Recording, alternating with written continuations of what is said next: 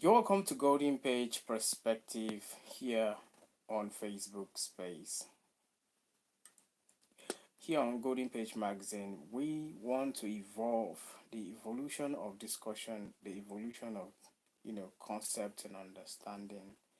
We need to be able to break down certain elements so that we can be on the same table whenever we're having a conversation on any topic so we can all understand each other. So on Golden Page Perspective, understanding before making conclusion is very important. Our goal is not just to repost or report events as they happened, but to explore the deeper stories that shape them. The histories, the intentions, and the unseen debates that influence every policy or decision. In today's world of social media and 24 hours news, it is tempting to form quick opinion based on headlines or viral posts. But truly informed opinions require us to look beyond the surface to examine the background, the broader context, and the competing pressure that policymakers face. Why is this important? Because when we fail to understand the full picture, we risk judging situations unfairly, spreading misinformation, or overlooking long term implications that may shape our future. This perspective matters for everyone: citizens, journalists, and policymakers all together. The need for clear government communications is the topic of our today's discourse. Today's critical question is: why is it important for government to communicate their agendas, policies, and programs clearly to the people? Government actions often affect millions of lives. Government actions often affect millions of lives. But if the people do not understand why decisions are made, how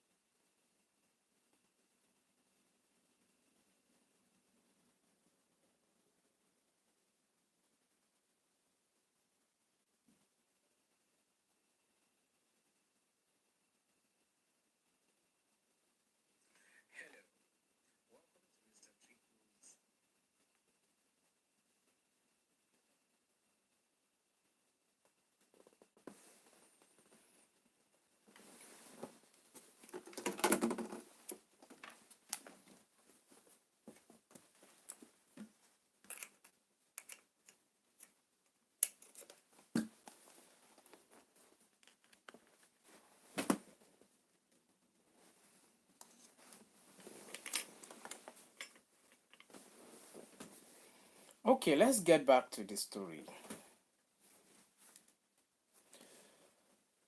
Today's topic is a critical question. Why is it important for government or governments to communicate their agenda, their policies, and their programs clearly to the people? Government actions often affect millions of lives. But if the people do not understand why decisions are made, how they are expected to work, or what sacrifice benefits comes with them, confusion, frustration, and resistance can grow. Effective communication helps bridges this gap. It builds trust, ensures public cooperation, and create space for constructive dialogue rather than rumor and anger, as we often see in our society. For example, from around the world, positive responses and negative responses from citizens towards the government and the government towards the people is often as a conflict or as a result of bad or miscommunication. Let me take a positive example. New Zealand. Now, during COVID-19 pandemic, the Prime Minister of New Zealand, Jacinda Ardern, frequently updates details, explanations, and open question and answer sessions to help secure public trust and compliance. Another positive example is in Rwanda. The government regularly uses community meetings. They call it Umuganda, and radio broadcasts to explain policies at the grassroots, helping people feel part of national plans. For example, another positive example is Singapore. Leaders often take time to explain economic and social policies through televised addresses and public forums, preparing citizens for coming changes. Now, these are examples of positive um, communications from government to the people. I give you three examples. Uganda, I give you another example, New Zealand, and another example, Singapore. If you are familiar or if you are aware of what Singapore have done over the years, Singapore was one of those third world countries that transformed itself into a first world country. They made huge sacrifices before that could come about. Now, what are the negative example or negative impact or negative effects of poor communication between government and the people? Example, Venezuela. Rapid economic reforms without proper communications contributed to panic, misinformation, and what ultimately worsened economic crisis. Another bad example is Sudan. Sudan's sudden subsidy removal announced without adequate public dialogue triggered violent protests and deepened mistrust. Now, this topic is picked. I picked up this topic because I wanted to address the people of Nigeria, the government of Nigeria. For example, Nigeria is a focused matter. For Nigerians, both those at home and in the diaspora, understanding government policy is more than an academic exercise. I bet you it is about knowing why the government joins international blocs like BRICS, for example. It's understanding why the subsidy reforms and subsidy removal took place or was actually why that action took place. Also understanding what new agricultural or industrial policies that the current administration brought about means for the people, for the purpose of job creation, reduction of prices, and daily life dependency. Now, better communication reform. Now, better communication from government could reduce rumors and conspiracy theories. It could help Nigerians abroad or at home advocate confidently for the nation. It would encourage citizens to engage in policy debate based on fact, not speculations. When citizens understand the why behind policies, it becomes easier to support, critique constructively, and demand better governance where it is needed. Now, the reason why I picked to talk about this on Golden Page Perspective is because we believe that context transforms news into knowledge. By looking deeper, we help readers everywhere from Lagos to London, Abuja to Atlanta, anywhere you are in the world, to see beyond the headlines and challenge assumptions and take part in building a better informed Nigeria.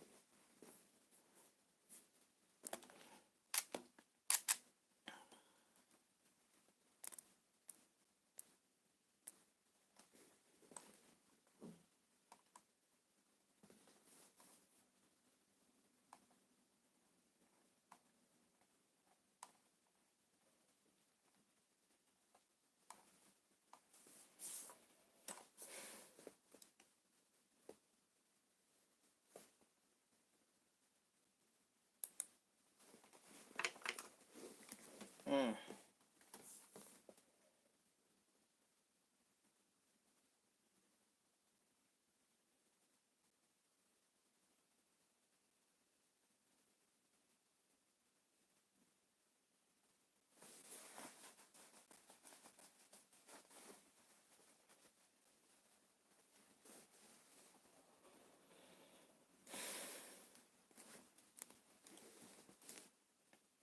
I think I've done this perspective intro before now. Hmm? I've done perspective intro before.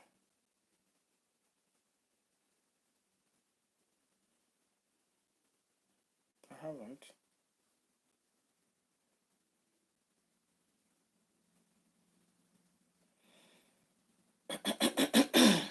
Why not? I think I have.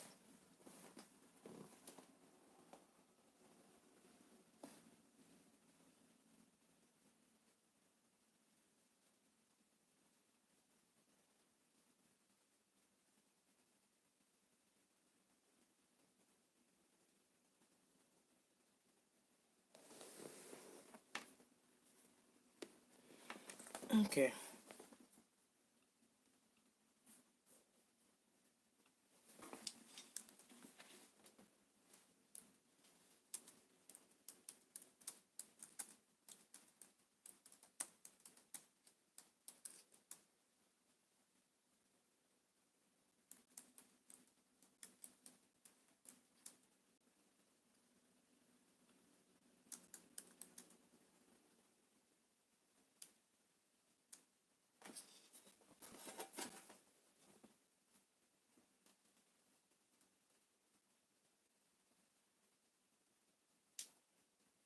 Mm, what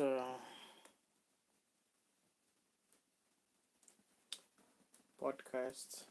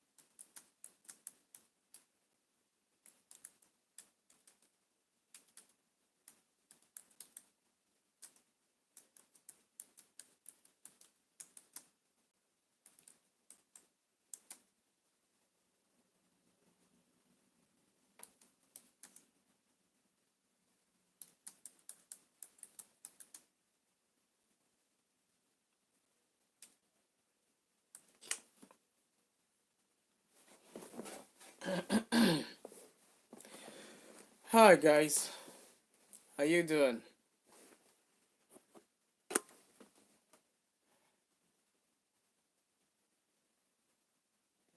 Mm-mm-mm.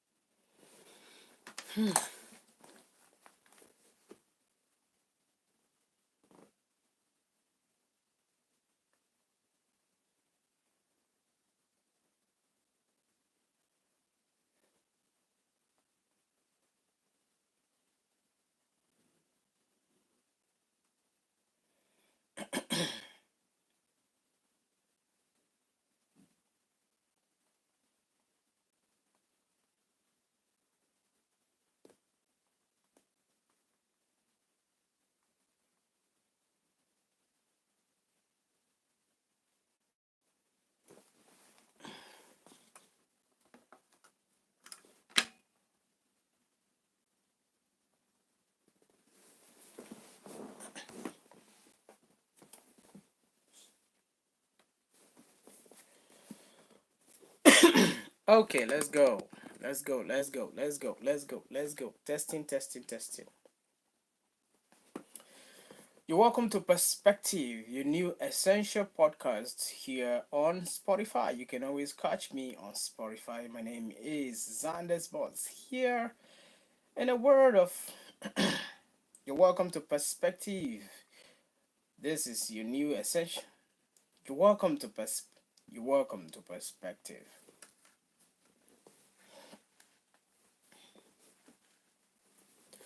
Welcome to Perspective, your essential podcast on Spotify. You can always catch me on Spotify, Twitter, Facebook, or YouTube here.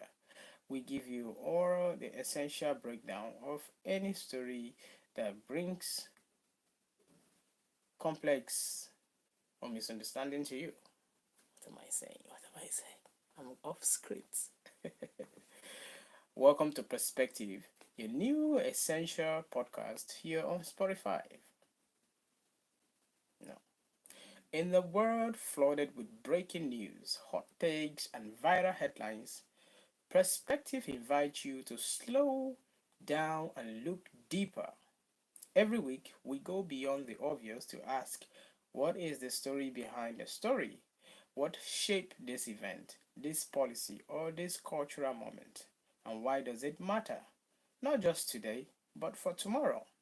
You're welcome to Perspective with your boy Xander's Buzz. You can always catch me on Perspective here on Facebook, Twitter, YouTube, or other social media platforms. Now, because whether it is politics, history, social trends, or untold human stories, we at Perspective help you understand, not just to react. So join us on Perspective as we explore every topic, narrative, and analyze. So join us on Perspective as we explore every topic, narrative, and analysis with curiosity, context, and fresh lens.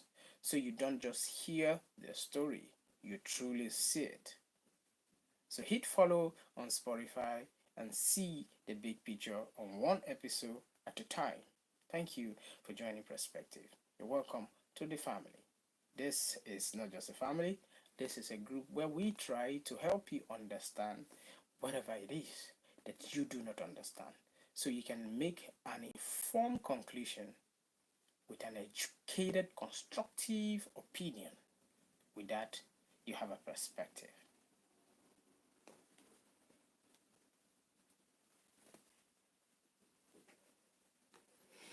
Let me see how this sounds, bro.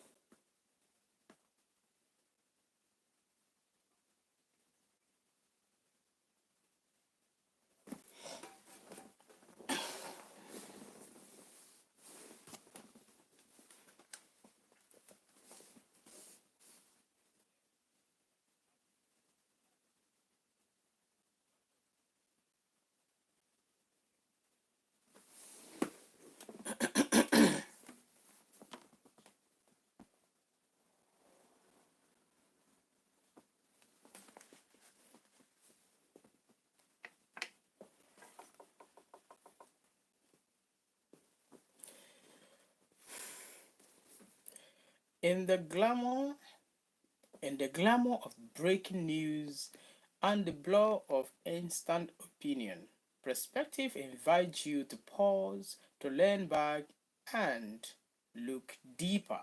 For every story carries roots unseen, and every decision is shaped by wind. For every story carries roots unseen, and every decision is shaped by winds that blew long before today. Wisdom is like a bob, it's like boaba.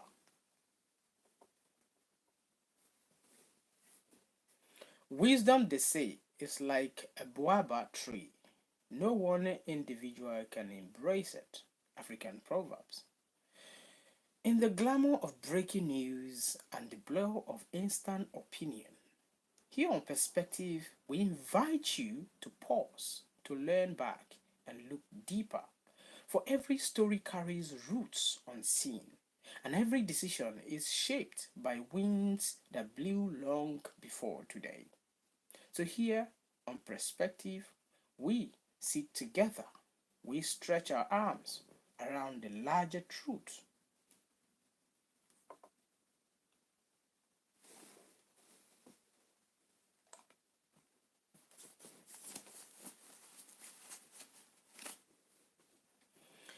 Today's topic is, why did Nigeria join the BRICS? A broader look.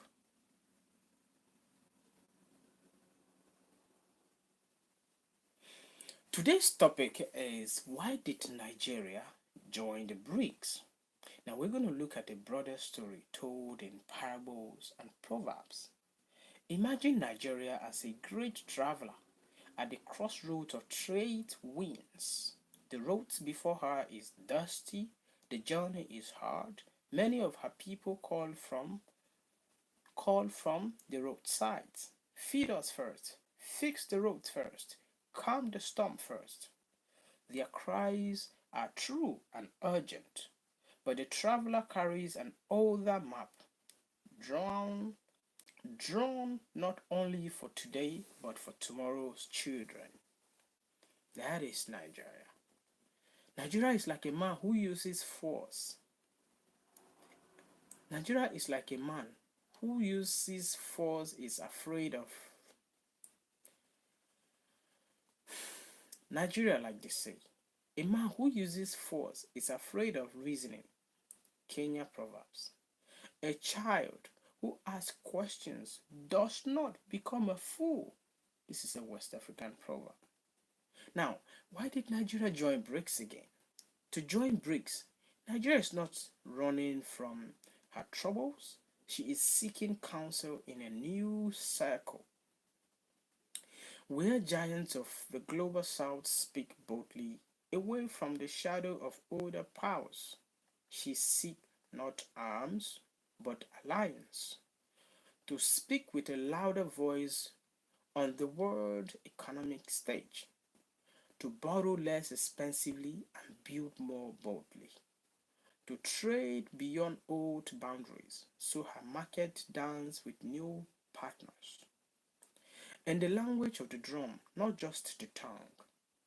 Governments, for example, like drummers, do not only beat for those standing nearest or near the fire, they beat for dancers beyond the clearing and for those yet to join the dance. When the root of a tree begins to decay, it spreads death to its branches. That is a Nigerian proverb. So, two, leaders must secure economic roots, diversify, plan for the shocks of tomorrow, and keep the tree alive for seasons unseen. Between short hunger and long harvest, yes, it is true that the fields need tending now, but the people need bread now. But no matter how long the night, the day is sure to come. This is also an African proverb. By sowing seed in alliance like breeze, Nigeria plans for a harvest that will outlive current hardship.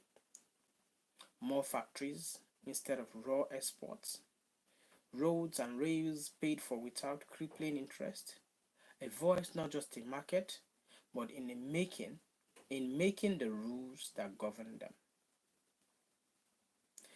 Wisdom does not come overnight.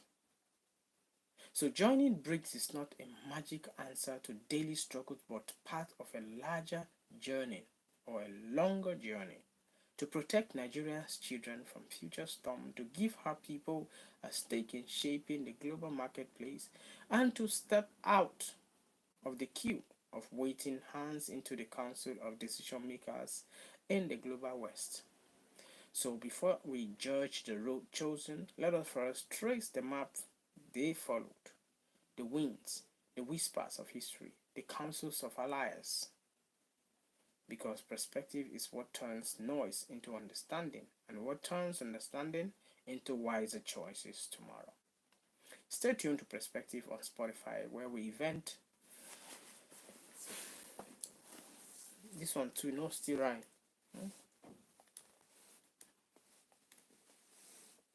Still no rhyme.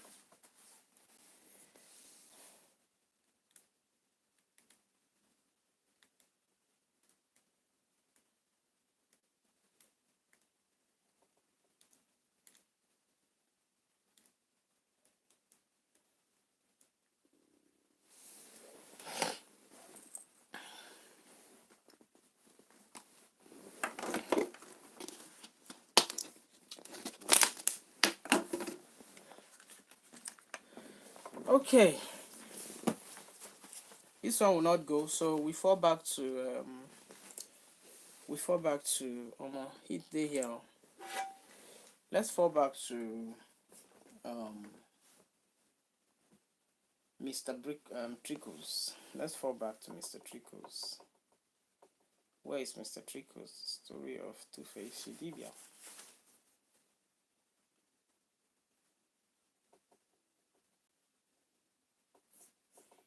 Where is that? It's not here. Oh, sorry.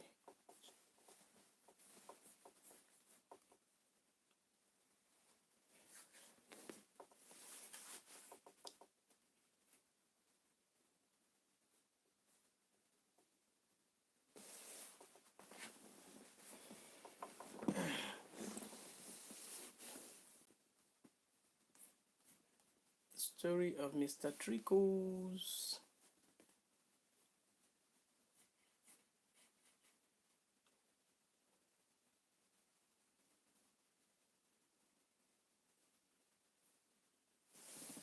Okay, it's not here. It's not here. It's not here. If it's not here, it is there.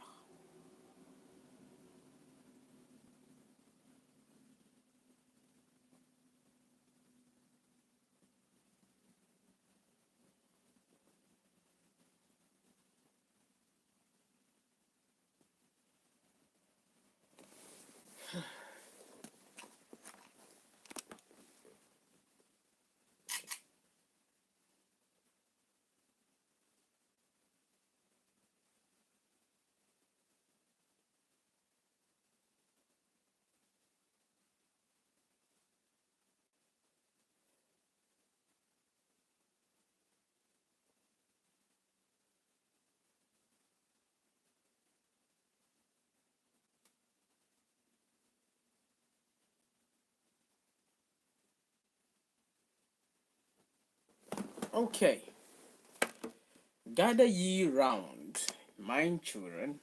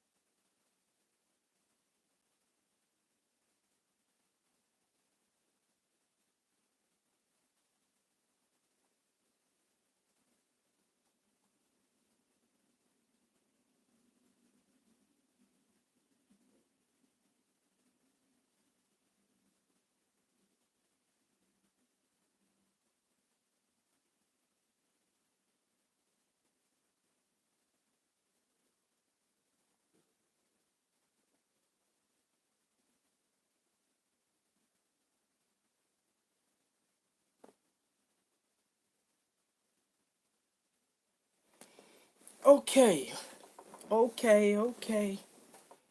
Gonna do what I gotta do.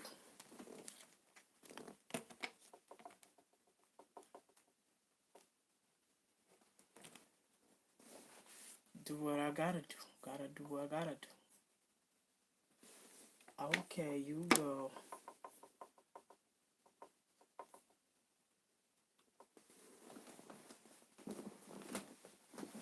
Should work out for it. Let me see what I do.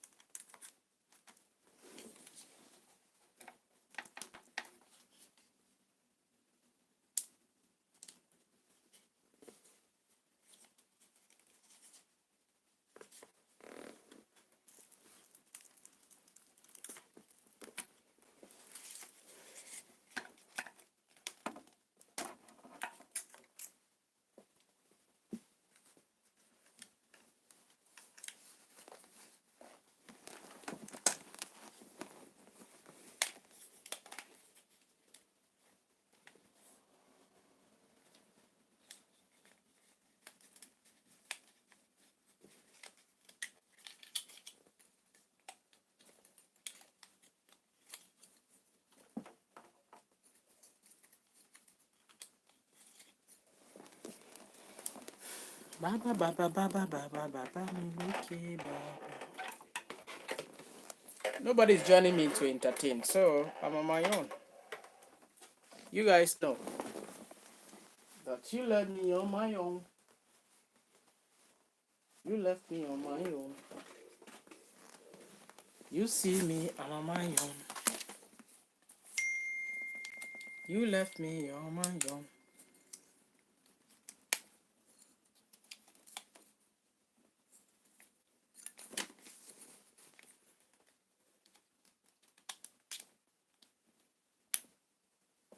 Now come and break this thing.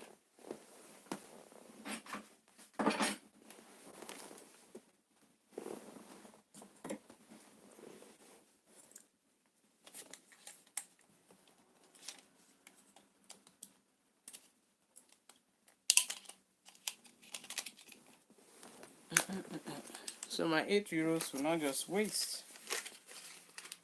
Yay. Okay, put it in that camera. I gotta remove it, man. Where did I put that camera? Where? Okay.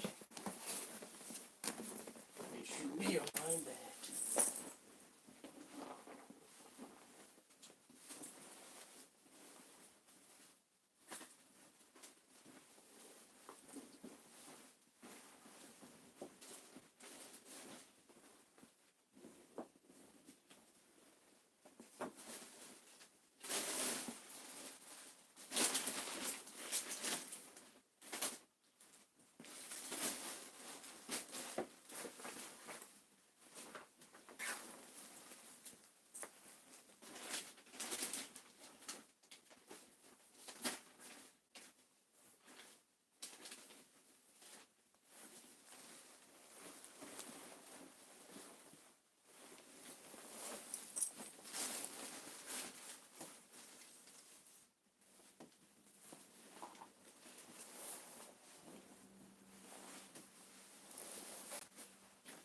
Where did I keep that camera, man?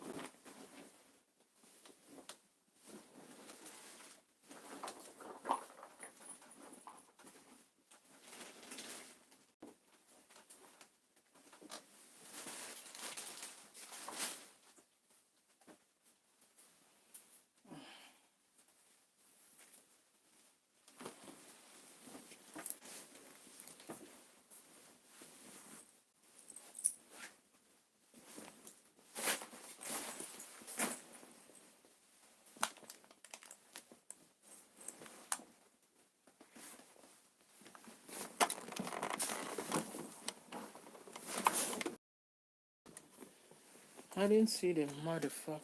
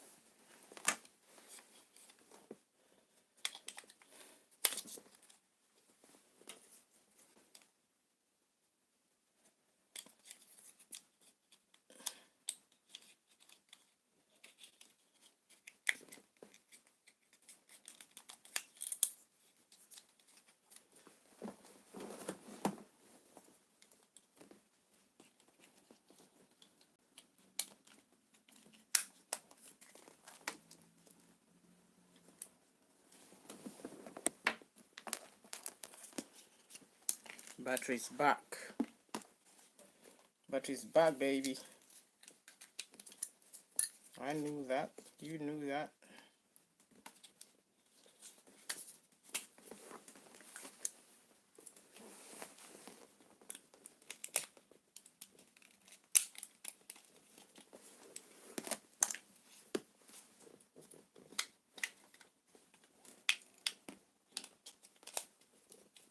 This is not fair. You guys share someone to come here. I mean, why?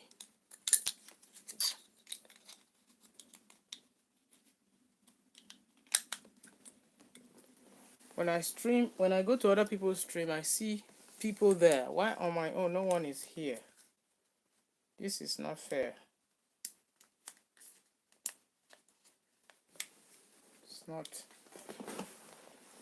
It's not fair, man.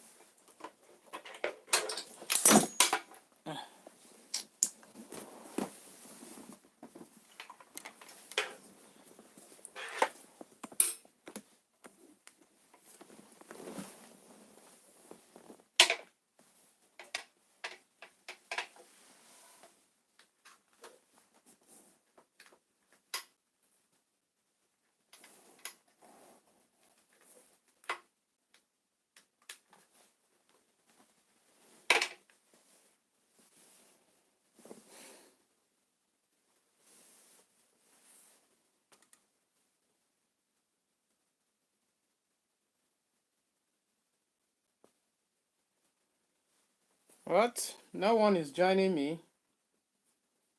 Huh?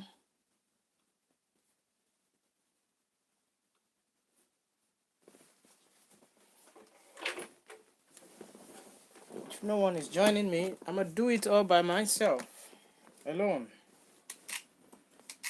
Okay.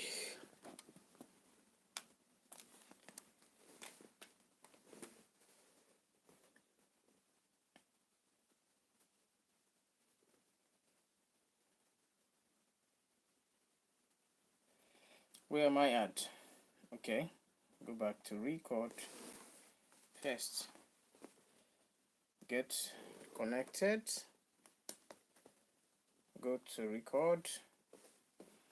Go to track. Add new track. Stereo. And when it's time, you hit record. When it's time, you hit record. And you record. Is that so? Yeah, nigga. Pretty simple, huh? Yeah.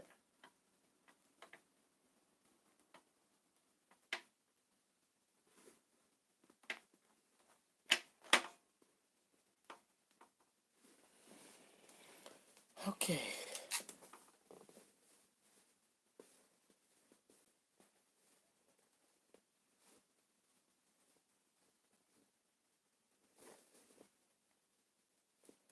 I'm going to use this mic. Hit record.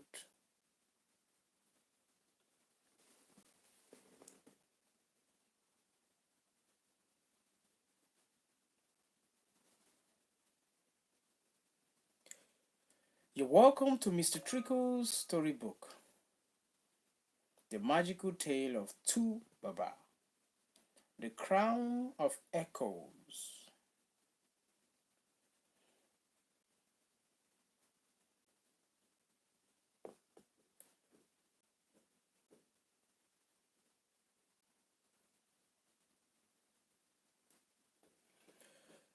Ladies and gentlemen, welcome to Mr. Trickle's storybook, The Magic of. Ladies and gentlemen, welcome to Mr. Trickle's storybook.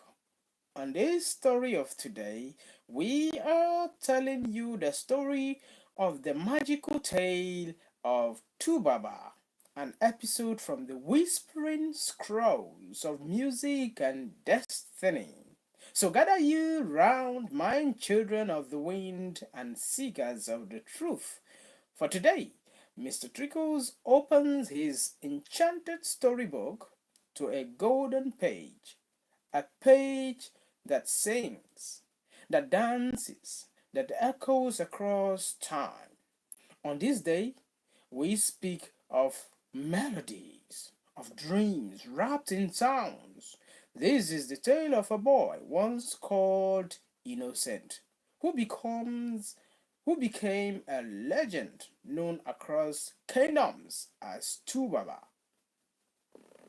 Long ago, in the fertile heart of the land called Oturukpo, where drums whispered through the trees and rivers hummed lullabies to the moon, a child was born. Under the song of 1,000 stars, his name was Innocent Oche Idibia, the third son in the noble house of Idibia. From his first breath, the winds knew he was no ordinary boy. When he cried, it sounded like a tune. When he laughed, even the birds paused to listen. Some say the gods of rhymes kissed his forehead the night he was born. Others believe his voice was crafted by Mami Water herself, drawn from the deepest part, drawn from the deepest part of the river Idoma. As Innocent grew, his voice grew with him, stronger, richer, velvet in tone and fire in message. At school, while others solved numbers and letters, he solved silence with songs. But in the world did not, but yet, but the world did not yet knew him. He was still but a whisper in the wind. When time came, the winds carried him far east to a legendary place, Cloak, in red dust and smoky sunset, a city they called Cold City, known by the guardians as Enugu State. There, he entered the great hall of institution of management and technology, where minds were shaped and sharpened and talent tested. But Innocent, yes, Innocent, he carried a secret in his chest, louder than any lecturer's voice. Louder than any lecturer's voice. It was his dreams, a roaring, etching desire to sing to the world, to bring message wrapped in rhymes and truth. And so it happened in that very city of numbers that the boy found his kindred spirits, young men of equal passion and sound, and together they formed a band called Plantation Boys. Their voices became fire, their beats a revolution. They sang of love, of struggle, of freedom. And the people listened from villages across to villages across, from radio stations to radio station, to rooftop parties, to nightclubs. Their music flew like enchanted doves. But even among stars, one must shine the brightest. Innocent's soul began to outgrow the group. He longed to speak deeper truths, to sing stories that echoes across centuries. And so, like the eagle, who must fly alone to reach the sun, and so like the eagle who must fly alone to reach the sun, he spread his wings and flew. It was then the world began to call him Two-Face, a name he carved for himself. Remember, when he was in the group called Plantation Boys, he called himself Two-Face. Another member of his group was called Faisalo, and another one was called Blackface. But Two-Face was one of the stars that couldn't stay among his peers because he must shine the brightest. That was his destiny. And so when he flew away, all the way to Lagos City, the world began to know him. They began to call him by his name, no longer as Plantation Boys Two-Face, but Two-Face Idibia. Nothing did happen. Two-Face, the hypertech guy.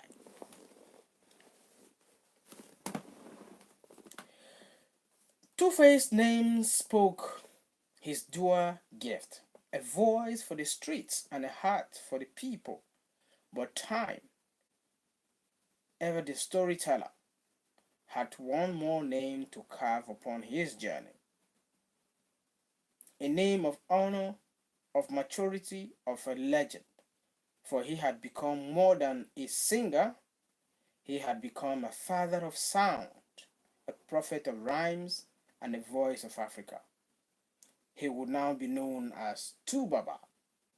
On this introductory episode of the magical tale of Tubaba, on this introductory episode of the magical tale of Tubaba, we sing his music.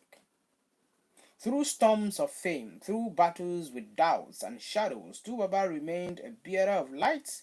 He sang truth to power, wrapped in melody. He gave the world songs like Spurs, African Queen, for instance, and Only Me. His music has become the heartbeat, the thunder before the rain. And so, dear listeners, close your eyes and hear it, the voice of a boy who chased a dream from Utukpo to Coal City and beyond to Lagos and to Los Angeles, and today his story reminds us that even in the noisy world, our one true voice can change everything. And Mr. Tricky's closed the storybook for today. The song of Tubaba still plays in every heart that dares to dream. We shall read another tomorrow. Stay tuned, stay tuned, stay tuned. Mind children of the wind and seekers of the truth. This was Mr. Trickle's storybook of today, the magical tale of Tubaba. We shall continue with the second episode of the magical tale of Tubaba tomorrow. Stay with us. On this episode on Spotify, we will give you the story of Tubaba, the magical tale.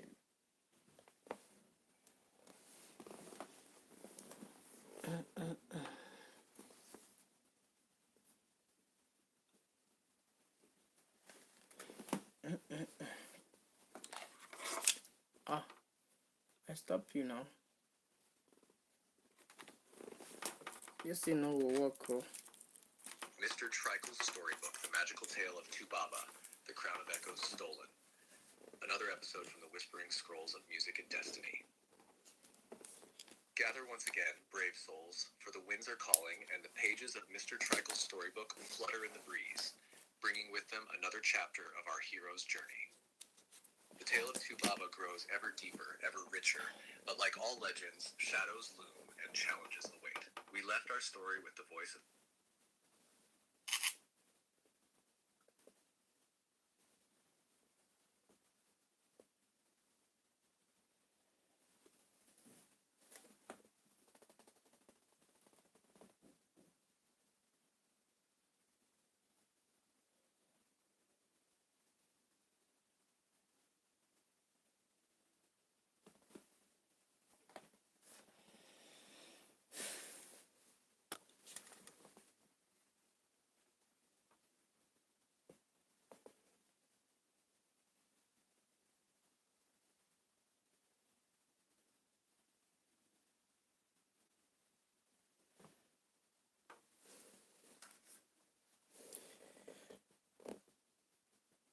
Good evening, ladies and gentlemen, and welcome to Mr. Trickle's storybook, The Magical Tale of Tubaba. On this episode, we will be talking about the crown of Echo stolen. On this episode, will be on this episode of Trickle's on this episode of Trickle's on this episode of Mr. Trickle's storybook, we will be talking about the stolen crown that echoes. Another episode from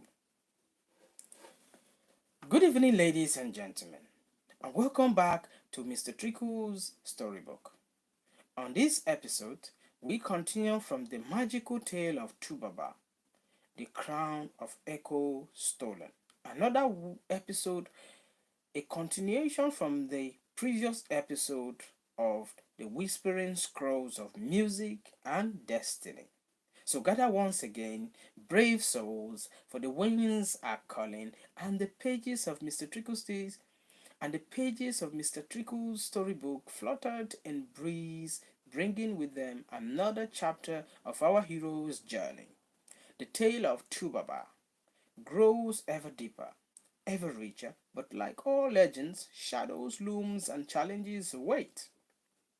We left our story with the voice of Tubaba echoing across the land, a man not just of music but of magic. His crown, forged from the gods of ancestral sounds, hovered above with him. We left our story with the voice of Tubaba echoing across the land, a man not just of music but of magic. His crown, forged from the gold of ancestral sound, hovered above him, glimmering with power, yet even the brightest light cast shadows. There came a day when a dark storm cloud of envy began to gather.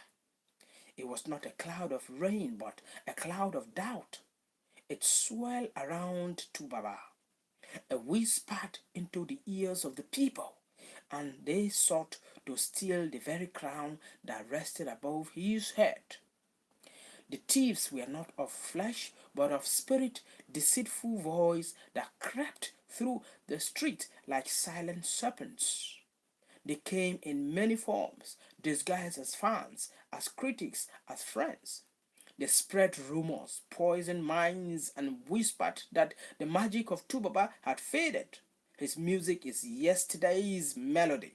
They said he is a relic of their past. But the storm was clever. It did not strike directly.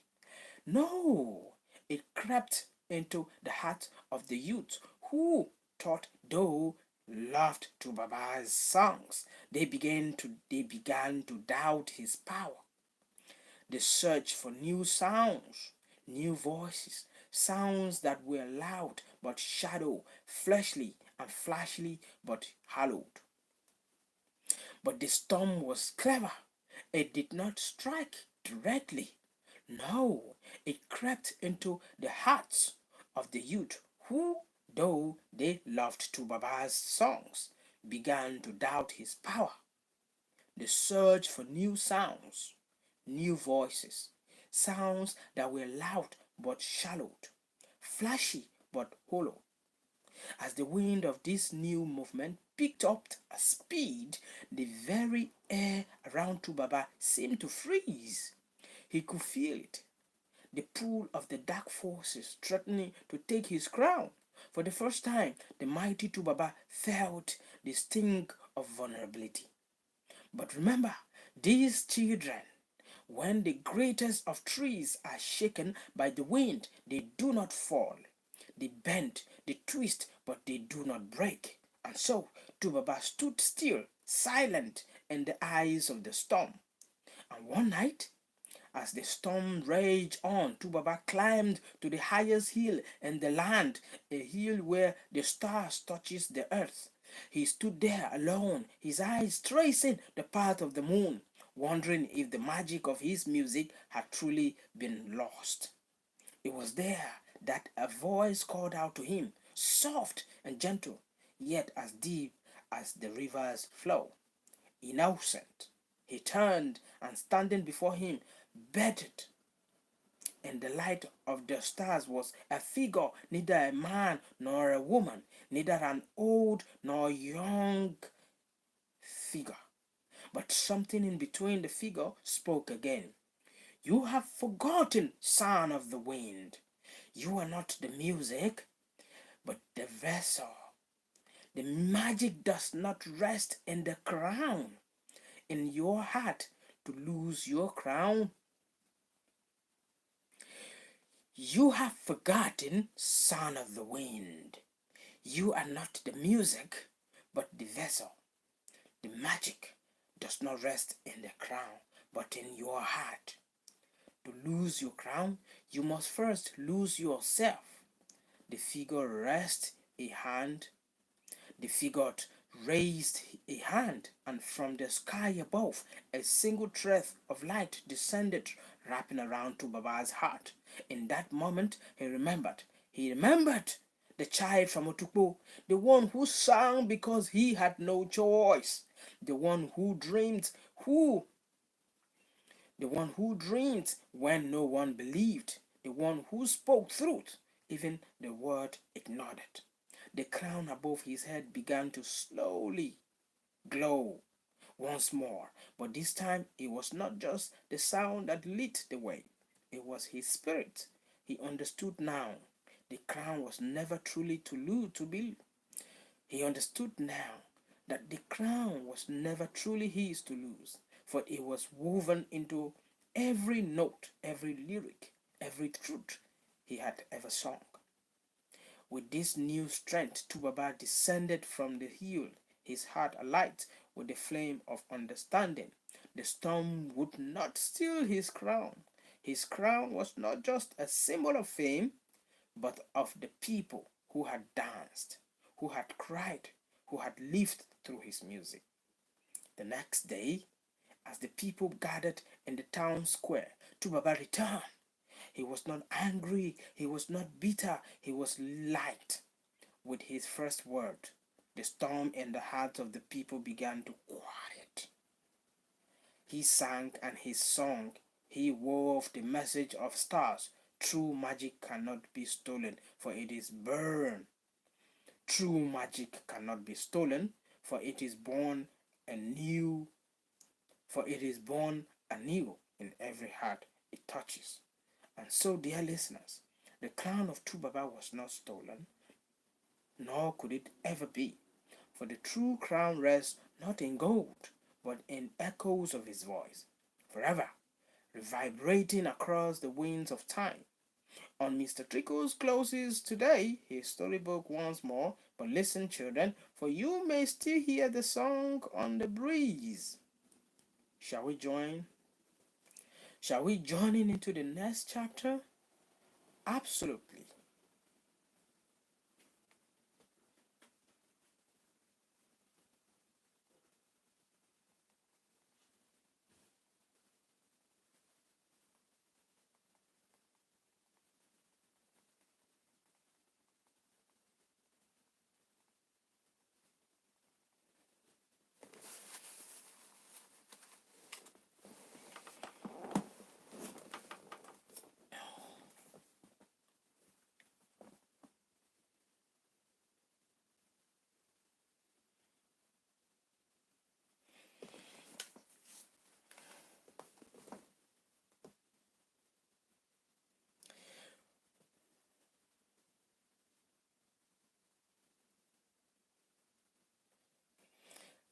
You're welcome back to Mr. Trickle's storybook, The Magical Tale of Two Baba.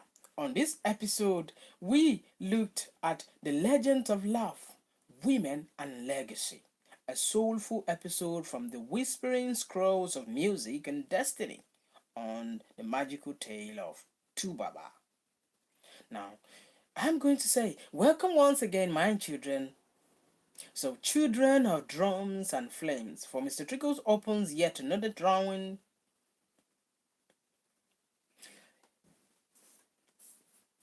Welcome back, my children. Welcome back again. Welcome again, children of the drum and flame. For Mr. Trickles opens yet another glowing page from the enchanted scrolls of music and destiny. Today's tale is not one of battles or betrayal, not of flames or Today's tale is not one of battles or betrayal, not of fame or forge of sounds, but of love. Ah, yes, love. The powerful river that carries both joy and sorrow, wisdom and wounds, for even legends, and even those kisses by rhymes and crowned by melody are not spared. The beautiful echoes and the beautiful are not spared. The beautiful chaos of the heart. After Tubaba conquered the kingdom of music and found his voice among the stars, the wind of love began to stir around him, and from far and near, women were drawn, and from far and near, women were drawn to the fire in his eyes, the silk of his voice, the soul in his song. Some say the goddesses of affections themselves whispered his name in their temples. Others say he was simply touched. Others say he was simply too human, flawed, loving, too human, flawed, loving, and real. Among the women who danced through his heart, some stayed a moment, others left footprints forever. From those unions, the winds brought forth children, bright, 7 stars, bright and unique, born from different mothers, each carrying a piece of Tubaba's soul. Let me tell you, dear listeners, this Let me tell you, dear listeners, he did not hide from this truth. He wore it as a robe of honesty, a man of many songs, many stories, many love. But among all, one woman stood like a lighthouse in his storming sea, a woman named Annie. Annie, the maiden of resilience. Annie, whose love was not born of glitters and applaud. Annie, Annie, the maiden of resilience. Annie, whose love was not born of glitter and applause, but of the beginning. Annie, the maiden of resilience. Annie, whose love was not born of glitter and applause, but of beginnings. Before the fame, before the spotlight, when Innocent was just a dreamer with a dusty pair of shoes and cassettes of hope, Annie was there. The love was not smooth. No, it was not. It was a flame that flickered through winds of betrayal, absence, forgiveness, and fire. There were times they stood on opposite shoe. There were times they stood on opposite shores of pain. There were times they stood on opposites. Their love was not smooth. No, it was a flame that flickered through winds of betrayal, absence, forgiveness, and fire. There were times they stood on opposite shores of pain, but somehow, always, the tide brought them back together. But somehow, the tide brought them back together. And when Tubaba chose a queen, he returned to the one who knew his scars, his laughter.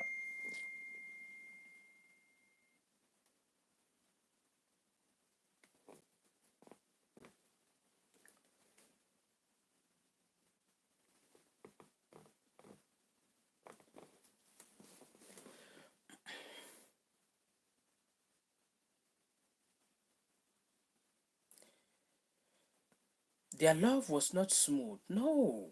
It was a flame that flickered through winds of betrayal, absence, forgiveness, and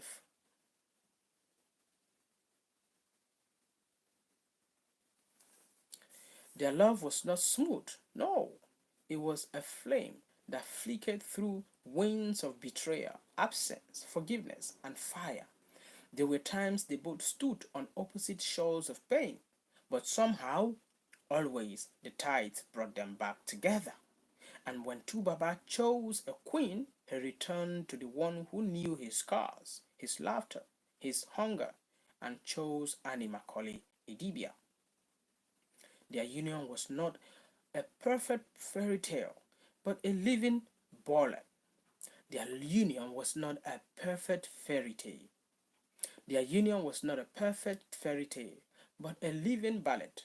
Raw, bruised, beautiful, a song still being written in honesty and healing.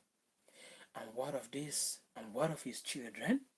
Oh, children of the moon, each one. Oh, children of the moon, each child was a verse in Tubaba's living song. Each one carried a rhyme of their own. Some were born, some were born under city lights, others under quiet stars, but each one was loved. But each one is loved. He, the Father of voices, whispered blessings into their dreams. He did not only give them his name, he gave them a legacy. He gave them a legacy, a reminder that they too were born of music, courage, and spirit. He raised them not as heirs to his fame, but as keepers of truth. For he knew that the world might remember Tubaba, the icon, but the greatest audience would be his children, watching not his stage, but his steps. Yes, they were critics. Yes, they were those who scorned his journey, who painted him with the brush of recklessness. But Tubaba never claimed to be a saint. Only a man, only a man with an open heart, a wide spirit, and a destiny too large, and a destiny too large for just one part. And perhaps that is the secret of love. Dear ones, not perfection, but reasons, not perfection. And perhaps that is the secret of love. Dear ones, not perfection, but presence, not clean lines, but deep roots. And in the roots of Tubaba's story, love grew, messy, magical, and enduring. On Mr. Trickle's storybook today, as we close on this chapter with a soft smile and a tear that glimmers, with a soft smile and a tear that gleams like a song note, we say the continuation of the magical tale of Tubaba will tell us more about this story of our legendary Tubaba. Shall we turn the page to the next tale of how Tubaba became not just a legend of love, but a voice of the voiceless, a warrior for the truth in the land that forgot how to listen? This will be coming on our next episode of the magical tale of Tubaba. Stay tuned, dear listeners, as we continue on this story of the legend of Tubaba.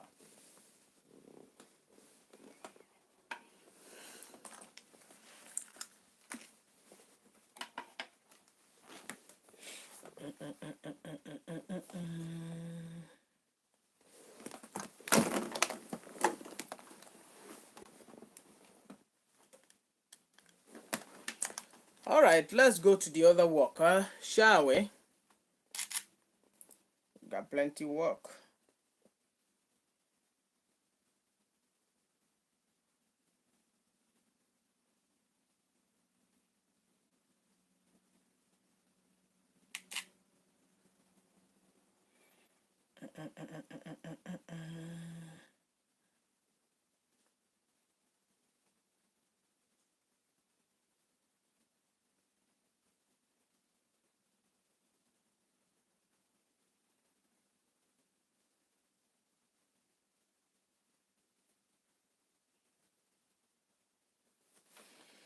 Oh.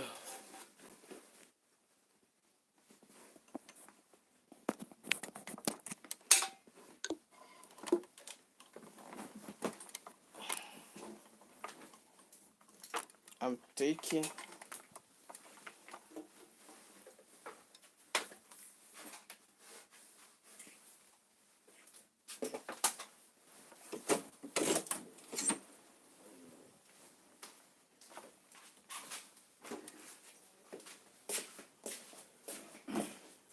Alpha.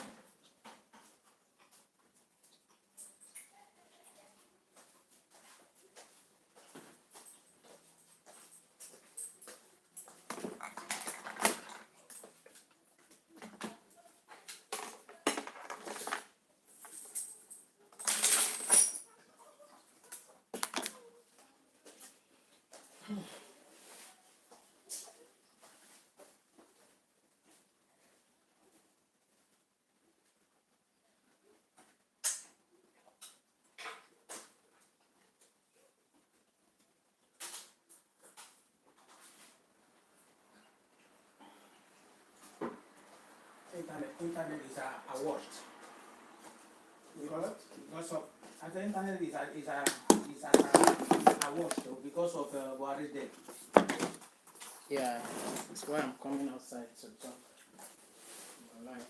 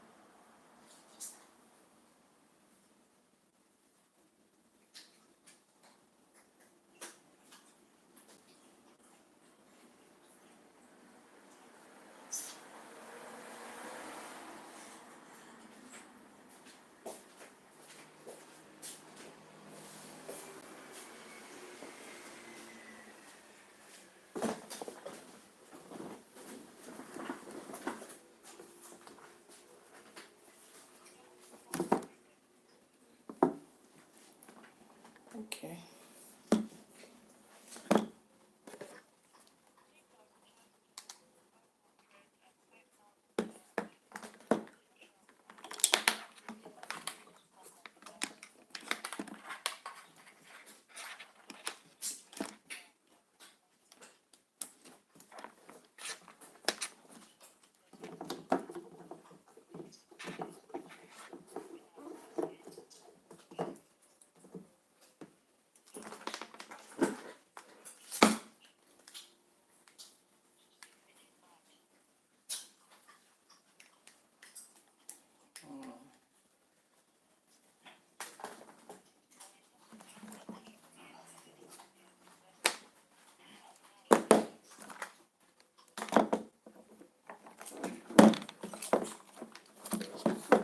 Okay.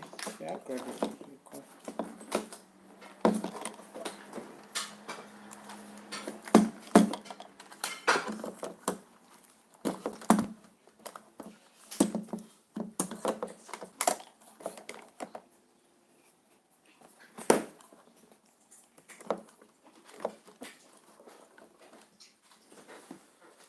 Oh.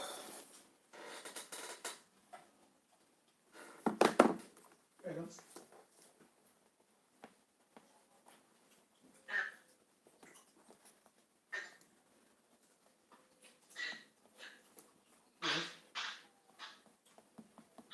How you do?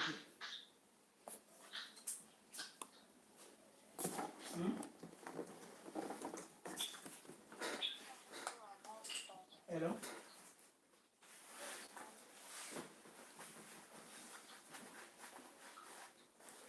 You said?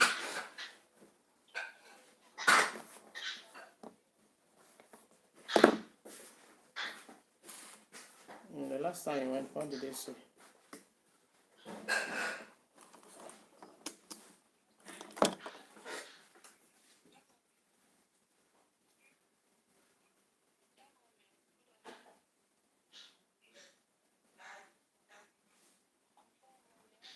I hear you now. Your line is breaking seriously.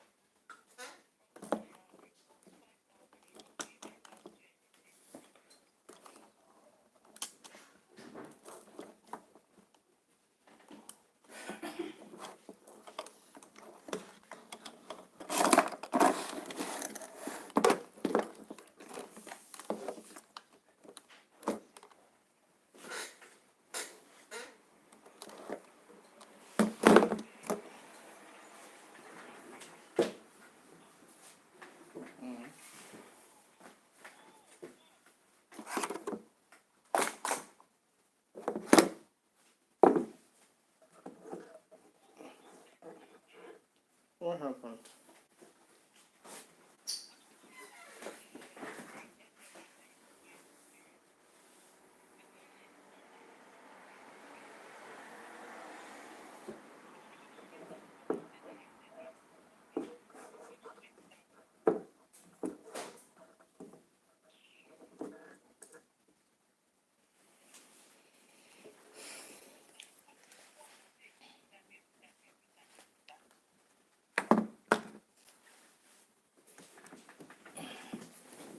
Sorry.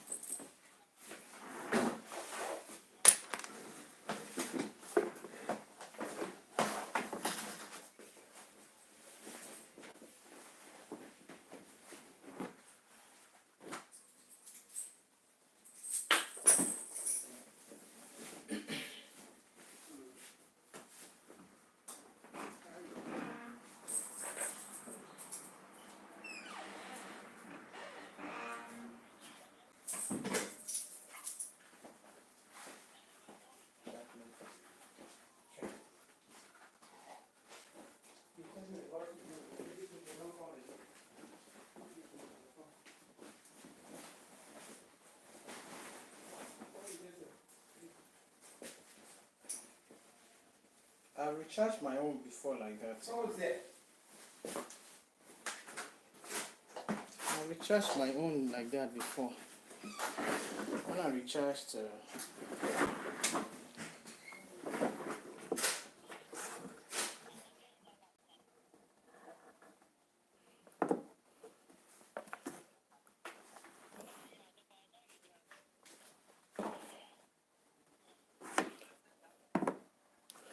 sorry guys.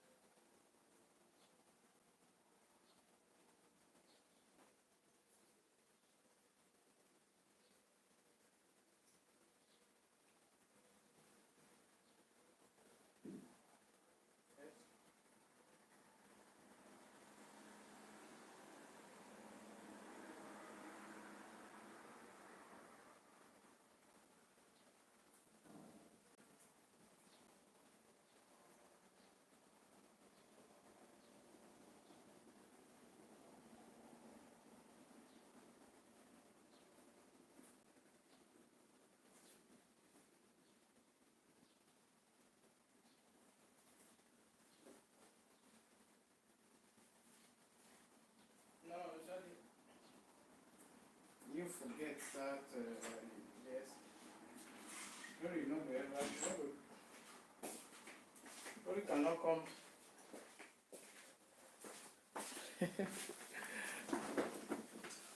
Okay.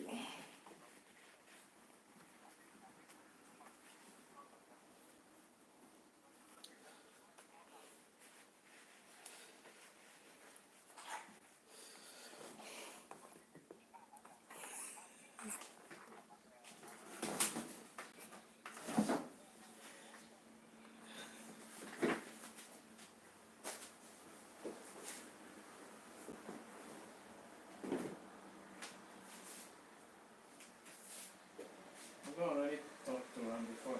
Daddy, you don't need to be worried, I beg. Very good. Yes, sir. Good afternoon, sir. Yeah, Daddy, good afternoon. Yes, sir. Good afternoon. Good afternoon, Daddy. This connection of phone, it's. Hello, Daddy. Good afternoon, sir. I don't think he can hear me. I don't think he can hear me.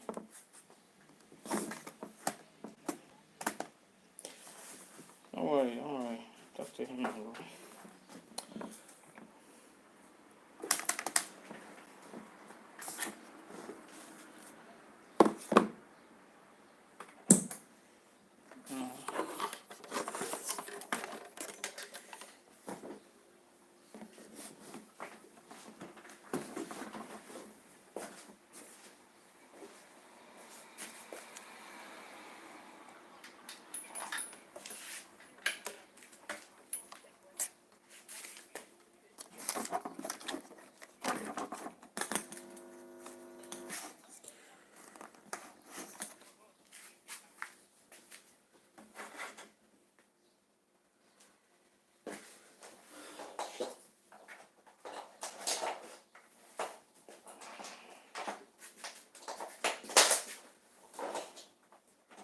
I'm live now.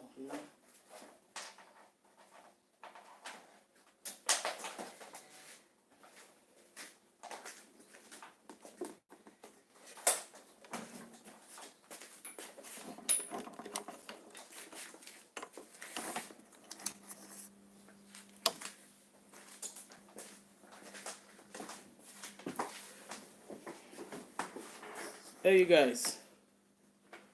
Good afternoon, and thank you for joining me here.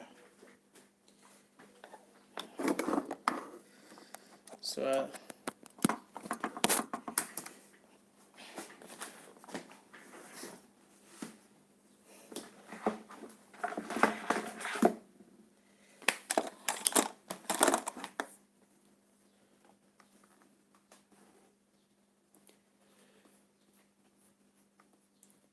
how you guys doing?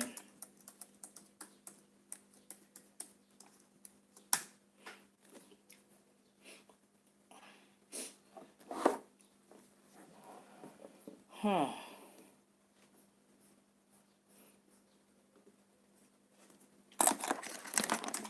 So, we are doing a condolence. Votre flux de travail est important pour nous. Veuillez patienter indéfiniment. Avec la plateforme de It's a travail condolence intuitif de stream Monday.com, vous avez le pouvoir. Presidents, former The president. ladies of your view are made of women from different professions, tribes, cultures, and religion. Join us every Monday to Friday as we share our views on topical and social issues.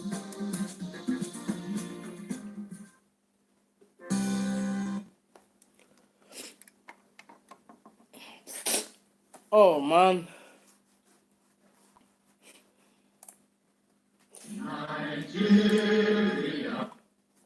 So, guys, you can see on the title of today's live stream,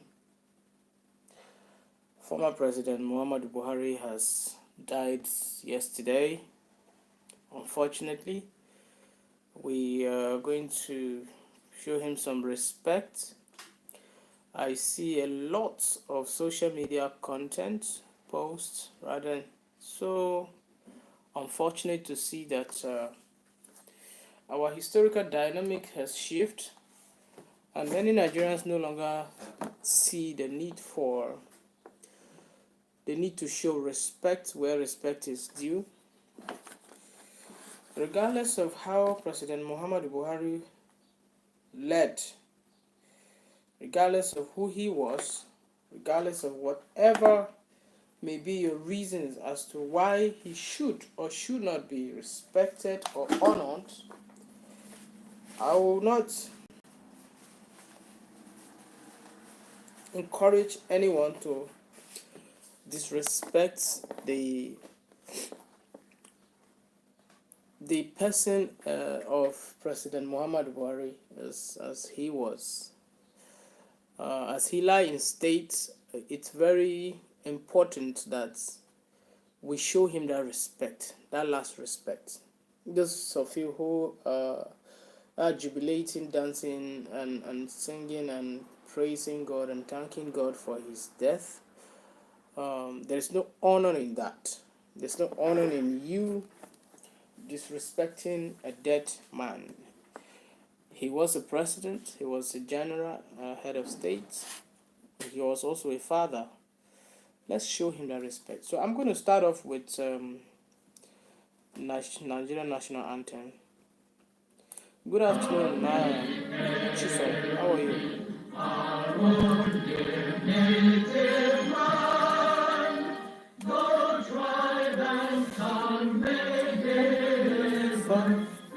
Brother, who we stand, Nigerians and proud to serve. I still don't know how to sing this Nigerian national anthem. Stanza 2. Shall be a symbol, justice reign, to honor, this we count as gain. Children of banner without stain, mother of creation. No, this new national anthem is just something else.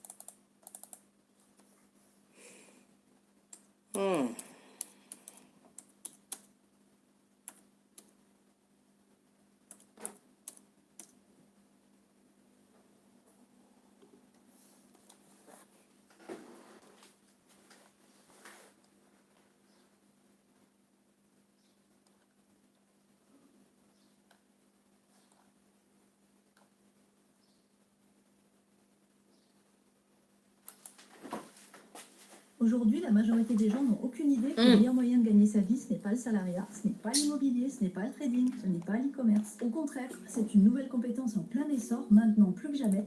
All right, let's quickly remind you that the former president, Muhammadu Buhari, passed on earlier on today in a London hospital, and we have our correspondent, Ayodele Zubakum, to give us more reactions on this rather shocking story. Ayo, we understand a while ago that the president, Bola Ahmed Tinubu, has asked his vice president to head to London to accompany the former president's body back to Nigeria. But tell us, what reactions have you been getting since this rather unfortunate incident happened a while ago?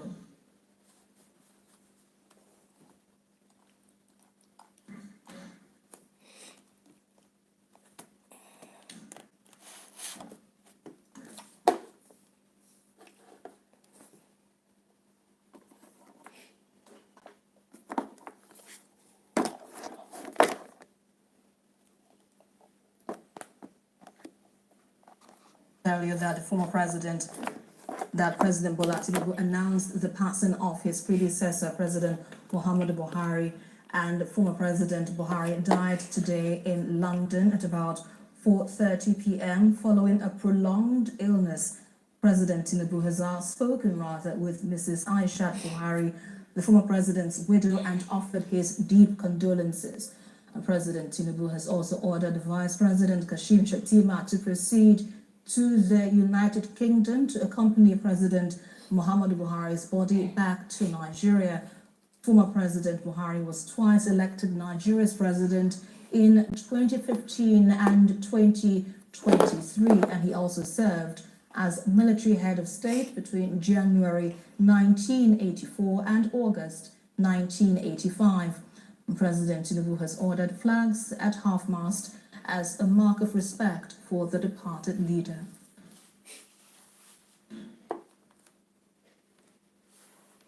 May the soul of our former president, President Muhammadu Buhari,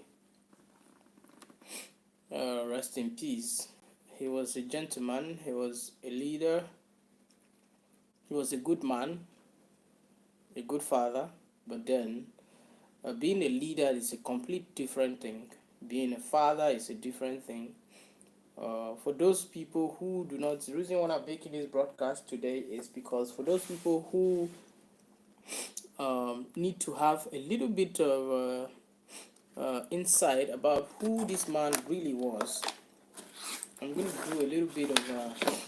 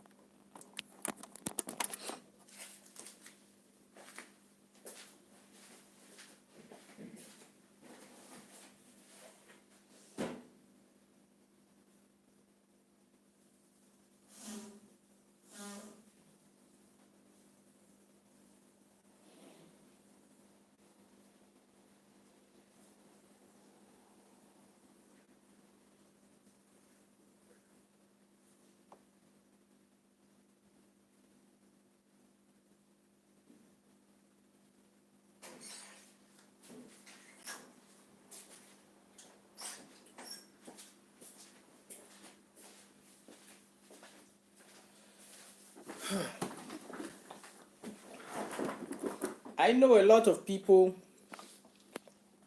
have their grievances. A lot of Nigerians think very badly when it comes to our leaders. You see, one thing you must know is that there are over 240 Nigerians now, 240 million Nigerians now. If you have ever traveled around your state alone, and been to the, all the parts of your state, then you'll be lucky to know how big your state is. Your state is big, your local government, or your ward, or your village itself. So you see, Nigeria is a fat, large country.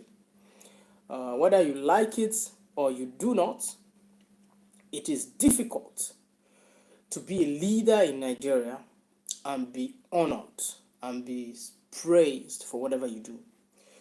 This is not to say that President Muhammadu Buhari deserved your love, your respect, or your honor. This is just to say that, you see, President Muhammadu Buhari was just a man who happens to be a leader. And because he was a leader,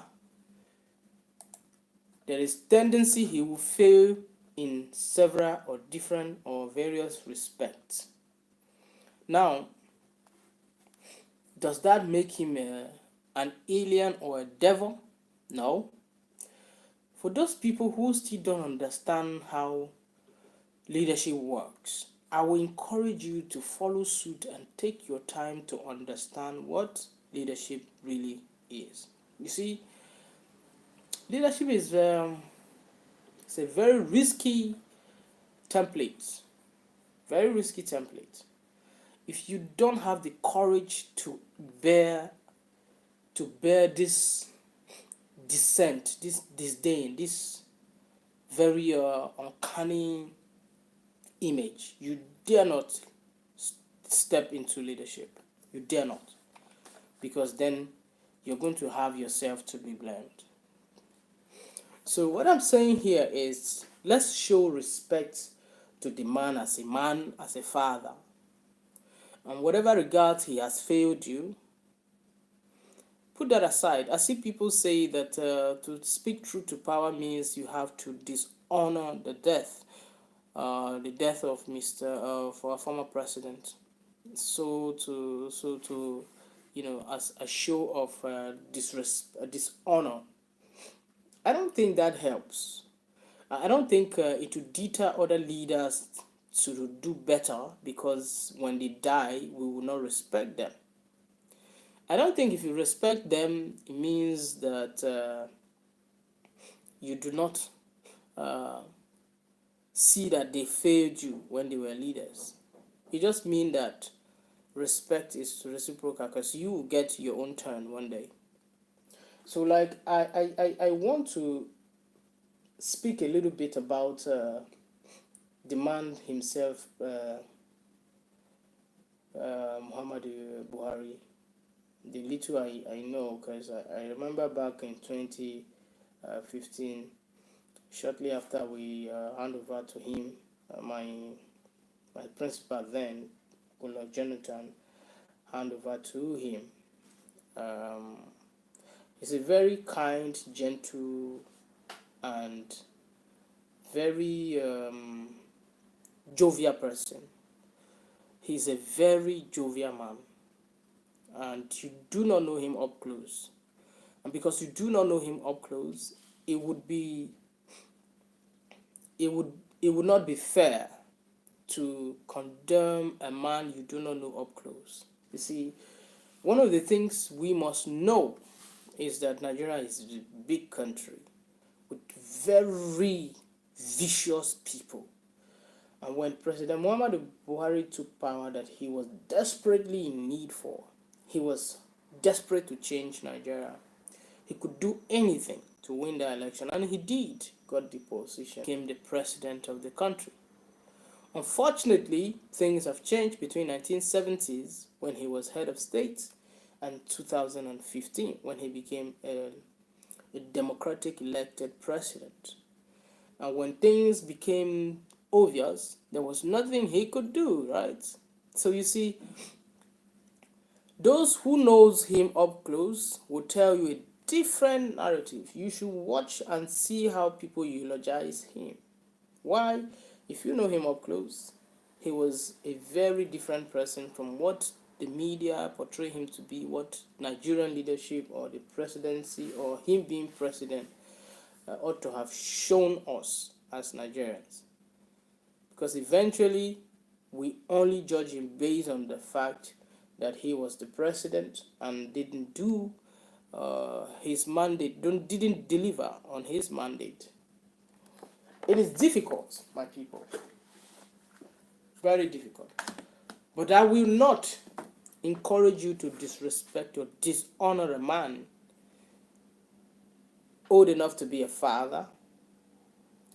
If you are 70 years or 72 years or 76 years, he was old enough to be your father. If you are below this, between this age range, between 76 and age 0, he was old enough to be your father. So he deserves your your respect. You don't have to love him, your respect. Because we, in African tradition, respect is it's above anything else. So I want to personally say, may the gentle soul of Mr. President, former President Muhammadu Buhari, rest in peace. May Allah take his soul and may he live in paradise. Because the man did his best as he was capable of. If you recall, between 2022, he has decided Nigeria is not worth his death, because he almost died being president. He almost died. And because he almost died, he wasn't getting any love from support from his people. He almost died. At the time, you begin to think that even, was this all worth it? I believe he might have regretted becoming president.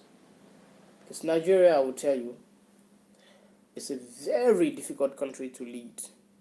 And so I just hope that a day would come that we'll start seeing dividends of democracy and all the receipts of government of our resources being put to proper use, so that we can respect our leaders. Because you see, because of what our leaders have turned themselves into, you see, we don't respect them anymore. And I can understand, because but a man like Buhari, I don't think you people understand that he, among many others, is one man that I would say for some reasons that he has the interests of Nigeria at heart, but unfortunately he couldn't do much, sadly. So let's show him some love and respect, shall we?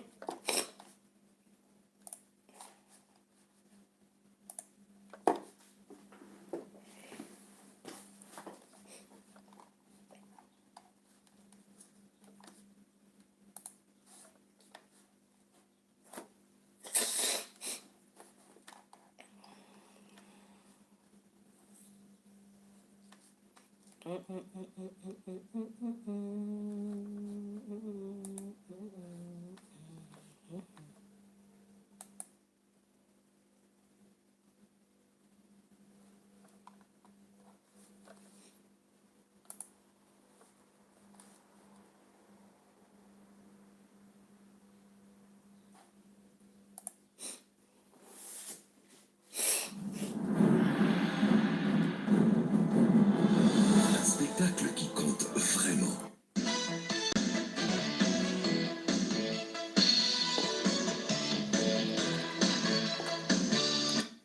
President Muhammadu Buhari this morning. The atmosphere there is calm, no presence of sympathizers we hear, and only security operatives are seen mounting surveillance around the house that leads to his residence right there.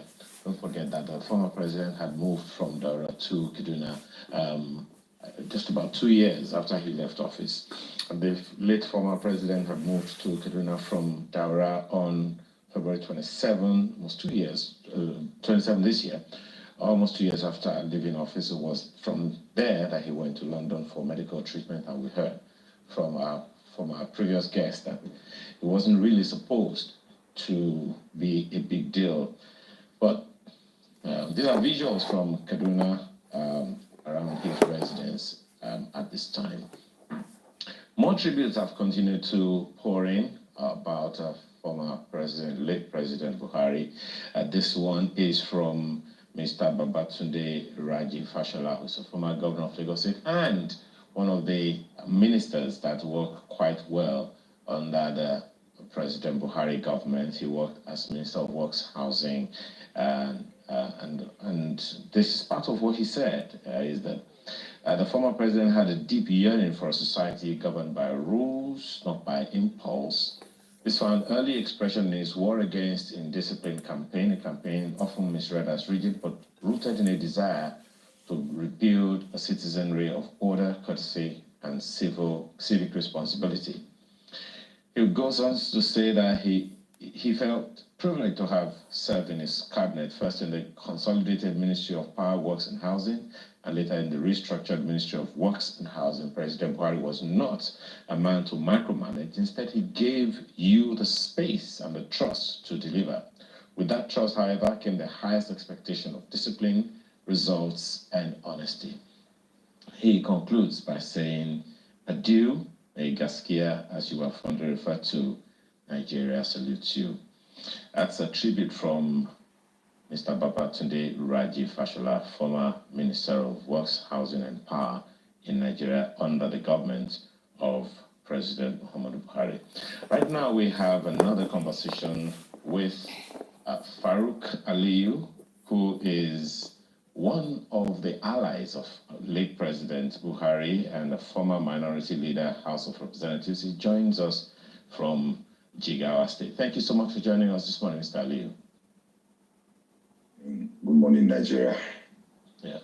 Well, this must hit quite low, Mr. Aliyu. The whole nation is mourning, and it can only be left in the realm of imagination how it must hit those of you who really worked closely with him and related with him. Yeah, that's true. That's true. This kind of thing comes normally with shock, grief. Yeah. But then as people of faith, like all Muslims know, it's in the books that every soul must test death, and that from God we came and unto him we shall return. So it's part of life, that the day, you know, there are two times, that one, the day you are delivered, and the next day, the day you die. So late Muhammad Buhari has passed through those phases, and we hope and pray that God will accept him in good faith. God will reward him the good deeds he did, and the not so good ones, or those that some infringement here and there. May God forgive him. You know, one of the information that is making the rounds now, Mr. Liu, is that one where some people are saying that maybe he was really aware that he ruffled quite a number of feathers, and he's asking people to forgive him and all of that. One of the impressions that creates, Mr. Liu, for a good number of people would be perhaps the office of leader, or the position of a leader, and the office of president or head of state, whichever one it was, must have been a lot more trying than people were aware of when he was in office. Well, absolutely. I can, first of all, tell you that each and every one of us must have had, done something wrong to somebody, but more so if you're a leader. And also, I can confirm and confess to you that truly, when politicians are campaigning, there are certain things that you assume, certain things you don't know, certain things that you thought were not done right. And when you get there, by the time the facts stare you at the face, then you will start realizing that, well, probably the person before you wasn't extremely all along wrong. So, of course, in managing people and so on, resources of the... That's absolutely what I'm saying, because, President Buhari already thought he was coming back to help Nigeria. He really meant to change things, to help Nigeria. But when he assumed office, it was a different ball game, completely overwhelmed. Because even, like I keep on telling people, don't think anybody who would be elected Nigerian president will go to that presidency and in 2 years will now become like Dubai. No, it's not going to happen, because Nigeria is extremely bogus. Nigeria is big. Nigeria is big. We are not. I'm not emphasizing on big on the area of population or land. We are talking about the things we have to do to transform Nigeria is too much. So it will take time, because everything that we require to transform Nigeria will take time. So when President Muhammad Buhari mounted that position as president of the Federal Republic of Nigeria, trust me, he didn't expect what he met, and he was overwhelmed. Country, diversity, there are people certainly that will feel aggrieved. And so whether he thinks that he did that or he didn't, he knew. He knows, all of us, you and I, all of us know that you cannot come to this world and go out, pass without doing anything that's wrong to yourself, to God, to the people. So it's all part of life that, you should ask for forgiveness. There are some... But when President Buhari called on Nigerians to forgive him and pardon him, I don't think that is something that is wrong. I see it as a man who looked forward for Nigerians to understand his position, to understand what he's done, to understand that he is just a man, and that because I don't think that President Buhari consciously stole money. What President Buhari did that was extremely out of place was he gave his ministers, his cabinet, he gave everybody the opportunity to do and lead in their various respective ministries what they thought was good for Nigeria. That way, it is more like a team leader who is given assignment, to. It's more like delegating responsibility to your team, That's what he does. And because of that, respective, ministers, various offices just were doing what they liked. More so, President Buhari gave the CBN governor, because President Buhari is a man who is easily he's a man who see ideas. He was looking for people who could shape Nigeria, and when you come with ideas to him, he embraced you. That's what he did to former CBN governor Emefiele, who ruined his legacy or his presidency.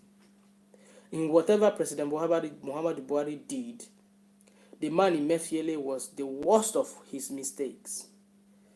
So he gave people who he thought were working for the interest of Nigeria the opportunity to use their office and power for the good of Nigeria. But then they weren't doing that. That is one of his worst mistakes. That's where he failed. The man outrightly wasn't a thief. I don't think so.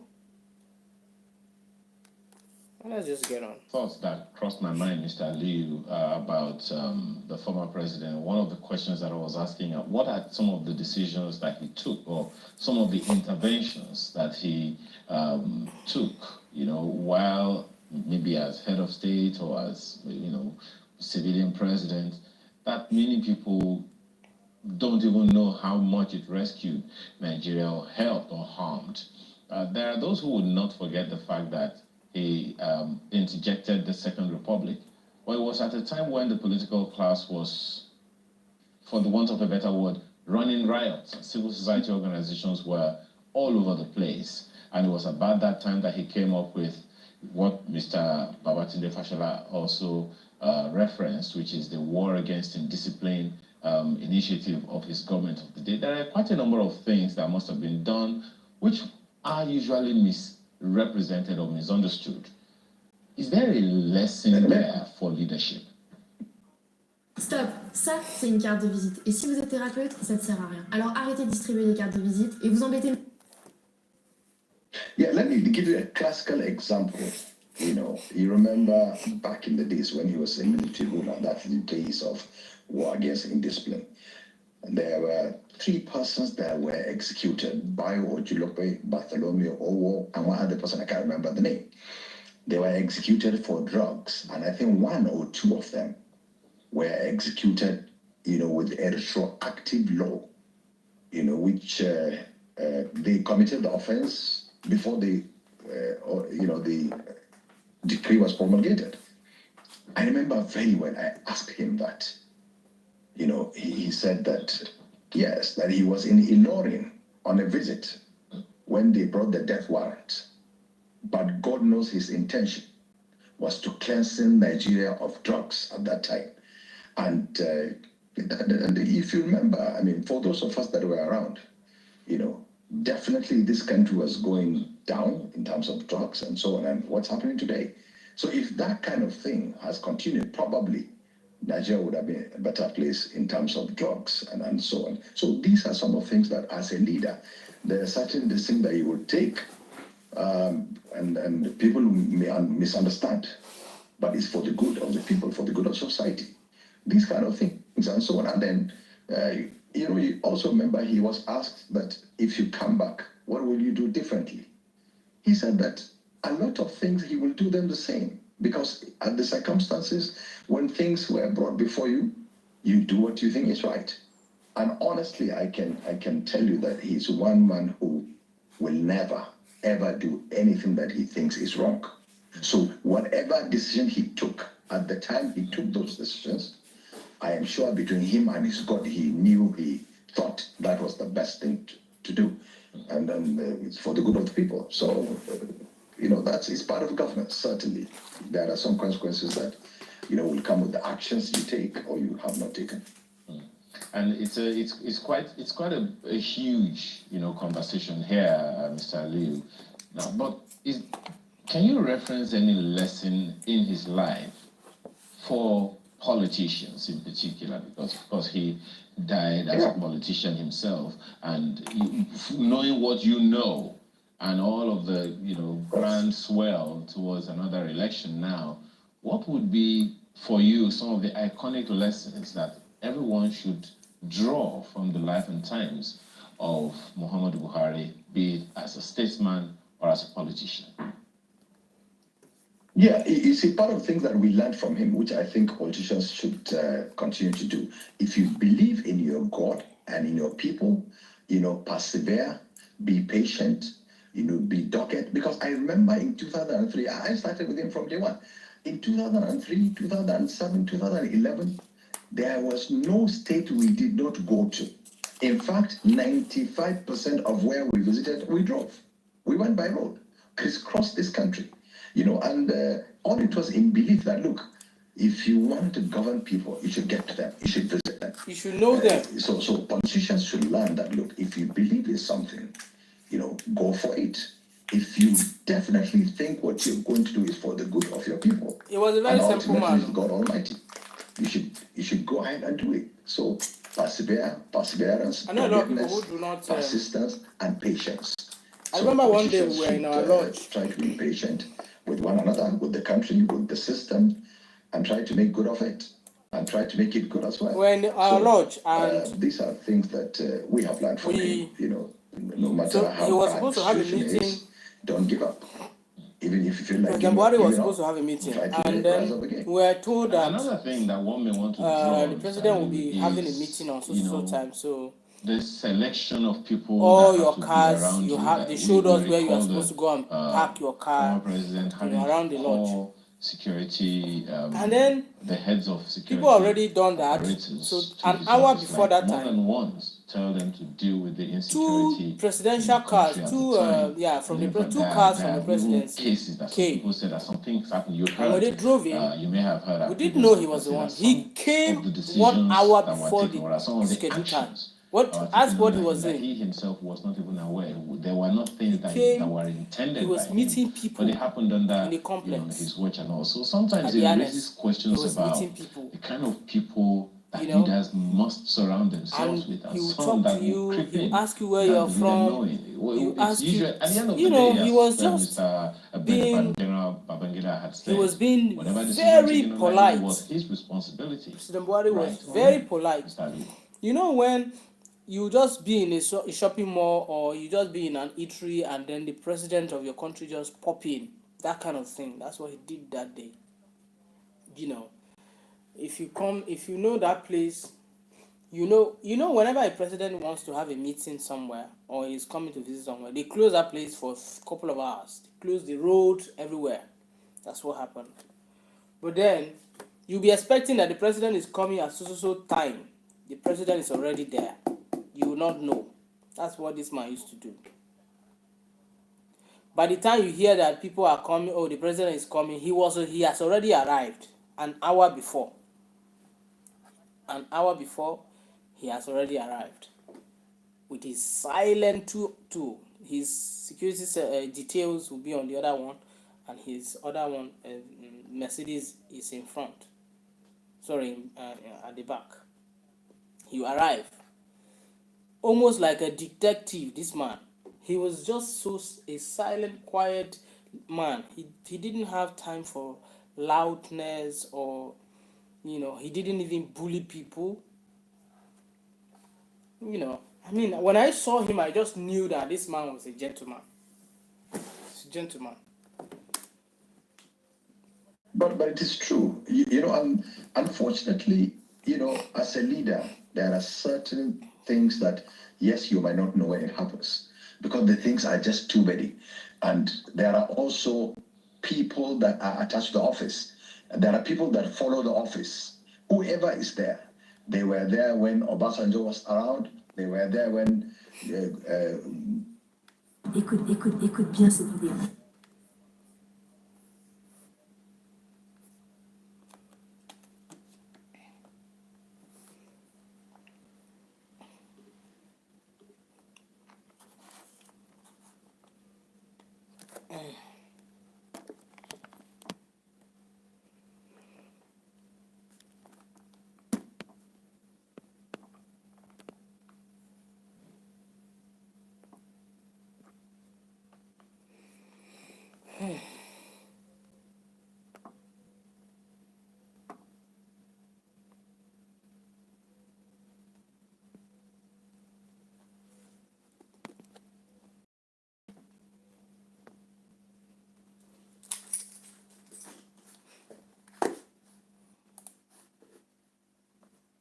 Goodluck Jonathan,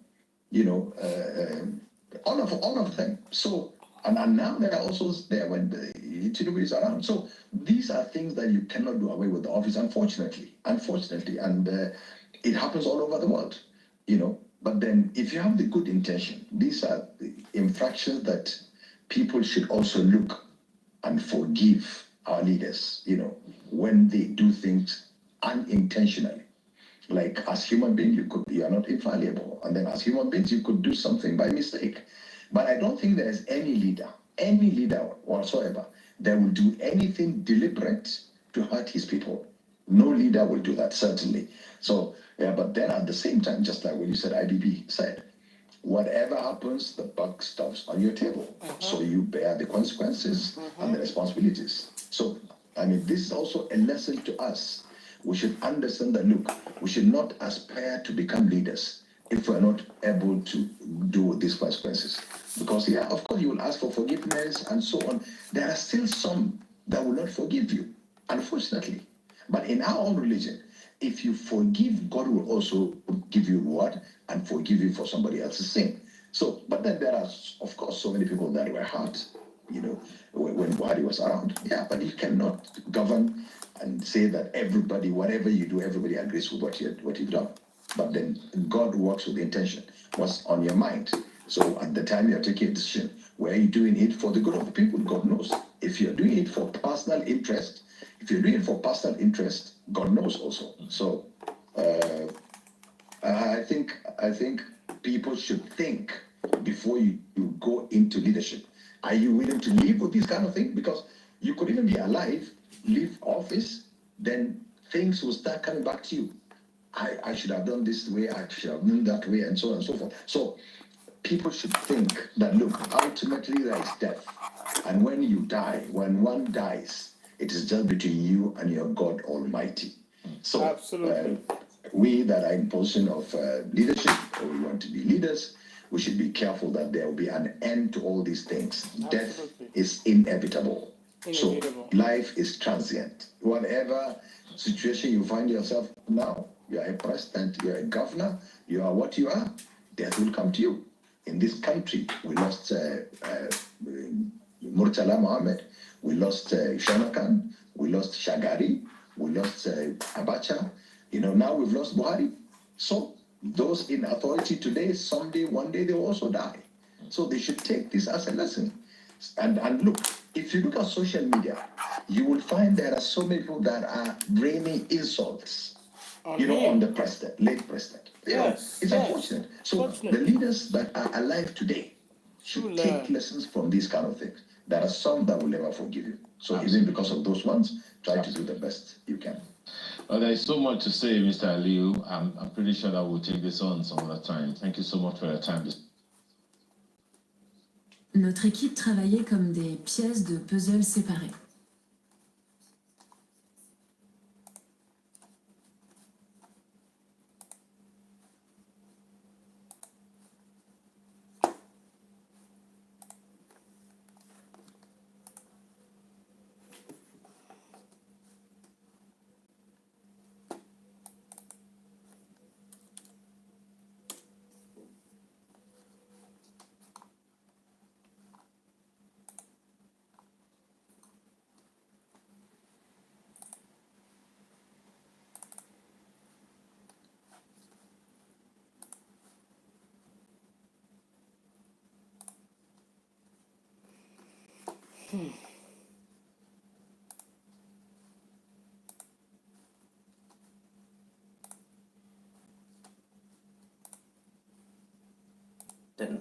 Paying glowing tribute to his late predecessor, President Bola Tinubu described Buhari as a patriot, soldier, and statesman whose legacy of service and sacrifice endures. According to him, the deceased leader confronted corruption head-on throughout his tenure and was always placing the Nigerian nation above personal interest. In addition, the president has also instructed Vice President Kashim Shettima to proceed to the United Kingdom to accompany President Muhammadu Buhari's body back to Nigeria. Tinubu, in the same stroke, has ordered flags to fly at half-mast as a mark of respect for the departed leader. Former President Olusegun Obasanjo has described Buhari as a patriot who tried his best in the quest to give the country the needed progress and development. While former military President General Ibrahim Babangida has described the passage of Buhari as the loss of a symbol. On his part, former President Goodluck Ebele Jonathan has described Buhari as a courageous leader who served the nation with character and a sense of patriotism. Other stakeholders have continued to pay glowing tributes to a man who gave his all to Nigeria. Now, sadly, yesterday was a dark day as the Oba Sikiru Kayode Adetona, the Awujale and paramount ruler of Ijebuland, is dead.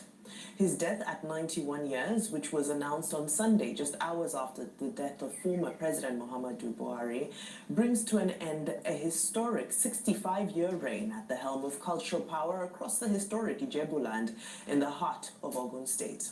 He's to be buried at 4 p.m. in Ijebu-Ode, according to Islamic rites. With a report on the life and times of him, as well as some insight into what happens next, is Arise News international correspondent Adefemi Akinsanya. Stating that on a Sunday, the day of rest, a king closed his eyes for the final time. Oba Sikiru Kayode Adetona, the Awujale and paramount ruler of Ijebuland, is dead at 91 years. His death comes hours after the passing of former President Muhammadu Buhari, who died in London aged 82. Adetona ascended the throne at 25 years old on April 2nd, 1960, shortly after returning from London, where he was studying accountancy. He became the 50th Awujale after succeeding Daniel Adesoya Belegua II, who had ruled for the previous 26 years. But when Adetona became king, he remained on the throne for 65 years. He's the longest reigning king in the history of Ijebuland and among the longest reigning in all of Nigeria. Across those 6 decades, he not only witnessed Nigeria become independent from the United Kingdom, but also cemented the cultural leadership that creates an inextricable bond with the people of Ijebuland and beyond. This social contract shines brightest with the growth of the Ojude Oba festival. For many generations of Ijebu people, he is the only king they have ever known. During his time as ruler, Oba Adetona received several Nigerian presidents and national leaders, including former President Goodluck Jonathan, who visited him in 2015, followed by President Muhammadu Buhari in 2016. And in May 2024, President Bola Ahmed Tinubu honored Awujale with Nigeria's second highest national award, the Grand Commander of the Order of the Niger, in celebration of his 90th birthday. A family man, a beloved husband, father, grandfather, and great-grandfather, Adetona was selected from the Anikinaya ruling house of Ijebuland. Therefore, the next king must emerge from the Fusenbua ruling house. But before any succession plan comes into place, the Adetona burial at 4 p.m. on Monday in Ijebu-Ode marks the first transitional ritual of the People's King. Adefemi Akinsanya, Arise News. May the souls of the departed rest in peace, and we send our condolences and wish comfort for their family members, their loved ones, their communities, and the nation at large. Rufai. I mean, very sad one. I think it was John Donne that said in his famous poem, "Seek not for whom the best toll, but the 2 pounds toll for the death of every man diminishes all of us." Buhari and President Muhammadu Buhari has run his race. And life is dynamic because as long as you live, you are many things to many people. Some see him as a hero, but some see him otherwise. Those that he called a dot in the circle see him otherwise. Those that he said will treat in the language they understand seem otherwise. That led to the ban of Twitter in this country because people had to report that tweet and it was deleted, and they felt, oh, how would they delete the tweet of a president? Those that were caught in the web of Decree 4 seem otherwise. Omar Diko seem otherwise. The likes of the politicians that were incarcerated after the 83 elections, about 84 when he got in, don't see him as a hero. But some will see him as a disciplined man, anti-corruption hero. But people will also talk about that legacy and say, but people around him were corrupt. So they talk about being above board like Caesar's wife, but people around you are being tried for corruption, also speaks volume. People he incarcerated for political vendetta. People he tried to terminate their lives. The judges in the dead of the night that were harassed, that everybody said, this is an assault on our judiciary. Seem otherwise. But those that were close to him say, he's a father. They'd even stretch it and say, the father of the nation. I don't understand why Profile is taking this eulogy like this.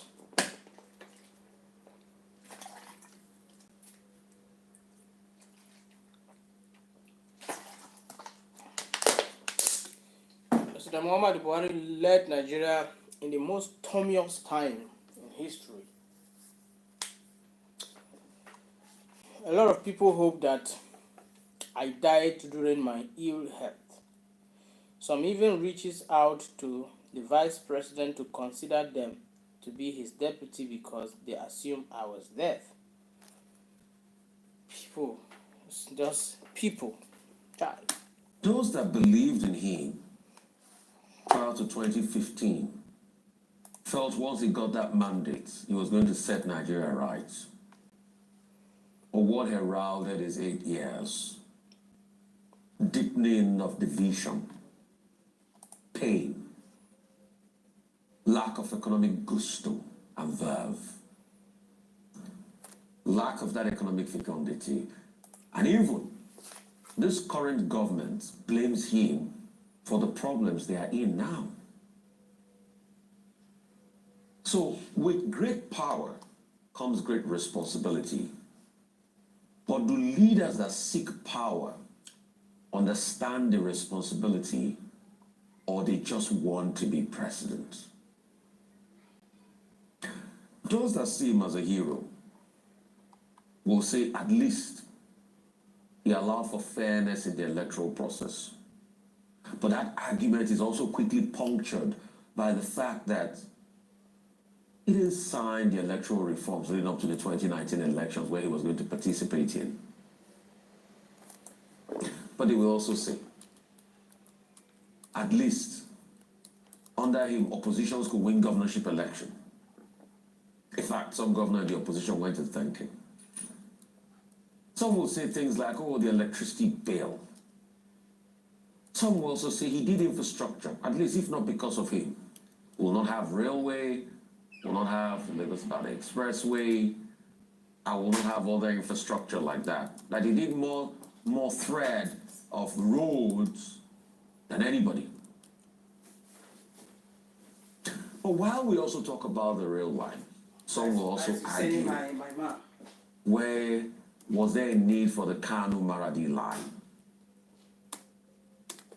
President Buhari, when he ascended the throne in 2015, made the famous words that I am for everybody and for nobody. But some said it was actually for some people. He quoted Shakespeare saying there's a time in the affairs of man. And we thought he had set the tone for the country he wanted to build. But today, like two sides of a coin, there are two sides to history of President Buhari. There will be those that will say, Veni, Vidi, Vici.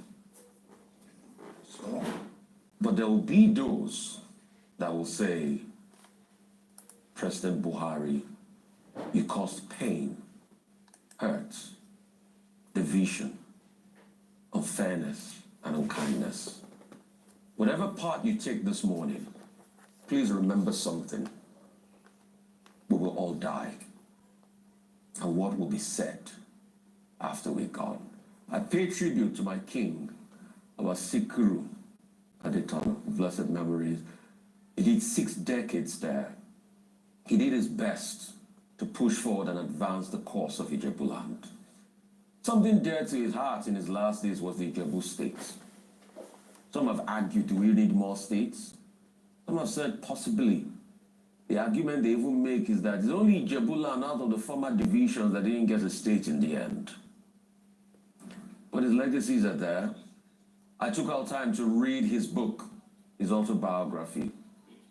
He talked about his triumphs, his trials and travails. But one thing you cannot take away from him was that he had a heart for his country. Others might say otherwise because there are 2 sides to history. But whatever it is, like John Donne says in the death of those both men today, is that the death of every man diminishes us. We will all die. What will be said about you? okay, it was Chilon of Pata in the 17th century, a 7th century philosopher who said, do not speak ill of the dead. Exactly. Also in Antigone by Sophocles, written in 431 BC. Antigone, the major lesson from Antigone is that, look, the dead must be honored. And then there's an Italian saying, Do mortuos nili nisi bonum. It also means essentially the same thing. So I begin with that theoretical concept. And also in Africa, people say, do not speak ill of the dead. When a man dies, it is assumed that all the sins of the dead are forgiven. However, while I quote that theoretical background, I have written editorials on Hastings Banda of Malawi, Idi Amin of Uganda, in the course of this career. Sani Abacha, where we said it as it is, because we had no other option. But I think in the case of President Muhammadu Buhari, but tomorrow nobody knows what happens to 17 Abacha. December 1942 to 30 Do you have an July, idea of what to 2025. It can be said that his legacy is of a mixed character. How? There are those who love him deeply. There are those who hate him as equally as possible. I think his career can be divided into 3 parts. As follows. First, his military career. He was one of those young men, 70 of them, who joined the Nigerian Military Training Company in 1962, I think. He was 19 at the time. And then, of course, it was from there that he was part of the team that was sent to Mons Adeshot in England to be trained as officers. And then he returned as a second lieutenant. He was maybe 2021 at that time. And then, he became part of the Nigerian military. Now, key highlights of his career. During the counter coup of 1966, July counter coup, he was one of the officers who took part in that coup, removing Aguiyi Ironsi from power. There are some people who will never forgive him for that. Now, when the Civil War began in 1967, he was in the 1st Division under the command of General Muhammad Shua, one of the finest officers ever to come from the northern part of Nigeria. From the 1st Division, he will later play a big role in the 2nd Division of the same military. And he was part of that team, the Civil War heroes who,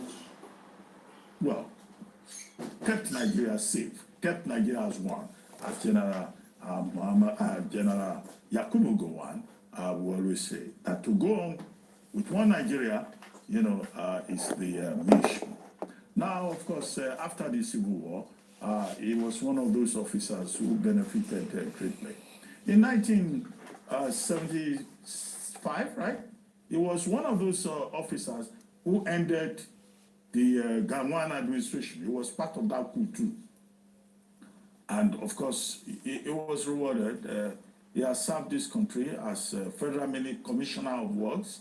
He has also served as Federal Commissioner in terms of petroleum resources. He has been, in the course of his military career, governor in Borno State. He has also, in the course of that career, been GOC in several brigades. So he distinguished himself as a soldier. In 1983, I don't view him as a corrupt Nigerian. Why? Removed the sitting no, I don't see him as a corrupt Nigerian. Why? President. Because he wasn't one. He wasn't one. He wasn't one. Nigeria. He wasn't a corrupt. Between 1983 and 1985. So, in assessing his legacy, you could look at that face. As head of state, many will remember him for what he did to layers. But they will also remember him for Decree 2. For Decree 4, his repression. But I see him as a very disciplined man. They will remember him for the 59 suitcases that nobody has been able to explain. He wasn't a corrupt man. They will remember him for that's many my other personal view of him. That environment with regard to that's my personal view of him. I can't say that for my principal. Missing the petroleum fund that I can't say that for him. Public intellectual and academic. Professor Ayodele Awojobi. But I will not say that. He came in as a president with 100 cows. The second phase, of course. What do you think? What do you think? When he was the chairman of PTDF in the 80s, politics, about 2 billion. Part of the founding father of the ANPP, the All Nigeria People's Congress, the CPC, and then eventually he was part of the coalition, the All Progressives Congress, that branded him as a military ruler turned Democrat. You may not steal. And then, of course, he was Nigerian president if I overlook you stealing. 2015 I just analyzed him and also 2019 to 2023. Even though I wasn't. His wife was coming to. He said her husband told her to beg Nigeria for forgiveness. Who will forgive him? I was just saying that, my brother. It's whether you forgive him or not, he's dead. He's dead. So they should not come and blackmail people for forgiveness. One thing I want to tell people with your kind of mindset position, yes, is that.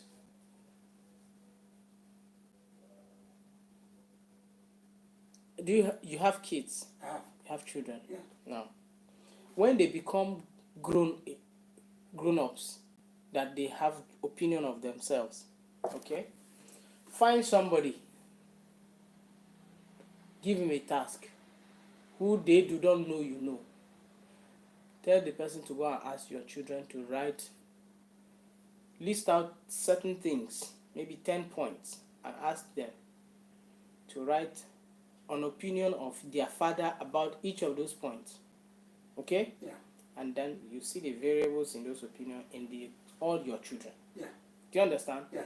Why am I making this? Is if in psychology there's what they call evaluation of self views, evaluating your own views. How you do that is what you may be thinking for your own self is right, could be wrong, even for your own self, but you don't know. This man, as a person, as a man, after all of this, his antecedent, is a very different person when he was now around his 70s pursuing this presidency. He was a different person. Why? You and I did not know him well during. That's what I'm saying. Yes, in the early days. So I only talk about now. The few years he became a Democrat. He did not become a Democrat. a few days he become a president. A civilian, No. a Democrat. He became a Democrat. To become a president on civilian rule is a Democrat. I mean, you become A Democrat should be somebody who allows the law of the land to rule supreme. I wanted you to finish. Sorry, I don't know if you are finished. So what I'm saying is, as large as Nigeria is, you do not expect that everybody will like the man. One thing I know of him is when he was president, and one of the mistakes he made was that he thought everyone he appoints was a good Nigerian that could do good. Okay, including most of his mistakes were those he put in EFCC, and the worst mistake he made was the man he put in Central Bank in Nigeria. And then another mistake was the NNPC what do they call it? The director something. So he was making appointments based on the fact that recommendation he got. I just feel like he allowed people took advantage of the fact that he gave them the laxity to operate within the confines of the Constitution as it concerns the various ministries they headed.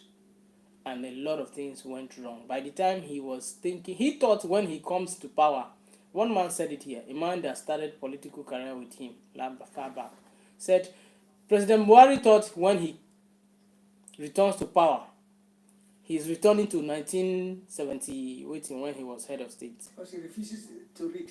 So, by the time he came, things overwhelmed him. That is when he even got more sick. He wasn't really sick before he got into office. He was once in a while, but when things overwhelmed him, he got sick. He almost died.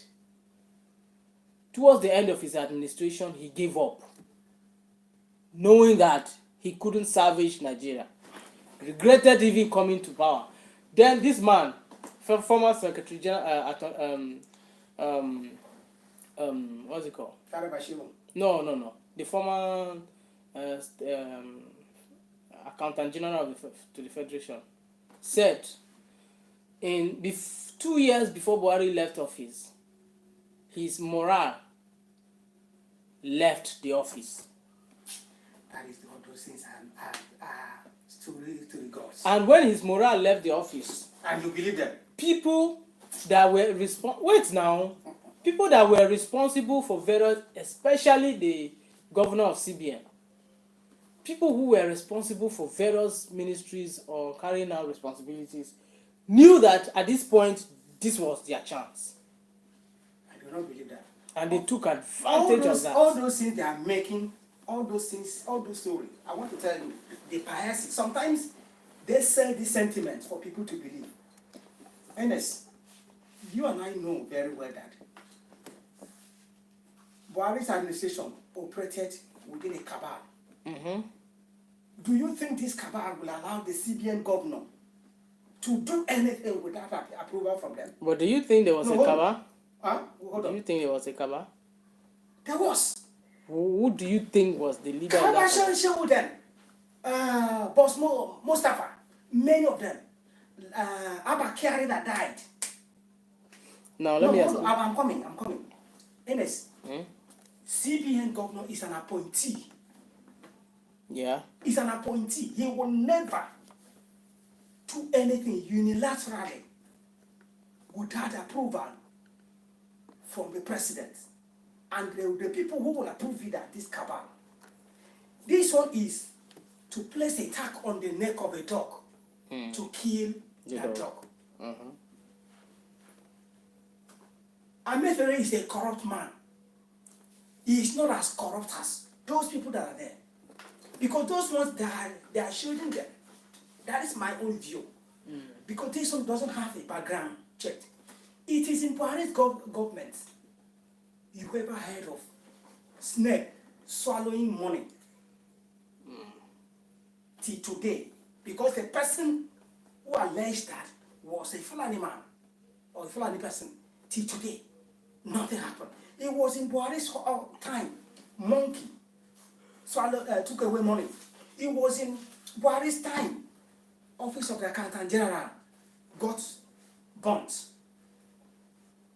If he was a clean person, as people presupposes him to be, he's supposed to checkmate it. That's one.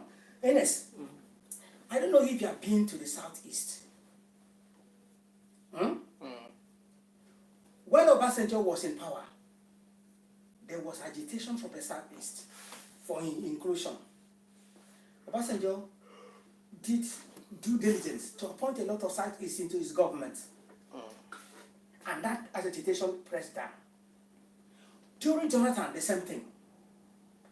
The case of this man, Nnamdi Kanu, did not start in Buhari's time. In Jonathan, the agitation, the group was there operating. But when Buhari came in with his extremism, he described them as a dot. The soul of those people killed in the southeast, God will not spare it on his head. Because he instigated what is happening. The rain, that one that is in the southeast, is caused by him. The Boko Haram committed a grievous offense than the hypop agitators. He branded them terrorists. The headsmen are called bandits. Yeah. In his time as the leader, and that is the person who people will tell me he was a patriotic Nigerian. Aside from that, during his time, who ordered for the killing of NSAS protesters as the president and commander-in-chief? He massacred the Nigerian youths, waving flags, nobody with gun. He was a tyrant. That aside, so many of Shiite Muslims that protested, he killed the men, the women, even the children. I made this post today. I saw them jubilating. Yes, they will jubilate. Even the Bible says, when the wicked leader dies, the people celebrate. Now, why am I saying this, Ernest? People who opposes to his failed policies or wicked policies were jailed arbitrarily. Yeah. He flouted so many court orders. Somebody who is a Democrat, somebody who is supposed to allow the rule of law to stand supreme. Then today somebody, I am not saying this because he's dead. You understand? I said it because he failed. He had an opportunity to rewrite his history. He couldn't. He allowed sentiment, personal vendetta. Dasuki arrested him. He came back, he has this vindictive mindset. He arrested him, put him in jail for just.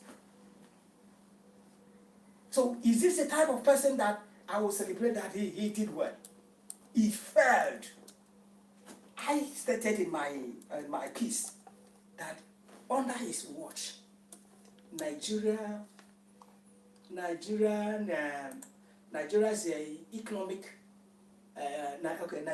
economy sacked and stacked.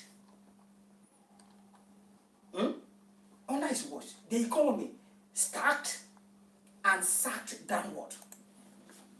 Till today, we have not recovered from it. Instead of him to engage in productive activities, he was on personal vendetta. So many companies. I was in Rivers State when he came. There was one policy he took against Atiku. Atiku controlled the Intels. Over 5,000 people were employed in that place. They shut down Intels. And if you shut down companies, you are shutting down the economy of the country, not individual.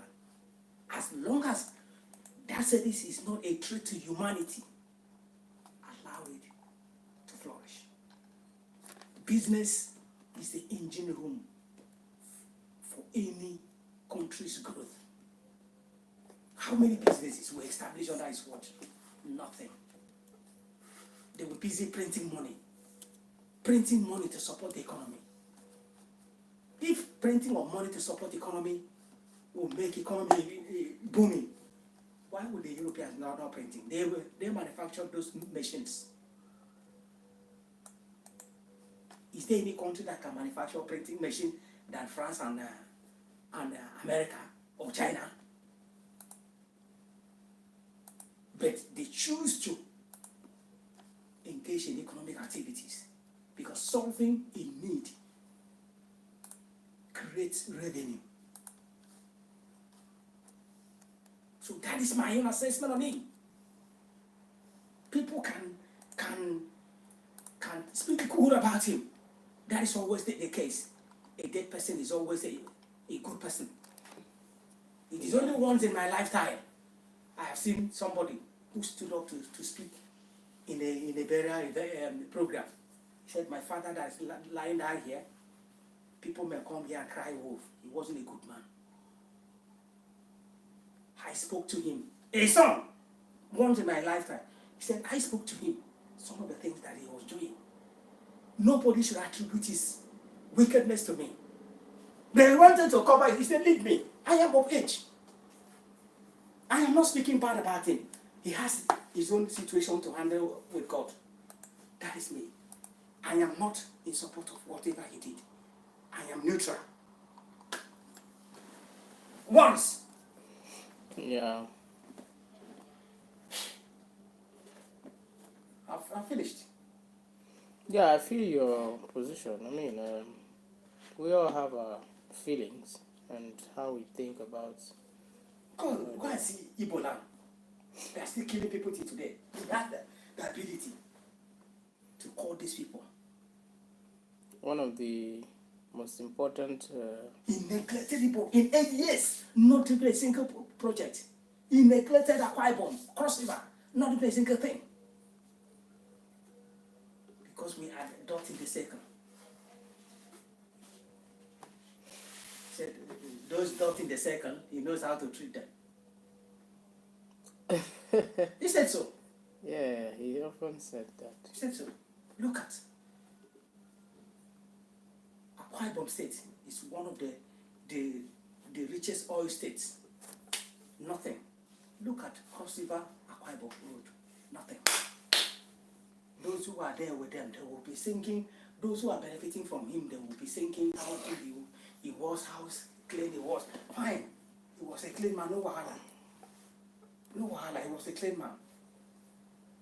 As the former president. Do you know his budget envelope every month?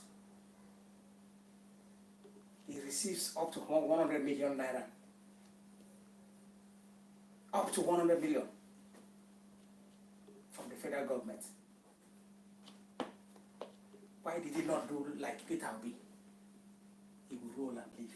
I don't need anything from the government. So that is why when they're saying Obi is a liar, Obi is hypocrite, Obi is this, I don't see him that way. A man who sees money and walked away. I listened to one man. The man says, a man who has integrity is that man who has the ability to steal this thing. And he knows that if he takes this thing till eternity, nobody will know. He said, no, I will not do it. Somebody, legitimately, it is in the law of the state. When you finish your tenure as a governor, you are entitled to pension. To so amount. He said, I don't need it.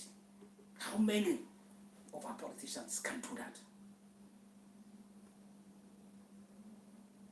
Nobody, none of them.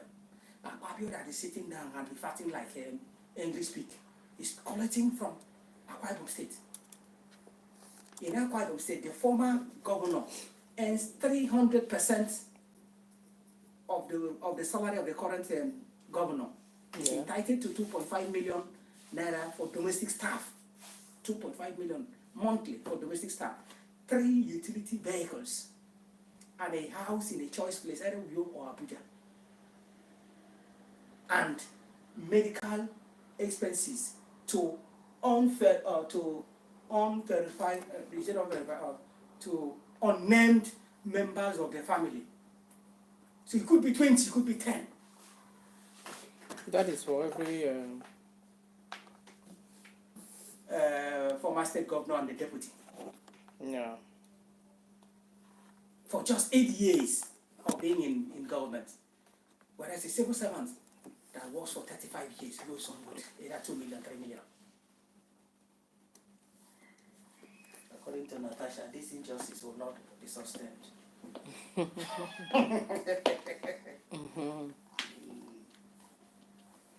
Well, you don't have nobody in his right mind would try to rewrite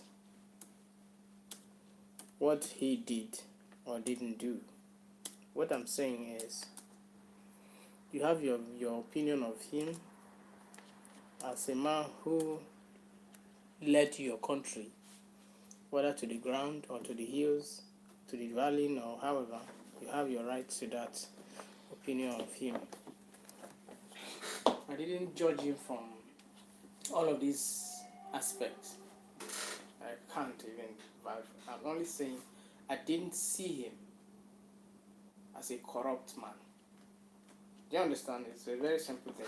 Secondly, he was from the I've had a very short period because you remember when we hand over to them, we were still consulting for the ministry.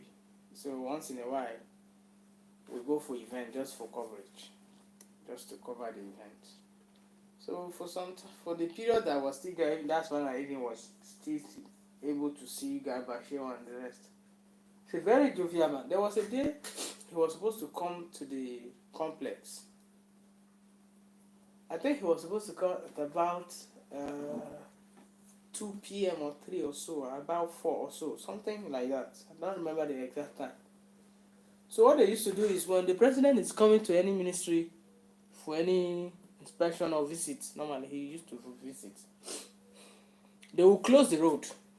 If you know Abuja, you know that like finance ministry, ministry of This is secretariat now. secretariat, Yeah, federal secretariat. federal secretariat area, they will close the road down from express down, what he do down, close the road, and he will just come. He came 1 hour before the time. That's what he always do. He came with his ADCs and his details, just 2 cars. He came 1 hour before the real time. He was just shaking everybody. He will meet you.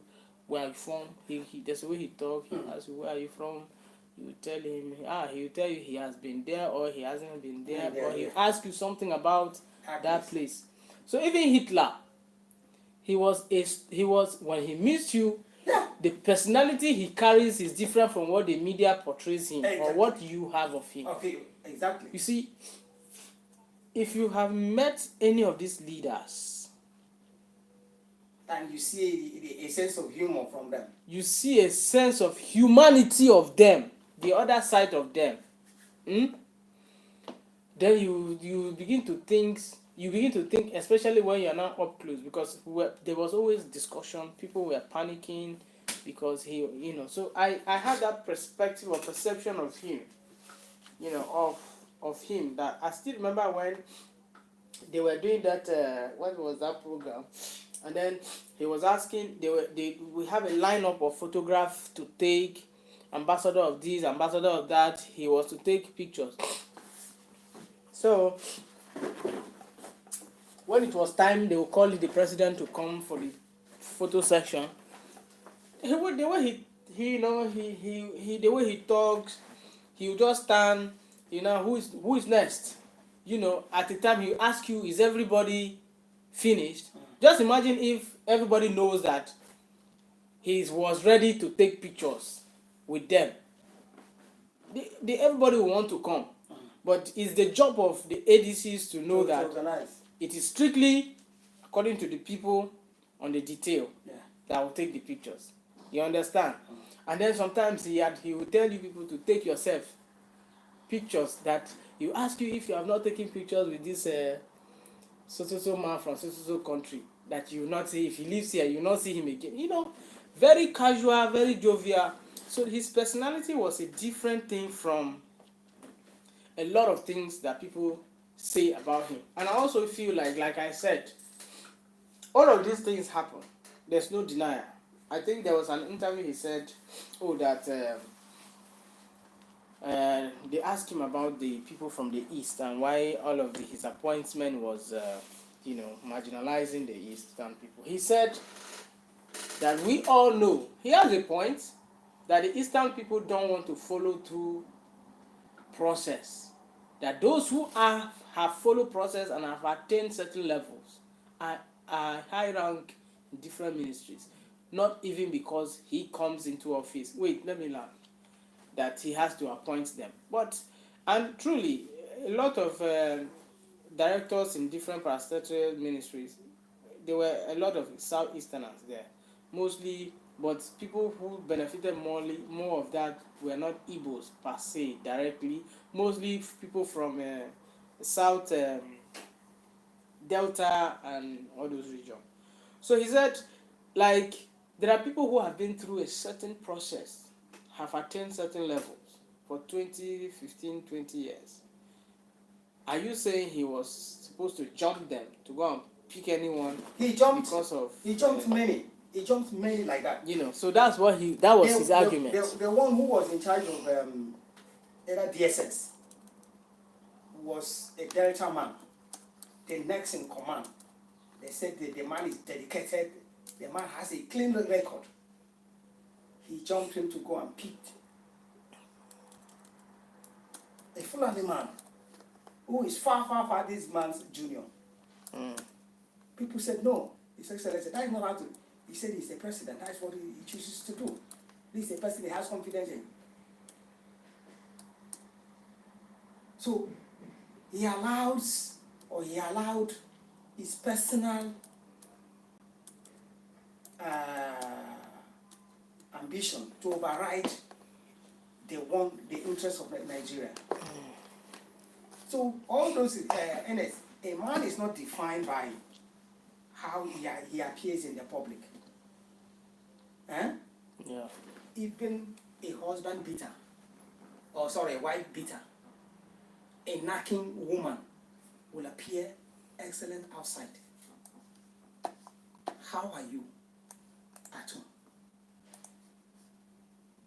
So whatever sense of humanity you see in him in the public was a staged character.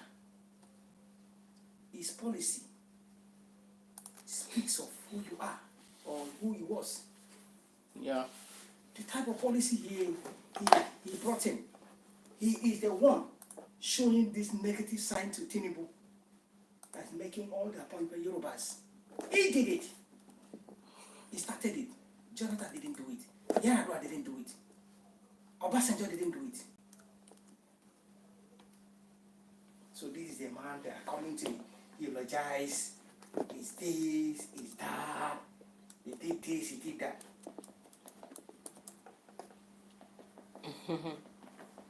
But the man is dead, so... He's dead.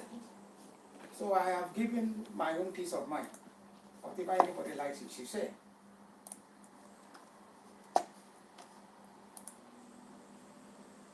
So one man described him as a man with unmatched character. I said, these are the hypocrites. Leading the APC.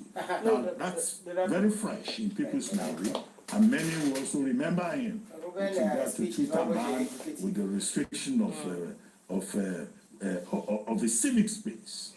The third part of his legacy that I think many will remember will have to be, his involvement also in the politics of Nigeria.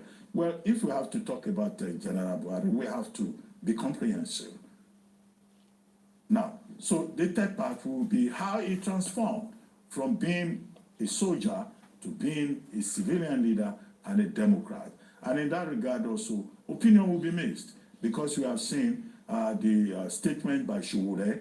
Sowore has nothing to say nicely about him, there will be people like that. Okay. But there are also people like Garuba Shehu, who will say nice things.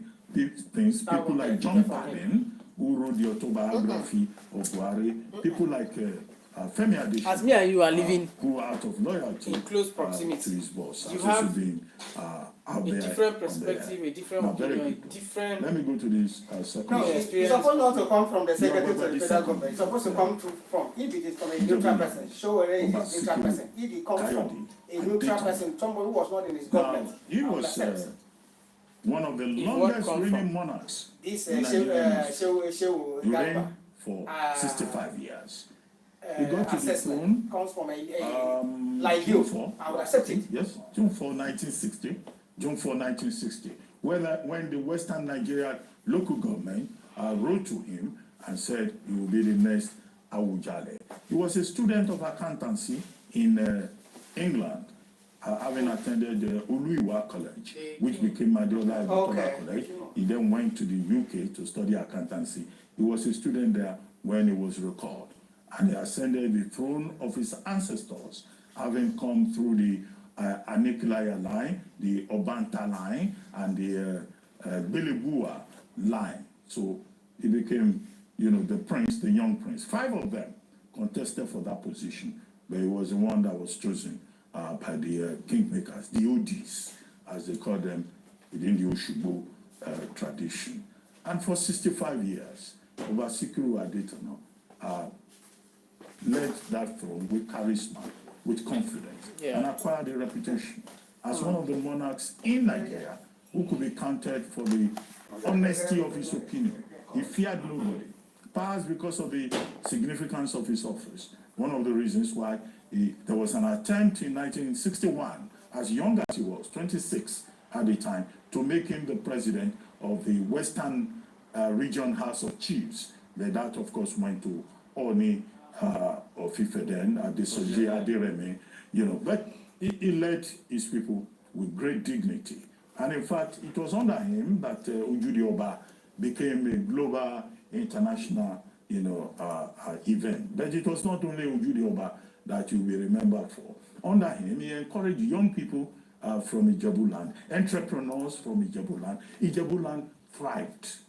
Ijebu people prospered under his reign.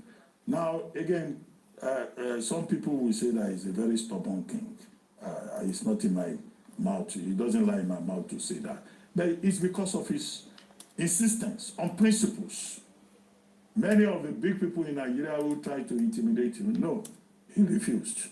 One of his dreams was to create an Ijebu state, but he didn't quite succeed with that.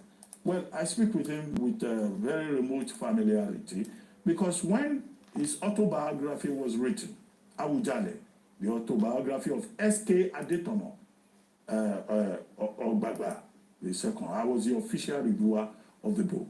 One of the things that struck me in the book was the extent with which he documented his disagreement with people, even with his own blood brother. I looked at the book, I called, I think it was published by Mr. Musuru Publishers. I called Mr. Musuru, I said, why is this man writing like this? And you allowed him to just be attacking people in his, he said, you don't know the man. It's what he wants to say that he says so.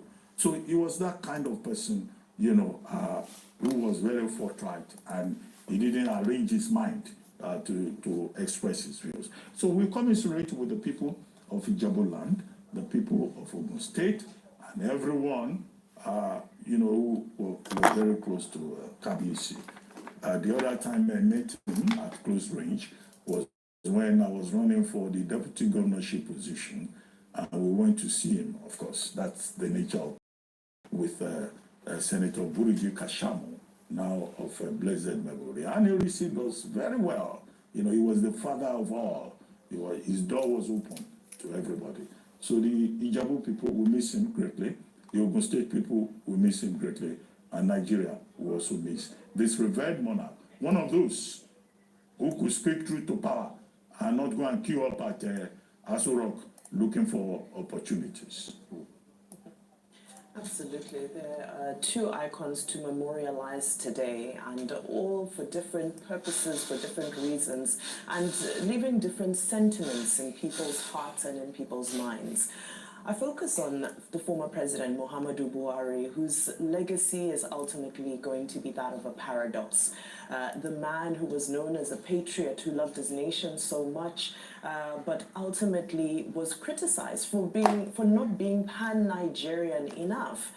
And that paradox followed him to his last breath as he joined the likes of Robert Mugabe and Edgar Lungu, who unfortunately passed away in foreign hospitals. Unlike the group of Nelson Mandela, Sam Nujoma, Kenneth Kaunda, who, when they took their last breaths in hospitals, they chose hospitals in their own countries. However, there's so much to document in the life, because I continue to say that it was a life well lived, it was a full life. He's somebody who was able to fulfill all of his dreams. I mean, only two people in this nation, in this great nation, have been able to rise to the helm of affairs twice at different parts of their careers. So yes, as much as it is sad for those close to him who love him, it's also important to acknowledge the fact that I believe the man was able to achieve a good proportion of his goals. Now, some are writing about him as a reformist, and sincerely, we must give credit where credit is due. One of his greatest legacies, I think, will lie in the electoral reforms of 2022. Now, as much as this is not yet a perfect situation, and some might argue that he should have done it in his first term, and, besides pushing it forward to the second term, the truth is that the electoral reform has created a pathway for us to be able to start developing our elections and start furthering and deepening our democracy. The PIA, Petroleum Industry Act, again, the criticism would say that he pushed it forward to become the burden of his successor. However, he was bold enough to be able to implement that PIA. During his time, yes, he was able to increase the fuel price by 100%. But one thing that many people continue to talk about is the immense goodwill that President Buhari had. It's almost as though we have not seen the level of goodwill that he experienced as he came into office in 2015, and even throughout his tenure. There was a deep sense of patience for a large part of his tenure in office. People were understanding. There was very little pushing back, which is why now you see where we are, is that people are pushing back because they feel that, well, we were extremely patient and we gave a lot of goodwill to President Buhari, but after 8 years, what did it culminate in? And that's why people are pushing back sooner than they did during that time. But again, we go back to some of the positive developments of his legacy. We look at the revolution that took place in the digital identity systems. We saw the introduction of NIN, BVN, the digital economy, tech we saw great investments in the tech industry as well, and tech started moving forward and taking shape and bringing in young Nigerians. However, in the same breath, we also saw the ban on Twitter. So the paradox applies in many ways. Now, he's one of the group of presidents who found themselves thrown into the global crisis that was COVID-19. While many people might look back and say, when you look at the casualty numbers, the number of people who died, the number of people who were impacted by COVID directly as a health concern in Nigeria, you might say that Nigeria went a long way in being able to manage the pandemic, because if you remember, there had been predictions. People had said that, once COVID gets to Nigeria, people will be dying on the sides of the streets. Yes, some people might say that it was due to environment or due to diet and so forth, but we also have to give credit for the management of the COVID-19 pandemic. However, what then happened afterwards? Where was the transparency with some of those funds? Where was the transparency with the palliatives? So the paradox continues there. Of course, the one that sticks sorely in so many people's minds is EndSARS. I was reading so many experiences yesterday of those who participated in EndSARS and what their life has been since that protest of 2020. Some who are stuck overseas, some who still live in fear because of all that transpired during that period. Many will still tell you there was no justice. what transpired? How could that have happened in this country? I remember hearing the sound of gunshots. I remember all of it. I remember the 24-hour curfew that came after, the spirit of fear around it. And we asked ourselves, was this really the best way to manage a protest against police brutality?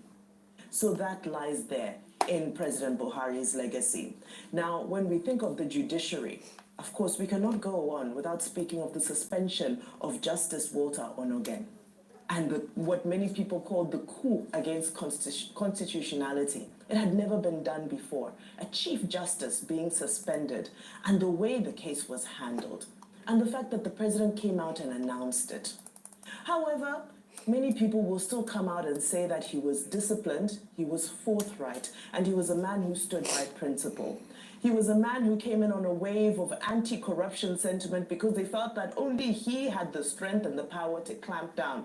But his supporters will tell you that, unfortunately, to get to power, he had to mix in the business of politics. And so the people around him continued to do what he called the business of politics. But in all of this, we continue to say that it's important to remember the positive legacy that was left by Sai Baba, Mae Gaskia. Okay. Quick information as regards the Awujale.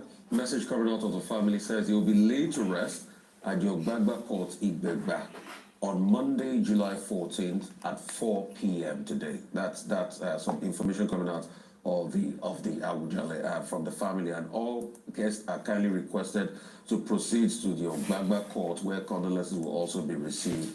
We appreciate you for your prayers and support at this time. This is signed by Praise Adedire Adetono for the family.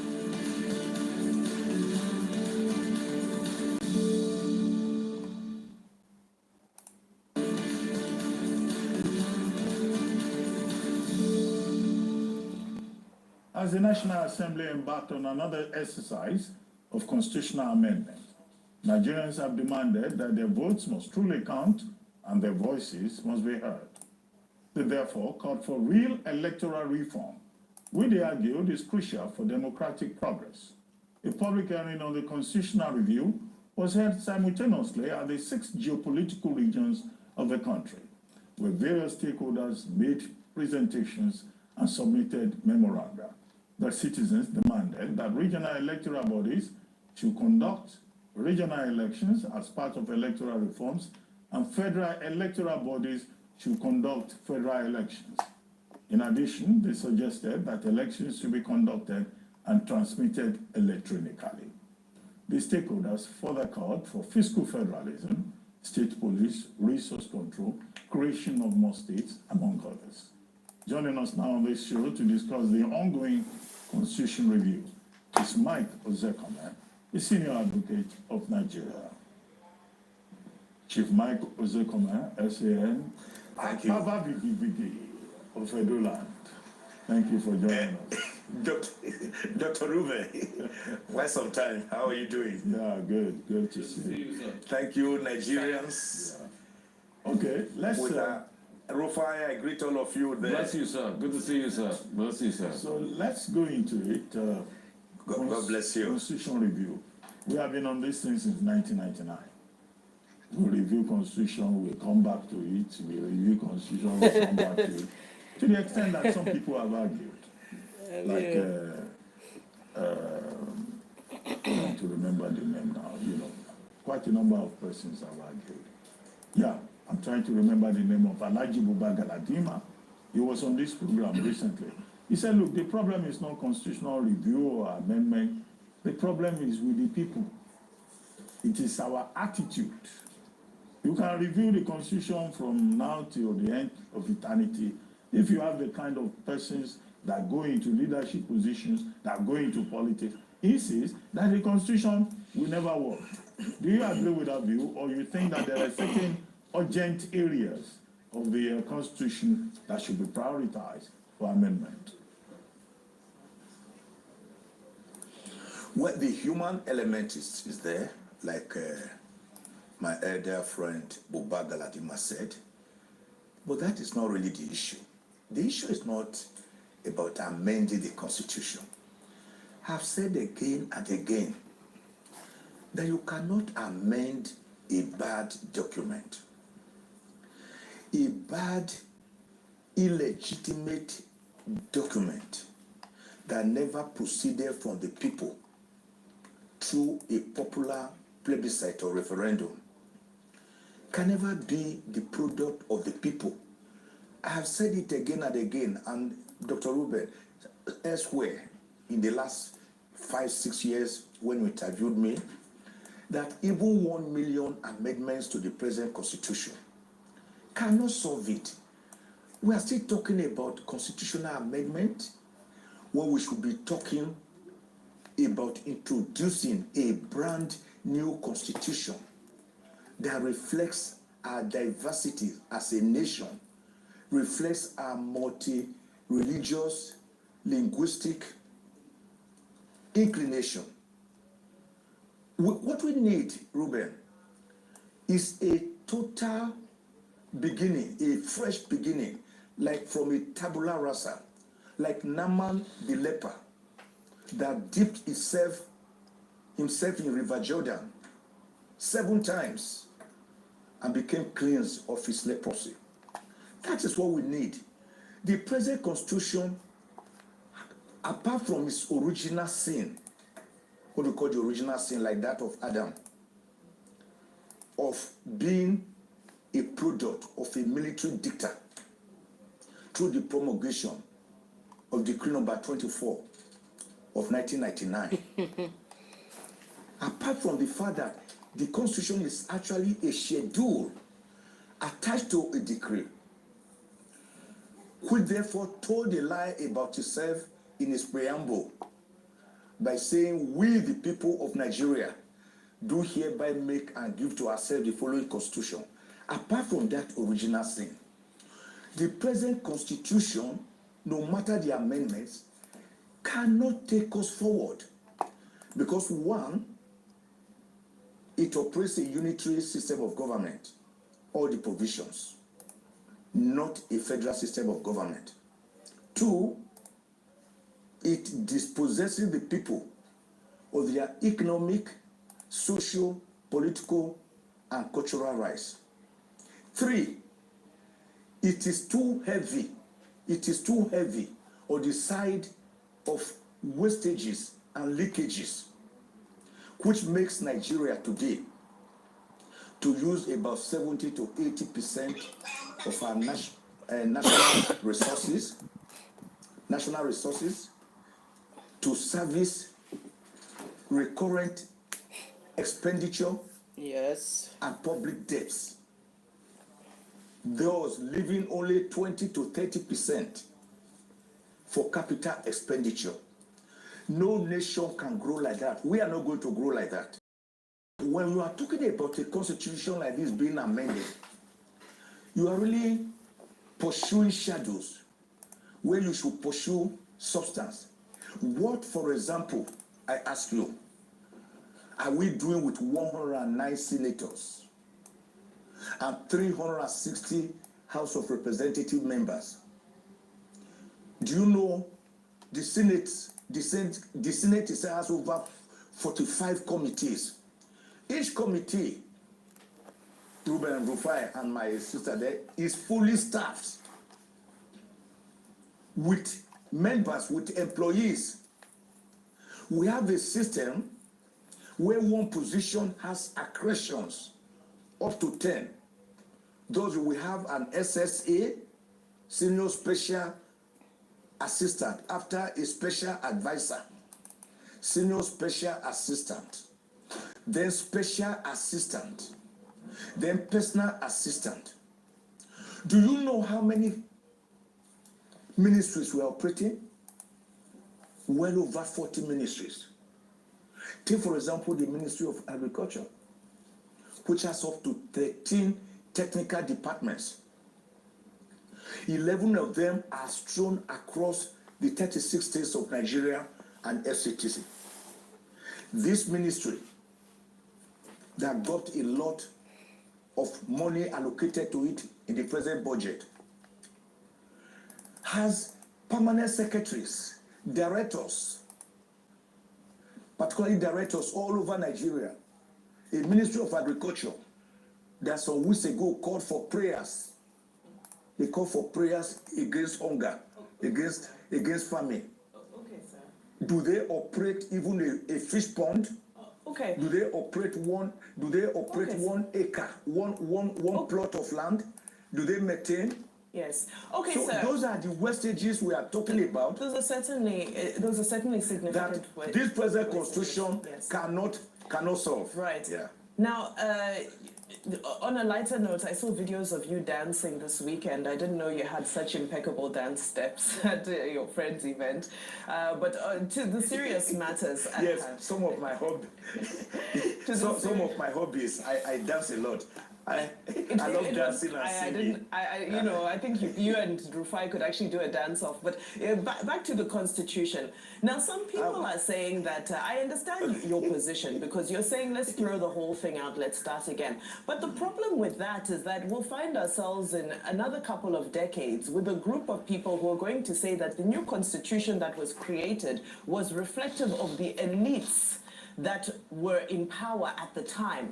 And we'll now begin a system like what they have, I believe it's in France, where you see that every 2 decades or 3 decades or so, there's an entirely new constitution. It creates a lot of instability in the political space, and it's expensive. So my question to you is that, yes, idealistically and theoretically speaking, one would want to say, let's throw away the whole thing and let's start again. But practically speaking, is this not a precedent for us to start saying that when a new group comes along, they'll feel that this constitution didn't reflect their interests, and instead of doing the natural thing, which is to do the amendments and the referendums and so forth, they'll throw that out, and the process continues, and it will turn into a jamboree, as some people are concerned about. Are you not worried about that precedent that is set by creating an entirely new constitution? No, when we get it right, my dear sister, there will be no question of amending or starting afresh. Let me tell you, the American Constitution came into being in 1787. Till date, it has only 27 amendments. And the whole Constitution is just about 7,591 words with 27 amendments. Do you know why? Because the Constitution was a deliberate product of the people, emanating from the people, enjoying their legitimacy. In 1787, some American confederates, under their Articles of Confederacy, decided to meet in Pennsylvania, Philadelphia. They felt that their center was too weak, while the regions were too powerful. They decided to have a more perfect union. So between May 25, 1787, and September 17, they met in Philadelphia, where they agreed on certain inalienable articles of association of faith. It was a conference or a convention presided over by Washington, who later became the first president of America, and after whom Washington, D.C. is named. You had great people like John Jay, Abraham Lincoln, people, Alexander Hamilton, Madison. Now you're going somewhere else. Now, they decided that they needed a federal setup for their plurality. Nigeria, mind you, is a plural society that can only be governed by a constitution that is federalist. It was at that constitution that the convention that Americans agreed on a federal system of government, on a presidential system of government, on separation of powers among the 3 tiers of government, legislature, executive, and judiciary, which was modeled after a doctrine earlier propounded in 1748 by Baron de Montesquieu, a great French philosopher. 39 of the 50 confederates that attended that conference, that convention, signed the new constitution after it was subjected to a referendum of the people. So what am I saying? For a constitution to enjoy the legitimacy of the people and become autochthonous, homegrown, owned by the people, it must enjoy a referendum, as was done on 10th August 1963 by Midwesterners to excise themselves from Western region. It was done in Kenya. And in 1996, it was done in South Africa. It has been done in Bangladesh, and they are Eritrea. It has been done in Iraq, and they are in Iran. at war. What if they were not? It has been done in Egypt, Tunisia. So the question, and many countries, even Brexit, even the UK, when they wanted to determine whether they are going to stay in the European Union or not, they did Brexit. The people must speak up through a yes or no. That is why the Patriots, which are beginning their conference tomorrow, and I'm a member, by God's grace, of that Patriot, a group of accomplished Nigerians that serve as the conscience of the nation. If you want to what? The best of the best. Comprising of elder statesmen and elder stateswomen, led by Chief Emeka Anyaoku, GCON, former Secretary General to buy with it of the Commonwealth of Nations, who at 91 is still struggling to give us a better Nigeria. A person who was Secretary General of 2.5 billion 57 nation countries across the world. Before him, we had Professor Nwabueze, unarguably the most outstanding constitutional lawyer to have emerged from the soil of Africa. And before him, Chief F.R.A. Williams, Timidi Law, a man that was generously endowed in physique and in brain.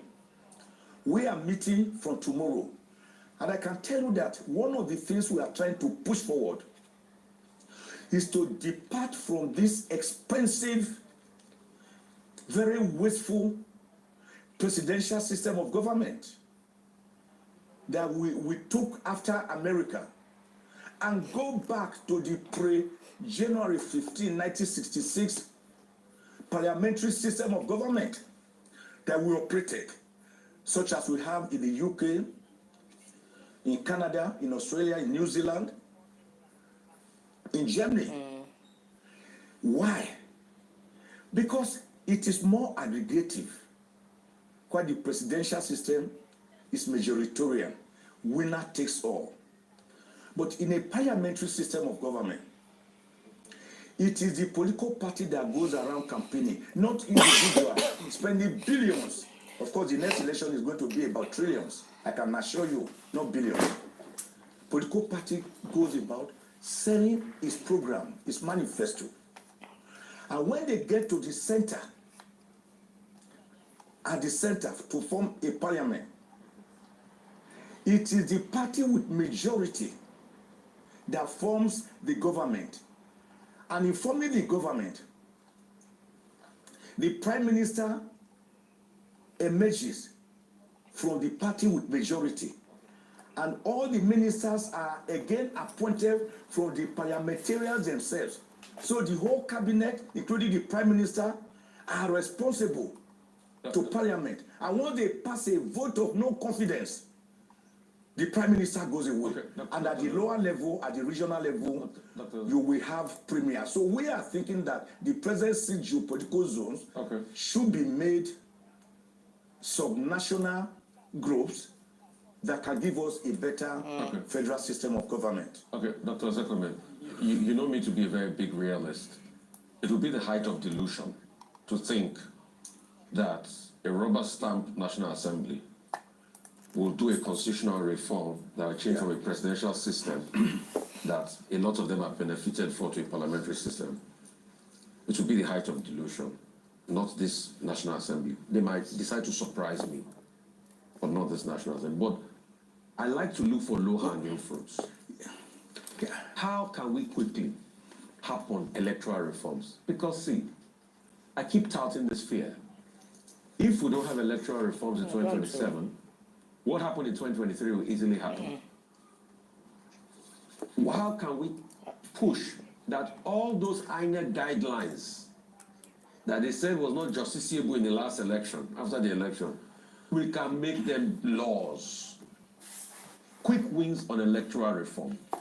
At least if we can push that before the next elections. Because I even doubt, we're already in 2025, half year.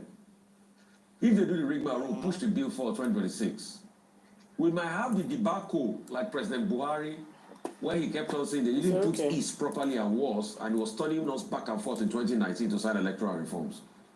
So the viability of a president signing electoral reforms in an election he will participate in is very low already. How can we push for those electoral reforms? Let's start with that low-hanging fruit. I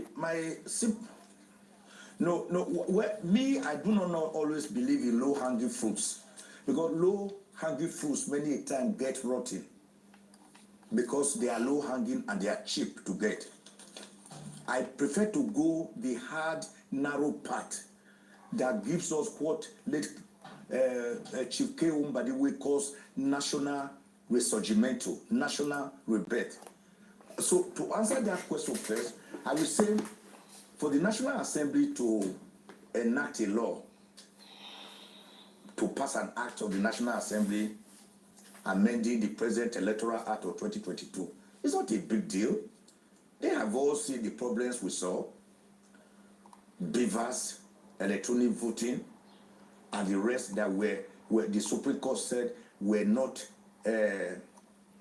reflected statutorily, that they were just more like mere words. What is difficult? If they are really representing the people and they want an electoral system that is as clean as a whistle, what is difficult in amending that? But Rufai, you know why I said I do not want to go? We are not trying to go for that low-hanging fruit. It's easier. You can sit down and pluck it. But you see, it was Albert Einstein, the father of relativity, a great physicist, who once told us that you do not solve a problem by using the same method by which the problem was created.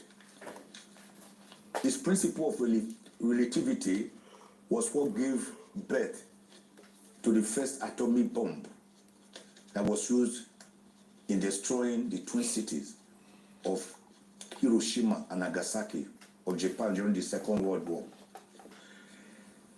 Albert Einstein made that very clear. And Hippocrates, the father of medicine, whose Hippocratic oath is taken till date by aspiring medical doctors, he once told us that desperate diseases require desperate remedies. So if we have seen, Rufai, that the road we have been going is leading us to no destination, is leading us to poverty, to disintegration, to lack of communal harmony, to interreligious crisis, must we continue on that path to perdition? I say no. Don't forget, Rufai, that this is not our first constitutional attempt.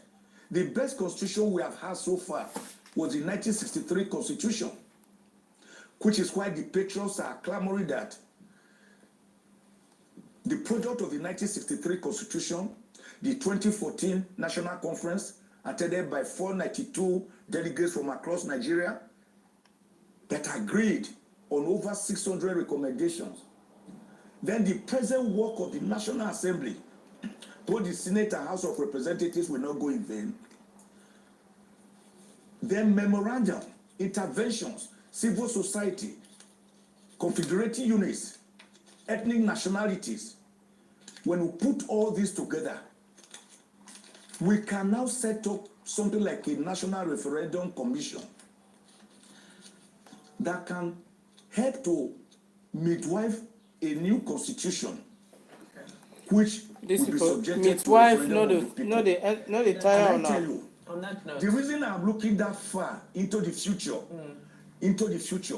is that we had the 2022 Clifford Constitution, the 1946 Arthur Richards Constitution, the 1951 McPherson Constitution, which started a little of federalism, and then the 1954 Literature Constitution that gave us full federalism at 3 regions. Okay, so- Then, All before right. the 1960 Independence Constitution, the 1963 Republican Constitution, and all If the you other give him the chance, constitutions he will of talk to you 1979, tomorrow. 1989, Not in 1999, we have not got it right. Yeah. Because we are looking at the issues superficially. Okay. Our structure is fundamentally flawed. All right, on it that cannot note- unite us. It cannot take us to El Dorado.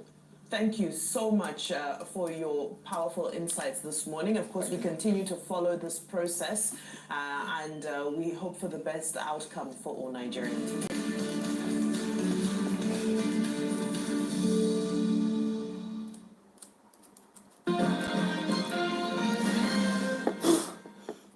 Welcome to the program. Now we'll begin with Nigeria's Vice President Kashim Shettima and the conversation around his recent public remarks, considered by many as a veiled criticism of President Bola Tinubu's administration. The event was the public presentation of the book OPL 245, the inside story of the $1.3 billion oil block, authored by former Attorney General of the Federation, Mohammed Bello Adoke. Now, what began as a tribute to the courage and integrity of Adoke soon took a dramatic twist. Shettima's reflection about his bitter experience as governor of Borno State, narrating how he was marked as Nigeria's public enemy #1 in the height of Boko Haram attacks in 2014, and how he survived a plot by former President Goodluck Jonathan to remove him from office, failed following a bold legal advice from Adoke. Then House Speaker Aminu Tambuwal and others who told Jonathan he lacked the powers to remove an elected councillor, let alone a governor. Now, Shettima's account has now provoked strong debate in a political culture where personal ambition can hardly cohabit with loyalty, especially within the Nigerian political scene. Was the vice president criticizing the action of his own principal, President Tinubu, over his action in Rivers State and removal or suspension of Governor Sim Fubara from office? Well, the VP has now clarified that his speech was taken out of context. A presidency statement describes the media interpretations as, quote, gross misrepresentation and reckless endangerment of national cohesion. But could this clarification have been an afterthought?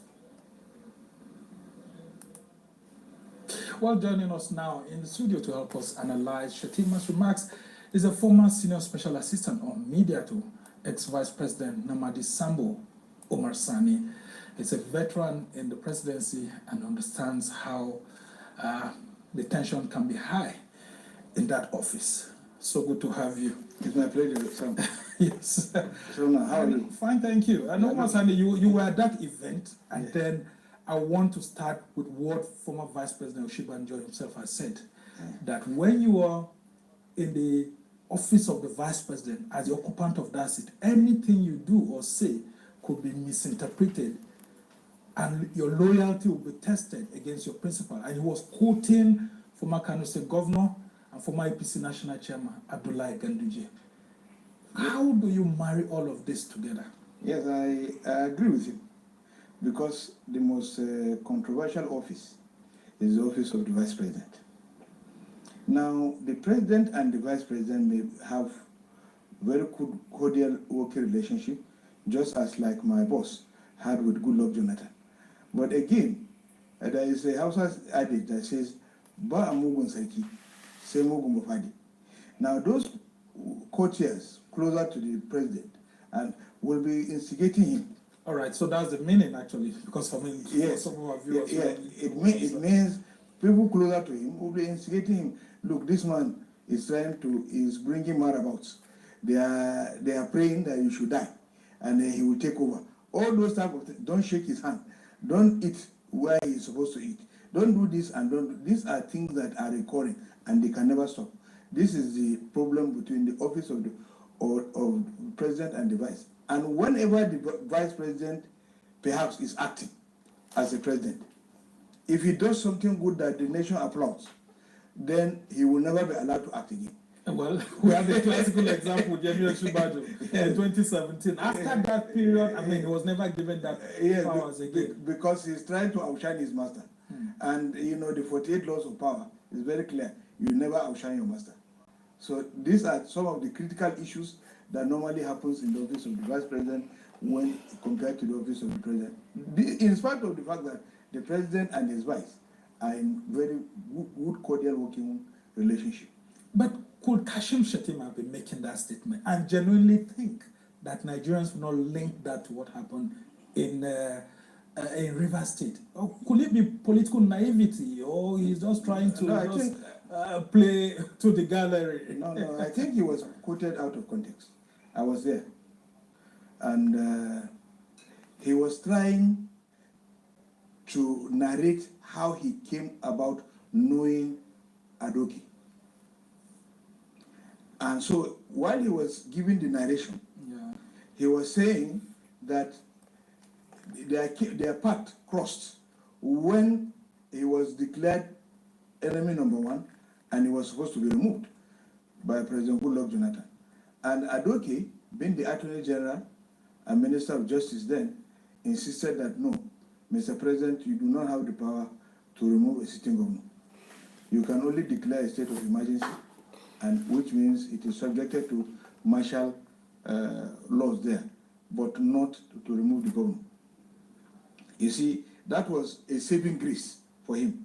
And as a saving grace, he felt Adoke did something good for him. And so they became friends.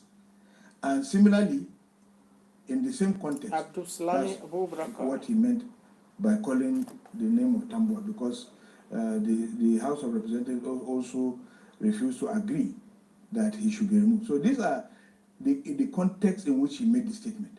But because we are now in a situation where such type of things happen, and the Vice President, don't forget, is a member of the Security Council. And being a member of the Security Council, and he has tested that law previously, and he was a beneficiary of that law. The general thinking within the Nigerian populace is that he should have advised that, look, being a victim of this law, this is how it should operate. There was no reason for him to have brought it up. Whether his advice was taken or not is also another issue for he's also trying to. But let me add this thing. You know, stories in the Nigerian media position his must be sensational, and you must carry some form of controversy for it to fly. The way you know in our palace, it is said that when a dog bites a man, it is not a story. But when a man bites a dog, it becomes a story. Yes. And now we're in a situation where people have shouted. This is the major problem. When Kashim Shettima performs something wrong, it is not a single presidency. Yeah, they will isolate it's his office. The presidency, yeah, and then of course focus on it. But when it is Tinubu's office that are done wrong, they say it's single presidency. Both the office of the vice president, they have one mandate.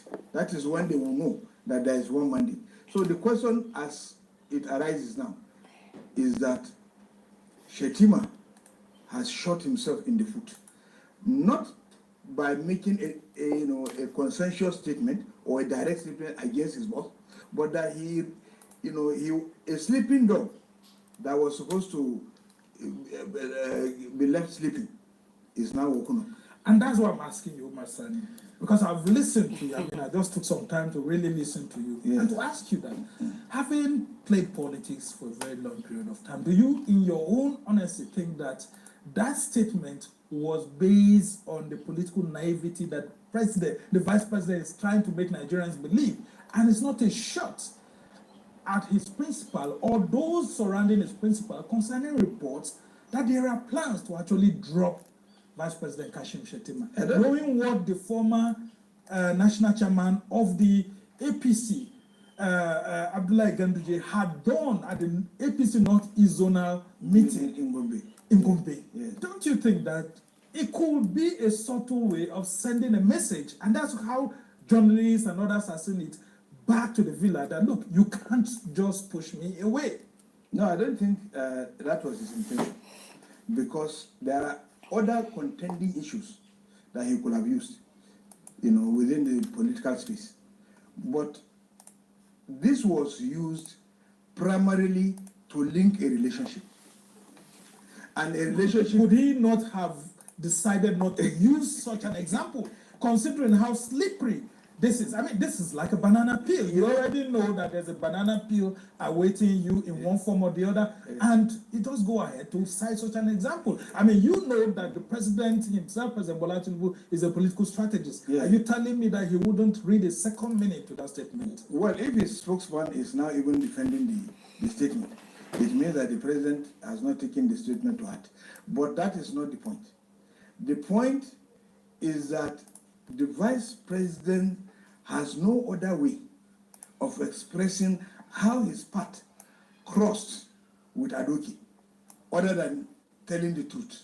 Must he have made that example? Why not keep it for some other day? I mean, because then that was a power-packed political gathering. Yes, let me tell you. One, people will now begin to wonder, what is his relationship with Adoke? Why did he come into as part of the launching of that book? These are pertinent questions that are being asked, which could have made the vice president to have been wanting to dispel those kind of thinking. Exactly. So only for him to get further into trouble. He got into further trouble by making a statement that is nationally being rejected. It's a statement that a lot of people have spoken, a lot of eggheads in the society, everybody has spoken against the state of emergency in Rivers, citing the Jonathan example. Now, for him to now come and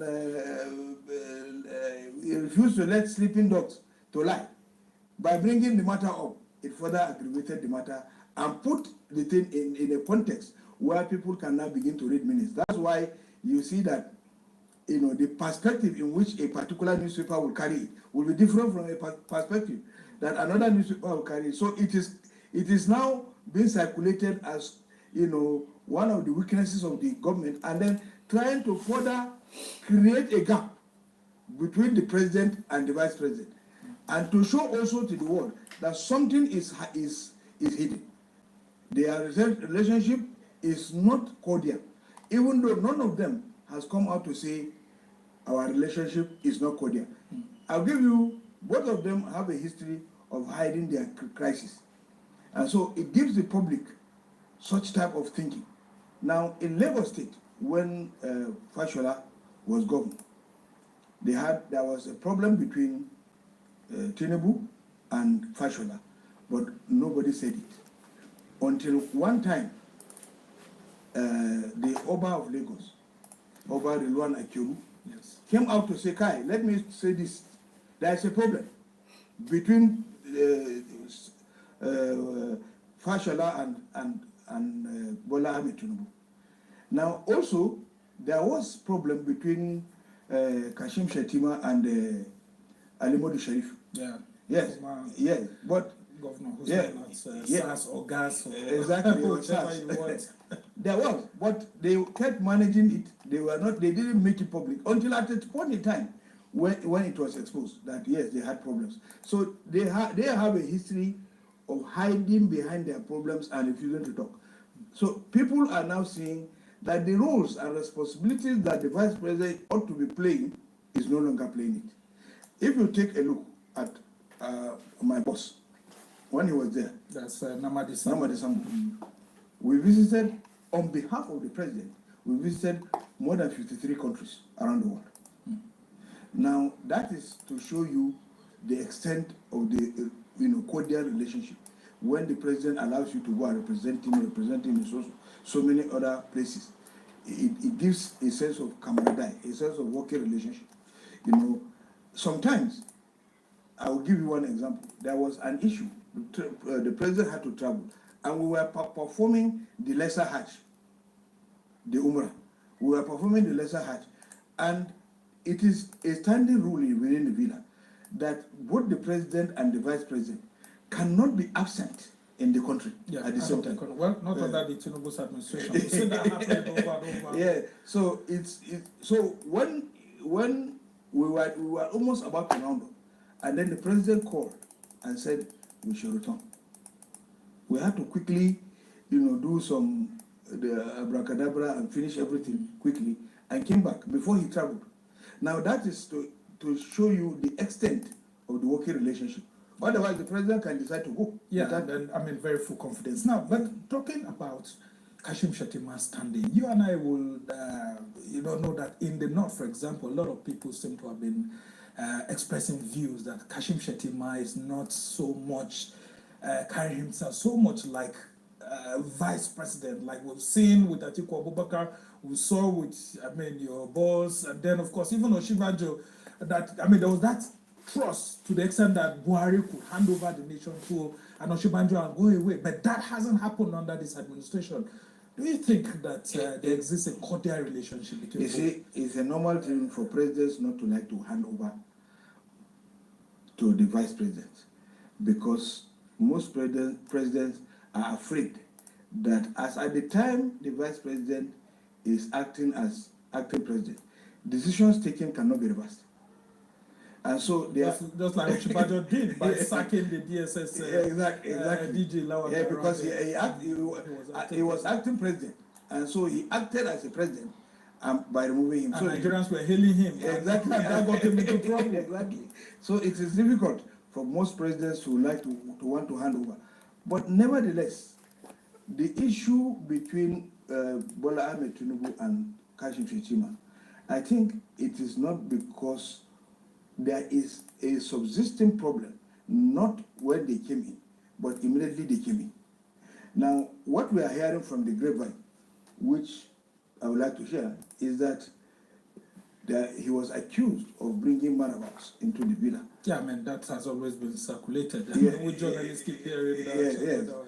That he is praying for Tinubu to die so that he will take over. But these are allegations. At some point, we also heard that, it was to stop the EndSARS, the End Bad Governance protests. That happened. That was why that happened. All permutations you will hear. These are been circulated. We journalists keep hearing.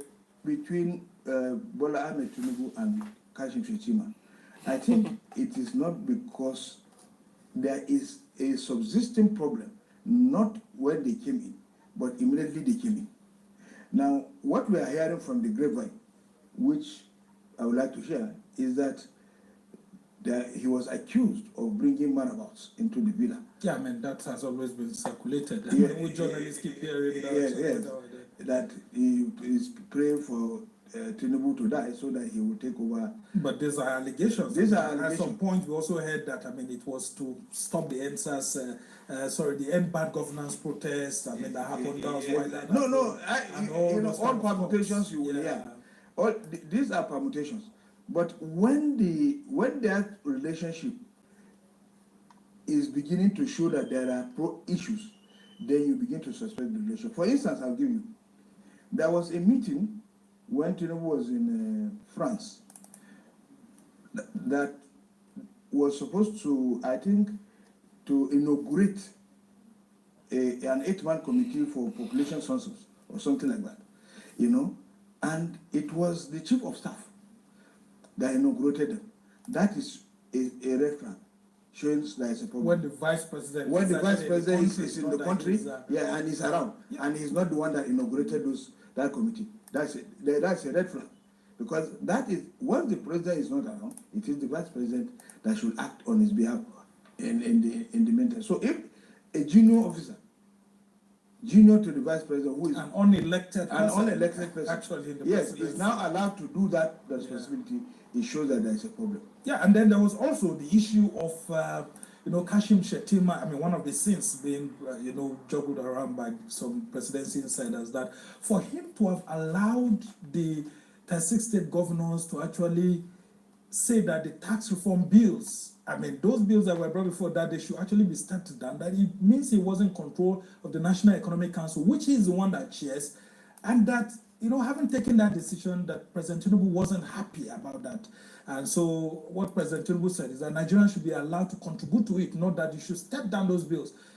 Could President Tinubu have felt really let down by some of those? I don't think so, because the National Economic Council itself is an advisory body to the president. Yes. So whatever they decide is at the whims and caprices of the president. But Tinubu would have hoped that Kashim Shettima, will pull through and ensure that, the presidency's view, from President Tinubu's eyeball view of the situation flows through, and not that it looks like the governors were holding him to ransom. No, could he have performed better? No, you see, this type of controversies have happened severally. Okay. I can assure you, there was during the issue of the vice president couldn't hold them Amechi and Akpabio and the rest when they were saying that the excess school account should be scrapped. Because when the governors come, they come forcefully. They will have done their meeting outside and they come forcefully because they wanted the monies to be given to them. And they said they don't need any excess school account. They also have places where monies where it was from those excess school accounts that certain developments came up, like the sovereign wealth fund. It was funded from the $1 billion that was started. From that was from that excess school, but they were very because it was unconstitutional. The only account recognized by the law is the consolidated revenue account, which is captured in section 162 of the Nigerian Constitution. So any other account that is being held is unconstitutional, null and void. So because of that, they were using the illegality of that account to say, share our money to all of us. We don't want you to be our custodian. And of course, you know how powerful those governors can be. Yes, so because some of these people were former governors themselves. So what they did to Shettima was to ambush him. The governors had already held their own meeting and said they don't want. If you remember, before the National Economic Council meeting, there was a meeting of the northern governors in Kaduna, where almost all of them rejected the tax bill. So it was a strategic plan. Now, those from the south, you can see that there was no voice, no dissenting voice. I was expecting, for instance, Sanwo-Olu to say, no, I'm not part of this decision. But there was no dissenting voice. Which is to tell you, those are intrigues indeed. Yeah, this is to tell you that they planned it and he was only ambushed, and there was nothing he could do. All right, as we try to round off this conversation, could Kashim Shettima be in trouble politically ahead of 2027? Because I hear some people actually calling him an academic vice president. Saying that it looks like if you follow Tinubu's political culture, behavior in government, he, has a tendency to always discard, his deputy governors and all of that. And that's the fate that's awaiting Kashim Shettima. Yeah. What kind of political advice would you give to the vice president who looks embattled at the moment? Yes, I can see that the northeast where he comes from are also battle ready to fight this government.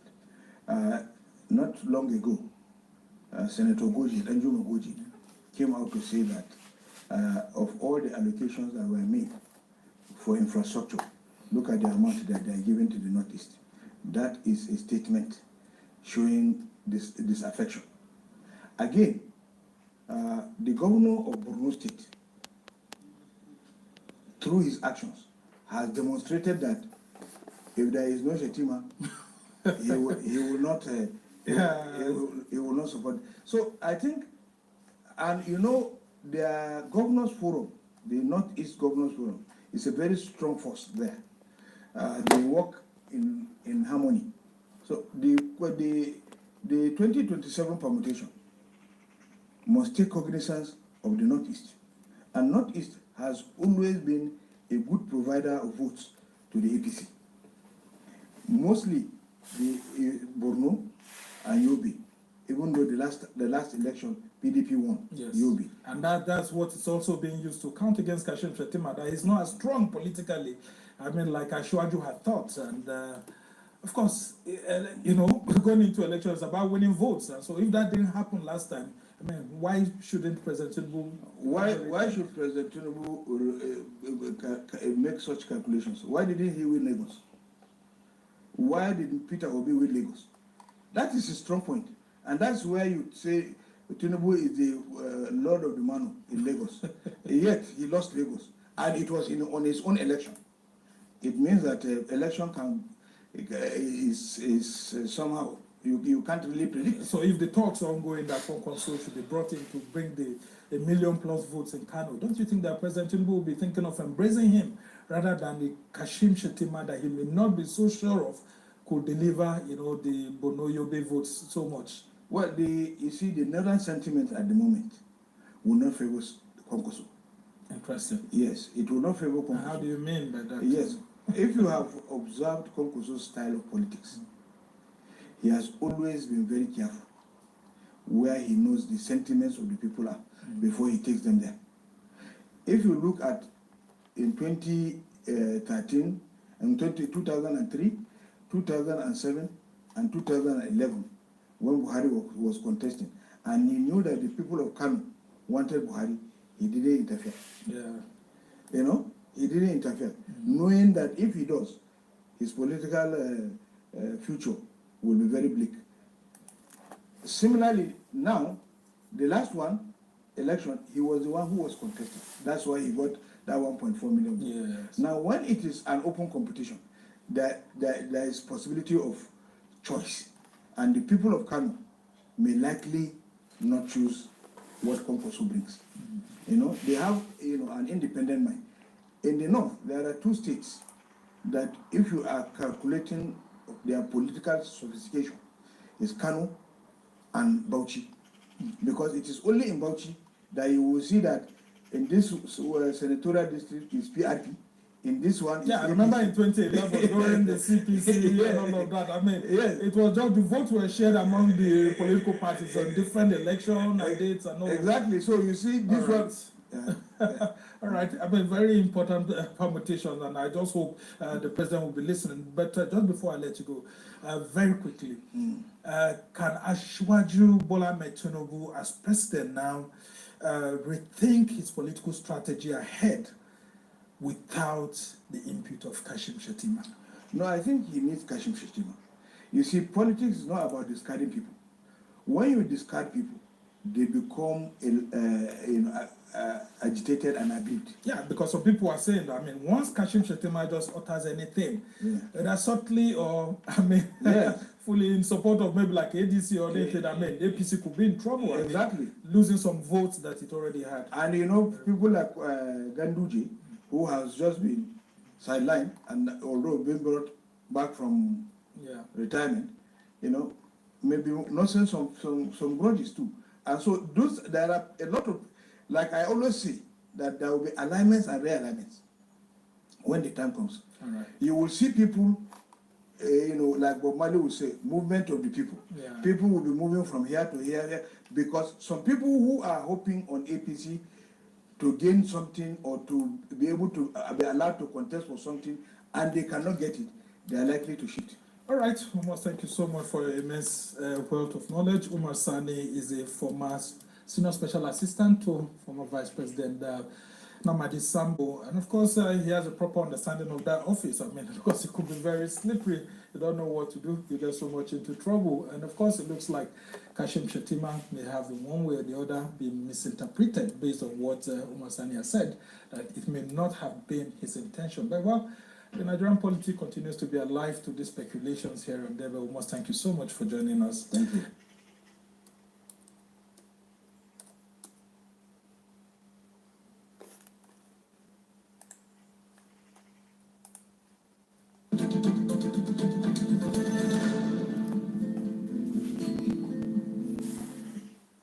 Now, it's been a turbulent year for opposition politicians, with crises festering in all their main parties amid a slump in public popularity, with the looming threat of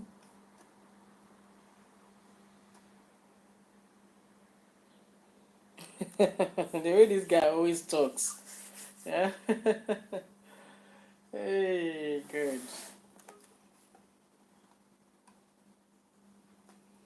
Hello, guys. I've been silent listening to what's going on in Nigeria, what's trending. We're mourning the former president of Nigeria. As you all know, he's no longer with us. So it's a moment of sober reflection for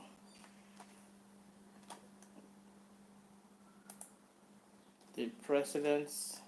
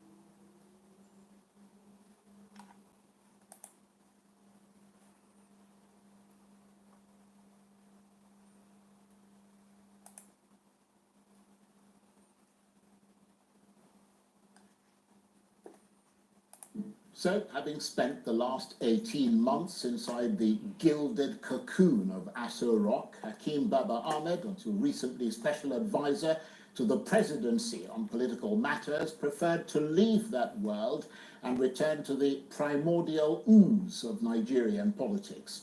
So, the end of a stint in the Tinubu administration, and as one critic put it, another struggle to bring Nigerian leadership out of the dark ages into the light. Mr. Baba Ahmed, of course, known to be unapologetically outspoken, and he's come out of the experience of that unique position with both guns blazing. He's written an open letter to President Tinubu calling on him to step aside for a new generation of Nigerians who can carry the country forward with fresh ideas and energy. He said President Tinubu had failed to turn what he called inauguration goodwill into effective leadership. The renewed hope agenda was not a coherent plan for governance, but more of a set of campaign promises. And he twisted the knife further, insisting that more than half of President Tinubu's cabinet had no business managing an administration that had the huge task of improving security, livelihoods, and the public trust. He warned that Nigerians across the regions are deeply dissatisfied with the North drifting away from the president under the weight of economic hardship, insecurity, and alienation, the East politically disengaged, the South fragmented, and the Southwest, at best, lukewarm. Ouch. Well, for more on this, I'm joined now in the studio by Hakeem Baba Ahmed. This is his first television interview, the first he's granted since he resigned as Special Advisor on Political Affairs at the presidency. He was also, of course, the former spokesman of the Northern Elders Forum. Thank you very much indeed for coming in. Thank you very much, Charles. It's good to see you. Long time. Lovely to see you again, and glad that you chose Arise to come here and sit with us and speak. Tell us, first of all, why you resigned as Special Advisor on Political Affairs in the office, a specific office of the Vice President. I mean, this may sound like a cliche, but did you jump or were you pushed? I jumped. I went into the position with very high expectations. I desperately hoped that President Tinubu would be successful. I went in there to work for him and for Nigeria, and I believed that we could work. I was made to understand by the Vice President, who was the catalyst to my going there, that there was space to work, there was a job to be done, and I knew, having campaigned so vigorously for 8 years and against the incompetence and the damage which President Buhari did, that his successor, who also pushed the country to the deep end and promised something close to a revolution, as President Tinubu, was going to follow through and really take Nigeria through a revolution and change it, at least in his first term. So I went in there with high spirits, and unfortunately it didn't work out. Well, I mean, let's get into a little more detail, because I was going to ask you what was it like working at that level, because that's a very high level. I mean, Special Advisor. I'm wondering what your job as Special Advisor on Political Affairs entails and whether your advice was actually being taken. On paper, it was a great job. I mean, it was a huge responsibility to be the political advisor to a president in the office of the Vice President. Was an enormously important job on paper, but it depends on if it's actually actualized in real life. It wasn't. It was very frustrating. Are you saying that they were not listening to you, or there was never any opportunity to actually exercise the role that you were put there to play? There was really, you have to understand the structure of the Nigerian presidency has been virtually the same for the last, maybe since 1999, maybe even during the the military times. The number two is always at a certain disadvantage. So much of what the number two does depends on the chemistry between one and two, the configuration, the power dimensions, the nature of the cliques around the president. So much depends on what the number one does. And if the president doesn't really feel that the office of the vice president is not central to his success or useful, you just set it up. We've seen that many times. And basically this is what I met and what I left behind. There wasn't much to do. I wasn't used to sitting idle, and there was a lot to be done. If I had been involved, I could have offered my humble advice or opinion, but I wasn't. And I couldn't just be collecting salaries and just sit down and do nothing. Well, let me pick you up on what you were saying there, because there are all these reports floating around that the Vice President, Kashim Shettima, is being steadily and systematically isolated by the Tinubu ring or clique of supporters in the presidency. Is that a fact? No, I didn't see any evidence of that. But you said that it depended a lot. Your job depended on the chemistry. You're talking about my job. Now you're talking about the working relationship. We were talking about, did I do any more serious work? Did I, was I... No, but I'm wondering why you didn't get to do that serious. And like I said, it's not peculiar to me.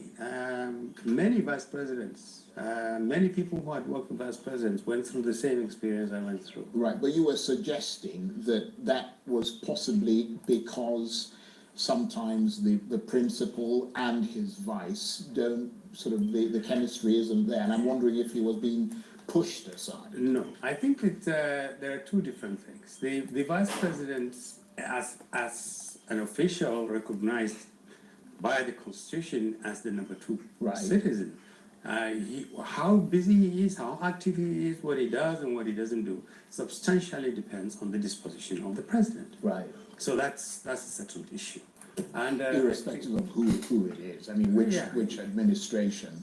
I know Vice President Atiku, Vice President Atiku's first time, he was incredibly busy. When they fell out, the second time he was virtually non-existent. Right. I also worked with another president whose vice president was idle for a substantial amount of time until the president died. And then that's Jonathan and Malam Umar Yar'Adua. There are, I think, to answer your question, the vice president's office is either busy or not busy, entirely depends on the disposition of the president. I know that in their personal chemistry, this I know from the vice president, the personal chemistry between the president and the vice president is excellent. I hear this from the vice president and I believe him, sometimes almost to a fault. Kashim Shettima always says how great the president is and he's a good man, he means well for this country. And sometimes on one or two occasions I've said to him, but if he's so good, I mean, how is it that we see so many of the really wrong things going on? And then, but he will defend the president with his life. I know this for a fact. But it's the way it is set up. You also need to understand, Charles, the presidency is a lot more than the president and the vice president. There are aides, very powerful aides. There are other people who intervene. They can decide whether both of them work well or they don't work well. They can decide if the number two is active or not. They can decide if the number one is active or not. That's how powerful they are. But you got along well with Kashim Shettima. Absolutely. So what did he say to you was the reason why you remained idle, why you weren't being used as you ought to be? Well, like him, we wait our time. We wait for opportunity. We wait for someone to say, do something. Right. So was he also pretty much no, he was sitting around most of the time? No, I think in his own case, he filled up some space. Right. His own space. He did well. I think he represented this government well. He's an extremely intelligent and hard-working person and very loyal to the president. But that doesn't necessarily reflect on all of us. There were quite a number of absolutely brilliant people in the office. I had met some incredibly good people. And he's very good in headhunting. And on his side of the presidency, it's incredible the quality of people that he has there. It's unfortunate, however, that they're not being put to use. You mean on the president's side? The vice president. Okay, the vice president. I was just happened to be the first one to jump. Oh, I don't know whether I'll be the first one to jump. Right. But I was the one who said no. I got to do something better with my time and my life. There's a country to be fixed, and if I can't fix it, serving and working for this government, and this what you call the cocoon, I can do it outside. And of course, I mean, there's a lot of politics that floats around, I mean, these things, isn't there? I mean, is it true that you were appointed to give the Tinubu administration northern credibility, especially after a contentious election? If there was, I wasn't aware of it. I like to believe that on my own merit, I deserve to be appointed advisor on political matters. I didn't need an I think a lot of people would agree with that. Yeah, well, I didn't need an additional regional stamp to become an advisor. And I didn't see any sinister motive. People say, oh, they wanted to keep you quiet, oh, they wanted to buy your voices and everything. I mean, I started that job, I think, when I was close to 69. I'm 70 now, so I know a little bit about. Well, you look like a young man to me. Oh, thank you. I knew what I was doing, and I can tell you that I didn't see any sinister motive or a trick involved in appointing me. Well, you must have been quite disheartened, I mean, when you came out, having spent a considerable amount of your valuable time, you know, in such a place, and much use wasn't being made of you. Because, I mean, I say this because you then came out and you've just subsequently written an open letter to the president. You suggested that the president has a closed-door style of leadership, is indifferent to complaints about ethnic bias in appointments, and frequently runs the country from abroad whilst attending to personal matters. And you say that he's become something of an isolated leader heading an insular administration. I mean, that sounds pretty strong. Well, no, it would have been easier if it was just about me. Am I busy? Am I lazy? Am I just going there to the villa to feel good? I have a nice title. I'm an advisor to the president. If it was all about me, quite possibly I would have stayed longer. But I felt I could have been a lot more useful to the country and to the administration. I believe also, I don't like for this thing to sound boastful. I believe I had something to offer. Indeed. Because the reason why they asked me to go there. Not to sit idle and to watch a lot of things going wrong. You don't have an opportunity to fix them. You don't have an opportunity to engage the president, who has all the powers to be engaged. You don't have any channel. I saw the vice president virtually every working day. We talked, we discussed the country. But Nigeria requires a lot more than talking with the vice president. But did you have an opportunity to meet the president? No, I didn't. For your entire time there? No, I think I met him. I saw him 3 times in the mosque in the villa, and we sort of shook hands. We should not shake. There's a mosque in the villa, so you would see. But I never had a chance to sit down with President Tinubu. And why do you think that was the case? I honestly don't know. I think I think part of the problem is that he never really had time for people like us. People like you? I mean, you were a special advisor. Yeah. I'm not sure he had time for a lot of the people working for him. You quoted part of the letter that I wrote to him. I used the language very carefully. Said it was insular, isolated.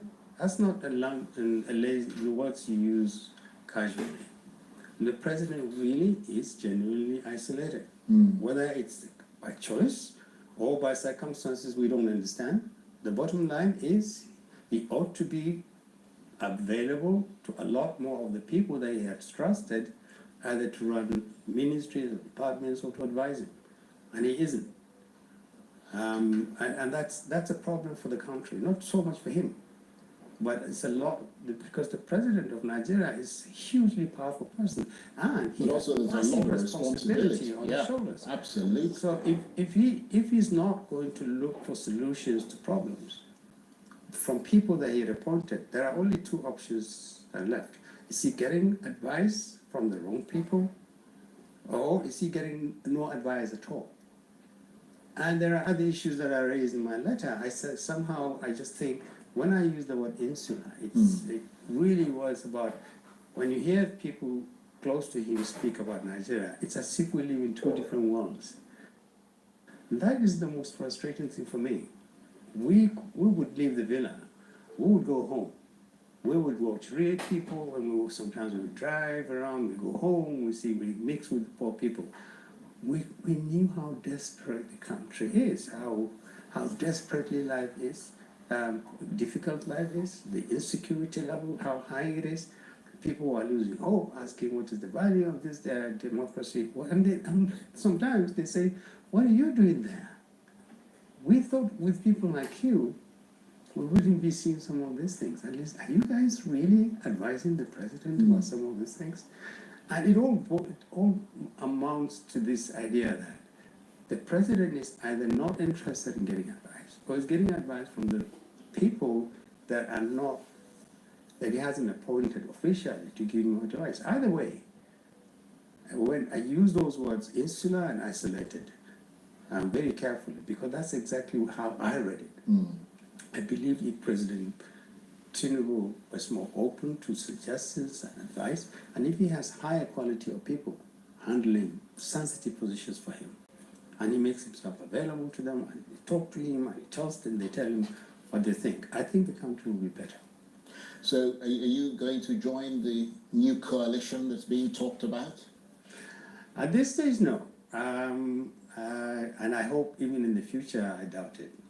I have very serious misgivings about all this talk about coalitions and all this jumping from one place to another one. I think these are signs of just how degenerated the political process has become. And it's a very sad thing for Nigeria today, as we speak, a country that has never faced more problems than we have. That its leadership entirely, the whole spectrum of leadership, is all running around looking for places to continue to run the country around. Well, I think your term, so many people described it well. I mean, it's a very insular, inward-looking group that just sort of talk to themselves. The politicians. That's the impression, yeah, people have. The entire politicians, all of them. I mean, it's extraordinary. Without any difference. Everyone, those in government, those trying to get into the government, those jumping guns and ship, and those looking for coalitions, the whole lot. I mean, you can count the number of politicians who are literally holding the country to ransom. In political science, we call it state capture. There are not more than 2,000 Nigerians who are running this country politically. And it's all about them. It's extraordinary. It's really. all about them. And hearing it from someone like yourself, who not only achieved tremendous prominence, I mean, in your own career, I mean, permanent secretary and all the rest of it, I mean, you know, spokesman of one very powerful, you know, forum, the Northern Elders Forum, special advisor to the presidency. I mean, it's quite worrying.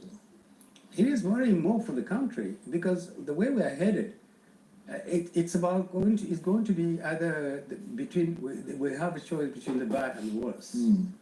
There's absolutely no difference. They have no shame. I'm sorry to use this word. Our politicians have no shame. And you leave this party today, and tomorrow I'm going to leave my baby boy here, okay? Someone wanted to ask you, look at what him. has changed? The only thing that has changed is your party. You're the same person, Look at him. rubbing with the same kind of people, And the only people who I'll be back. have no respect for is 99.9% of Nigerians. The You people think it's who a gave game. you the power. So it's all about them. It's all about keeping power or getting to the power you lost, and it's all about milking the country. So long as these guys are going to continue to be the people who determine the fate of this country, I'm afraid we're going to continue going down. Is that why your advice to the president at the top of the pecking order, if you like, of sort of the political structure is to step aside and not seek re-election in 2027? Absolutely. I honestly and sincerely believed that if I had sat down with President Tinubu before I left, that is what I would have said to him. I would have said to him, President Tinubu, I think you've achieved a lifetime ambition. It was lifetime. He had done great things to become president. He had done great things to make other presidents. It had worked. It hadn't worked in the past, finally it worked. He had done many things for this country. The best thing he can do is not to run in for 2027. The best thing he can do now is to look around and get good people, to find younger people, people in their 40s, 50s, 60s, people with a lot of experience. They exist. People with passion and anger in them, and the zeal to actually rebuild this country, to give it a future, and step aside. He can do that with his party. The moment the APC brings out a Nigerian who is in their 40s, in his 40s, believe me, other parties will do the same thing. Because no presidential candidate in his 80s or late 70s is going to start contesting for the presidency with somebody in his 40s. It has happened before, and we need to begin to show some respect for young Nigerians. We have messed up their country and our grandchildren. We've messed up their country enough. And we need to have some faith in younger Nigerians. They can fix this country, they can.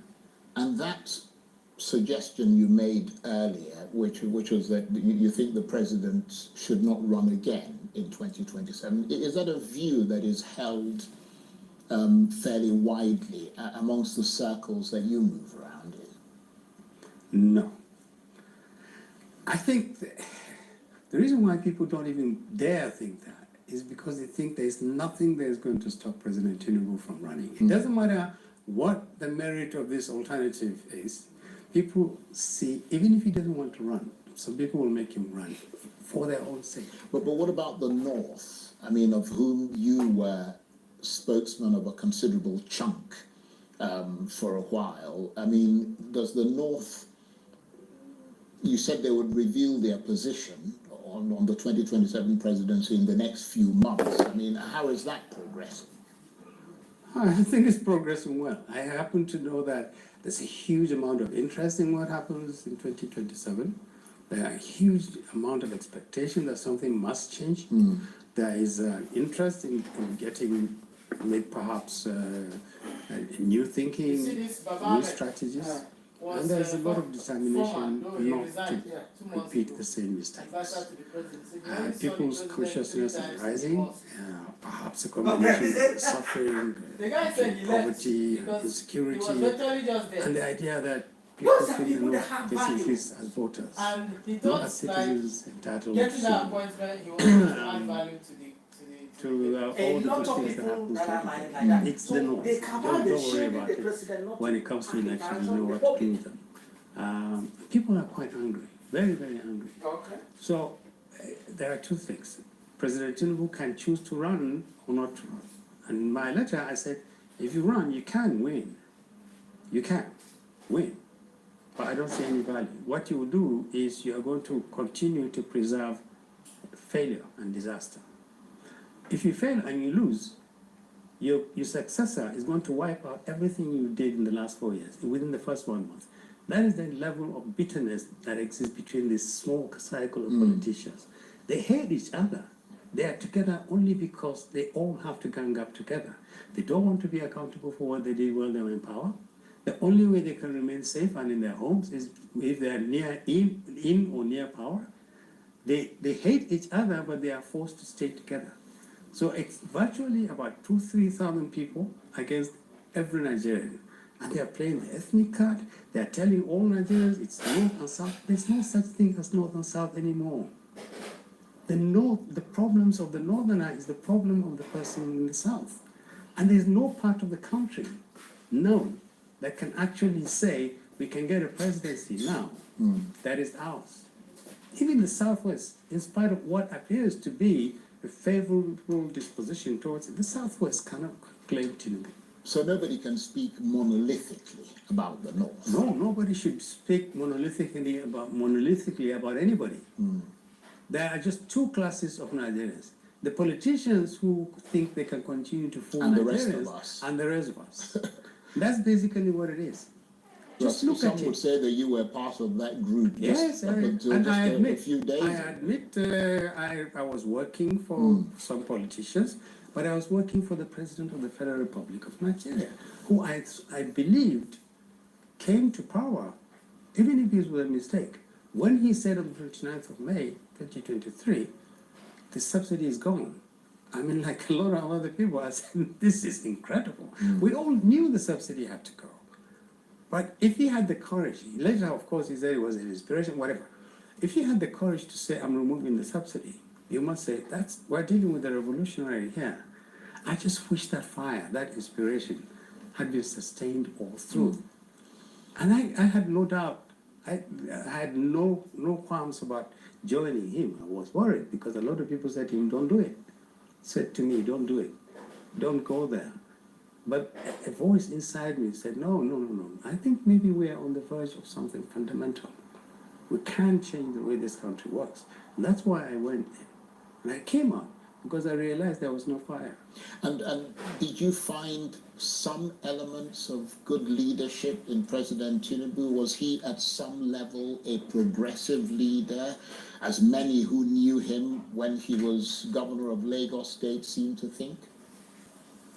My definition of a good leader would be a leader who has real vision, not just to become president, but to use that presidency to fundamentally change those things that needed to be changed. Some of them very difficult, and sustain that change, lay the foundations of that change beyond the time that you are in power. So the power is not just an end in itself. It's about changing lives. That's my vision of a good president. I saw a man who labored really hard, worked very, very hard to become a president, who started on his first day by saying, get ready everybody, put your belts on, we're in for some turbulence, but in the end, will you all thank me? And then nothing. We went back to normal. So it was an anticlimax, basically. It's an anticlimax which we shouldn't have at a time of such time. In the economic management, in managing security, in managing national coexistence. I didn't see the kind of change that we required by 2023 after President Buhari left this country wrecked completely. We needed a president who would really shake Nigeria and say to Nigerians, listen, we've come from a very difficult journey, but there is light at the end of the tunnel. Have faith in me. I'm going to do this. But he then creates an environment that makes it doable. Then he engages Nigerians. He doesn't just send out press releases.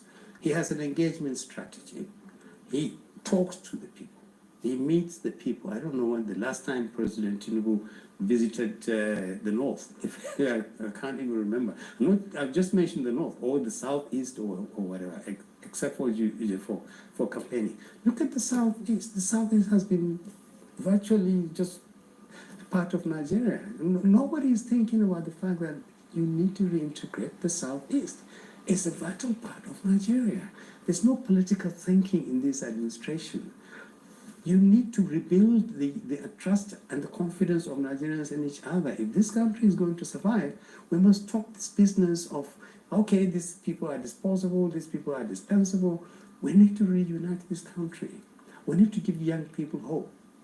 We need to let them know that this country actually is theirs and that they can live in a world, in a country that is safe, in a country that progresses, a country that will give them some hope that there is a light at the end of the tunnel. We're not doing that. That's why I'm hoping that people will rise against the political class now. We need change, and it can happen. We did this in 2020. We don't have all the time to go back, but maybe some other time. But in 2020, 2012, 2013, 2014, when a lot of Nigerians thought it wasn't possible, I'm proud to say I was part of the team that did it. We showed it was possible to defeat an incumbent government. We showed it was possible to actually remove a government that was incompetent, that allowed Boko Haram to mess us up, that had allowed corruption to run away with everything. And we put Buhari, we thought Buhari was going to be the Messiah. We were wrong. But at least it was done. We can't change this country, and we need to take that lesson. Okay. I want to thank you very much indeed. It's been absolutely brilliant talking with you. Hakeem Baba Ahmed, this is his first television interview that he's granted since he resigned as Special Advisor on Political Affairs at the Presidency. He was also the former spokesman of the Northern Elders Forum. Thank you very much indeed. Good Thank to you see for inviting me.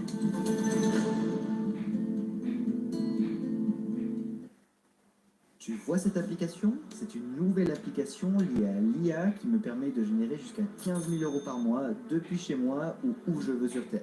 Et le plus fou, tu l'as déjà sur ton téléphone sans même le savoir. Je m'appelle Benoît et notre entreprise a été nommée leader en France sur ce nouveau secteur. Notre secret, on aide des gens ordinaires à générer des revenus extraordinaires avec une compétence méconnue que l'intelligence artificielle rend accessible à tous. Alors non, ce n'est pas du dropshipping, du trading ou un autre business compliqué. En fait, démarrer une entreprise classique, c'est souvent la pire façon de gagner de l'argent. C'est cher, ça prend du temps et ça demande des compétences que la plupart n'ont pas. À la place, on utilise une méthode basée sur l'IA qui fait exploser les revenus des entreprises et c'est totalement différent de ce que tu as pu voir avant. Si tu veux découvrir cette compétence qui cartonne, je viens tout juste de terminer une formation gratuite qui explique étape par étape comment utiliser l'IA à ton tour. Si tu es sceptique, c'est normal, j'ai été aussi au départ et nos étudiants aussi. Par exemple, j'ai montré à Thomas, un ancien ingénieur, comment utiliser cette méthode. Il gagne maintenant 2500 € par mois, mais surtout, il travaille moins, avec beaucoup moins de pression et plus de reconnaissance. Du coup, je pense en juin, j'ai eu un bon salaire, j'étais à 2200. J'ai montré la même chose à Rodrigue par exemple, qui travaillait en grande distribution, il se levait à 4 h du matin, il était fatigué, il avait le temps de rien faire. Concrètement, il fallait que ça s'arrête parce que j'en pouvais plus de ce métier. Mentalement, physiquement, c'était plus ça. J'avais plus envie, j'avais plus d'ambition. Me lever à 2 h du matin pour bosser à 3 h jusqu'à midi, voire 14 h tous les jours. Maintenant, il bosse depuis chez lui, il peut voir sa famille, profiter avec sa femme, et bonus, il a quadruplé son ancien salaire. Jamais, je bosse 4 heures par jour à peu près, environ. La plus longue journée que j'ai fait, c'est entre 5 et 6 heures. Je travaille 4 jours à peu près, voire 5 jours dans la semaine, grand max. Ou encore, tu as Lise qui hésitait beaucoup et qui ne croyait pas à cette opportunité. Lise, elle a un bon diplôme, elle avait un bon poste dans un grand groupe, et elle avait peur que ce soit trop beau pour être vrai. J'étais pas du tout passionnée par ce que je faisais. J'étais juste un numéro parmi d'autres dans un grand groupe. J'avais pas forcément la reconnaissance de mes supérieurs et je ne trouvais absolument aucun sens et aucun impact positif dans ce que je faisais. Aujourd'hui, elle a démissionné. Elle fait 3 fois son ancien salaire, mais surtout, elle est enfin valorisée pour ce qu'elle fait et elle se sent utile comparée à son ancien job. Donc en fait, une semaine après avoir démissionné, c'est là où j'ai décroché mes premiers clients à 900 €. Si comme Thomas, Rodrigue, Lise, tu veux plus de liberté, plus de reconnaissance et plus de revenus, le tout sans lancer un business compliqué, mais plutôt en profitant d'un nouveau métier propulsé par l'intelligence artificielle, clique autour de cette vidéo pour découvrir comment ça fonctionne. Dans le meilleur des cas, tu fais comme eux et tu démarres une nouvelle vie, donc tu n'as rien à perdre. C'est exactement pour ça qu'on a créé cette formation gratuite, pour que tu puisses découvrir cette opportunité par toi-même, sans engagement et te faire ton propre avis. Tu l'as compris, ce nouveau métier, il n'est pas fait pour devenir millionnaire, par contre, il est complètement adapté pour toi si tu veux un revenu stable et une réelle liberté. Si c'est ce que tu veux, clique sur le bouton autour de cette vidéo pour accéder à la formation gratuite et découvre comment utiliser l'intelligence artificielle pour regagner ta liberté financière.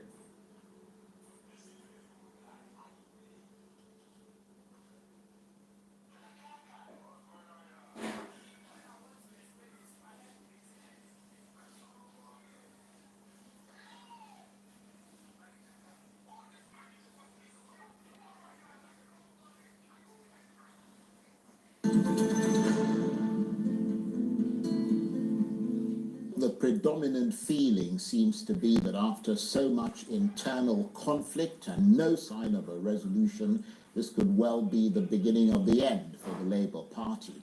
And it certainly doesn't help, does it, when the man who helped to deliver their staggering success at the last presidential election in 2023 and brought them a whisker away from taking possession of the keys to the Aso Rock presidential villa. Akin Osuntokun has also packed his bags and taken leave of the party. Mr. Osuntokun seems to think that the Labour Party is losing a game of poker when it comes to reconciliation. The rest of us are, of course, wondering why it's become impossible for the party leadership to strike a deal and come back together as one. Be that as it may, Mr. Osuntokun has now set his sights on the new opposition ADC coalition, though he's yet to fully throw his considerable leverage into that fray. And Akin Osuntokun, the former Director General of the Labour Party's Obi Dati Presidential Campaign Council, joins me now in the studio. How nice to see you. I have to say, you look very well rested.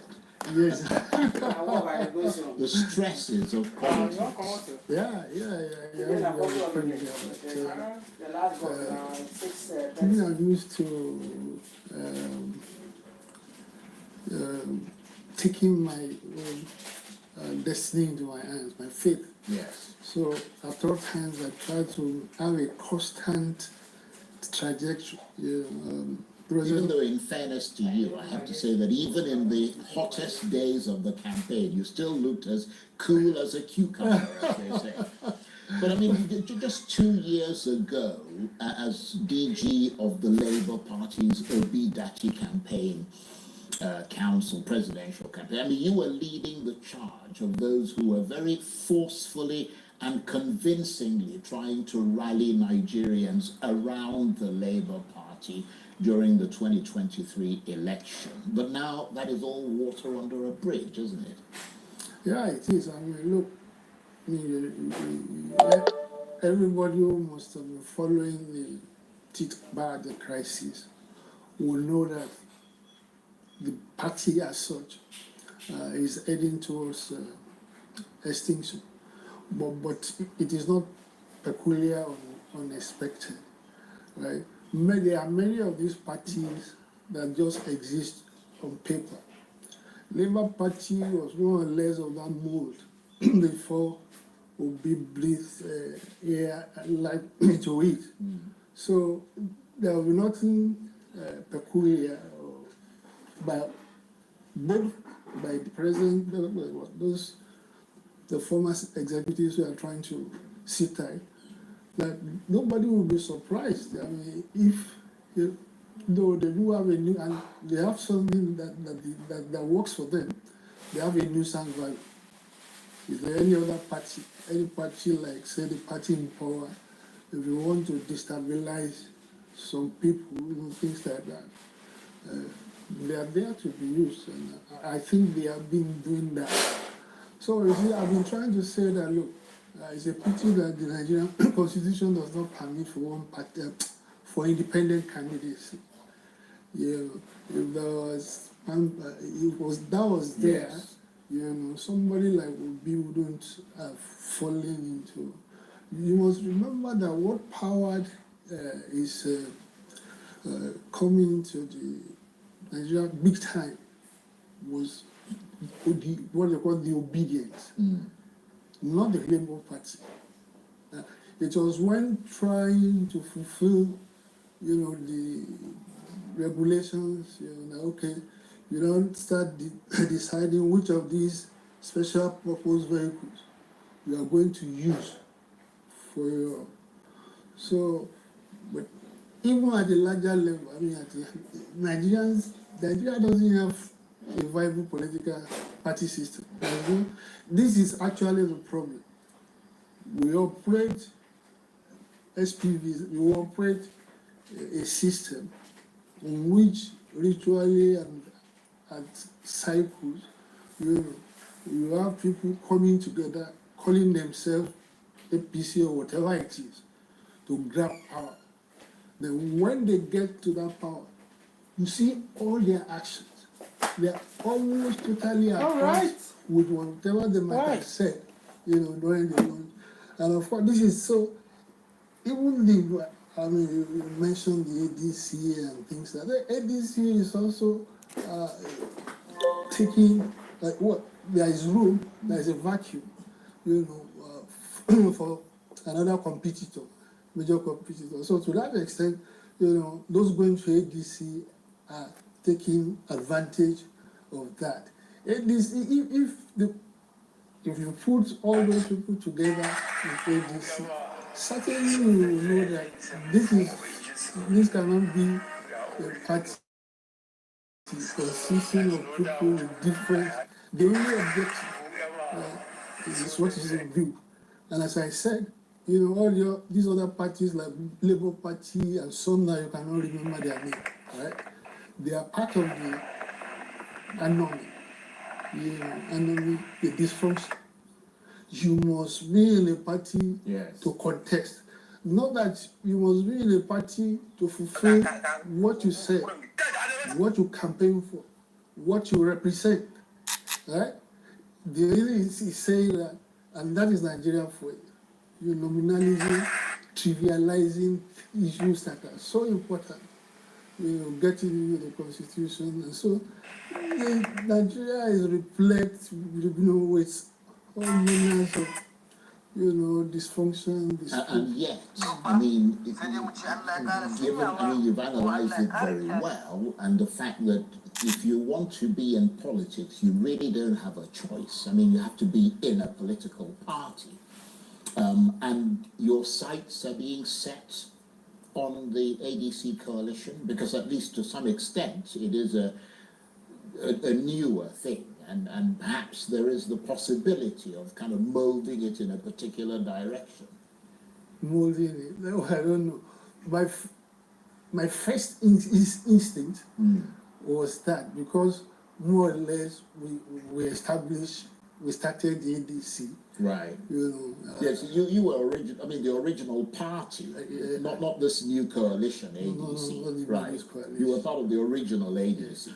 President Obasanjo started what they call Coalition for Nigeria Movement, something like non-partisan, and then invited Nigerians of like minds to join with him. Many will go, but he then said that the transition of that movement into becoming a political party, right, you will have to withdraw because of his own position as a statesman. So of course, so we were there at the beginning, but like I said, instinctually, by sheer instinct, that is where potential you're looking at, but you haven't actually joined it. No. Right. So I mean, but looking at it from where you're standing or sitting at the moment, I mean, do you now, because I mean, you have a vision. You have a vision that a lot of Nigerians cottoned onto, a vision that you infused into the Labour Party campaign, because you were kind of pulling strings behind the scenes. I mean, and that vision was essentially to try and help change the political direction of Nigeria by wresting power, essentially, from the APC. I mean, how are you going to do that now? You mean with the ADC? Yeah, I mean, are you going to try and further that potentially with the ADC? I don't know. I think, I reason through whatever I want to do, because I don't like post-mortem, so looking back that I shouldn't have done this. Right. But you see, there are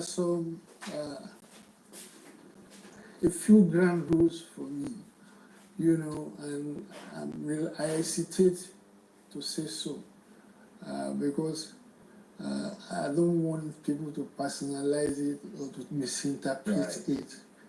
We need to follow through, on the principle of rotation between North and South. That is the only way you can build a nation. Right. So the presumption is that you support a candidate from the South. I have to. Right. I mean, look, if those are the kind of politicians that Nigerians need. You can't say something in the morning and turn against it in the afternoon. And there is a lot of reason behind that. A lot of patriotism. It takes perseverance for people to build a country. But at the slightest time, at any moment that you seem slightly disadvantaged, you start bringing about all sorts of problems. Now, if at the end of the day, somebody from the north wins, then you will have created another problem. That you deprive the South, or maybe the Southwest, of fulfilling the two terms. So you start again. So where is it? Yeah, you said you made a pregnant statement then, or phrase. You said maybe the Southwest. Does that suggest that you might be inclining in that direction as far as this, thing going south is concerned? Okay. Well, I have to because the present man on the is a Yoruba man, the present president. So, and of course, to that extent, it actually stands to do by Nigerian, contributors, everything ahead of the other people. Now I mentioned Southwest because look, the Southwest, more than any other zone, right, are going to suffer the withdrawal syndrome, where Tinubu to leave office in 2027. The Western state has a history, of a balance of terror, of spawning on, erupting into physical violence. Right. Against those who might have taken an independent position, not to support the present president. You mean people like yourself, for example? Well, I actually was going to say that I suffered a bit from Like in Nigeria, how do you want to tell me that you're looking for a political party that would be a strong opposition to the APC, and you think starting a new party from a scratch with new faces, people you've never met or known in the Nigerian political space? We know that Nigerians will not take these people serious. We have a bunch of political parties with brilliant ideologies. Nigerians don't take them serious. Now, there's an emergence of a coalition, and Nigerians are coming out to say a coalition is spot-filled with dirty politicians. What do you guys mean? Why do we just climb down on excuses, to use excuses to climb down on our own pursuit for a better Nigeria? Now, the coalition is not made of clean youth or young Nigerians that you do not know about. The coalition is made of people you already know who are dirty, who know how to play dirty. And the only thing you have to say is, oh, it will not work because these are not new faces. Do you realize we have over 180 political parties with variant ideologies who could salvage Nigeria? Does any Nigerian think about other political parties? Does they? Everyone is looking into one strong, formidable party. We are not thinking about the political party or the people. We are not serious. That's why we have to relinquish and give our power to a political party. Haven't you seen, will it not be possible that on the day of elections, if we want to surprise Nigeria, we go there and damn the strongest political parties, damn all of them, and go with someone that can change Nigeria? It will not happen. Why? Because we have a lot of sentiments, a lot of compromises. It's not going to be possible. So let's just forget about the coalition comprising of dirty politicians who already spoiled this country, and they are coming back to pursue or to wrestle power. That's not a narrative. We all know all of that. Don't tell me that.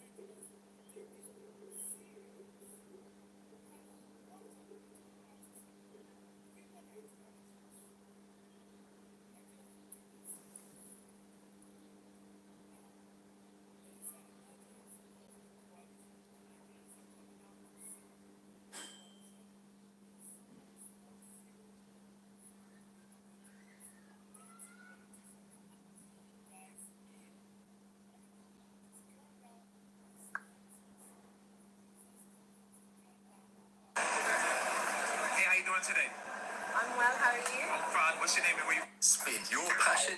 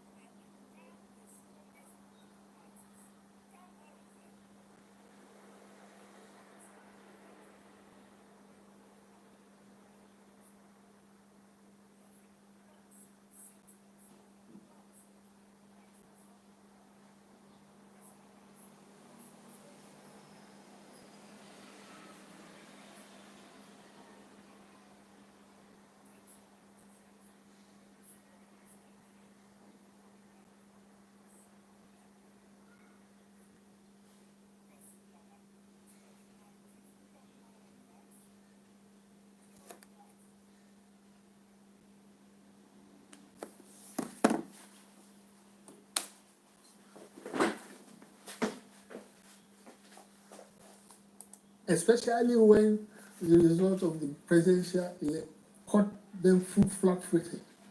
So there was a backlash with the following election for the Lagos State governorship. So first, it's a very traumatic experience for me. They were harming the Igbo people. I did a lot of, I moved around. I saw them, cowering together. Some of them have been brutalized. And I said, what is this where you are going? This was in Lagos. This was in Lagos. Yeah. This is what is going to happen. And then when they didn't allow them to vote, so I said, look, you cannot stop people from voting. And then the man who appeared to be the big, now was threatening me, pushing my. So I said, well, so you can now imagine a situation where my man is sitting president. And you try to do that.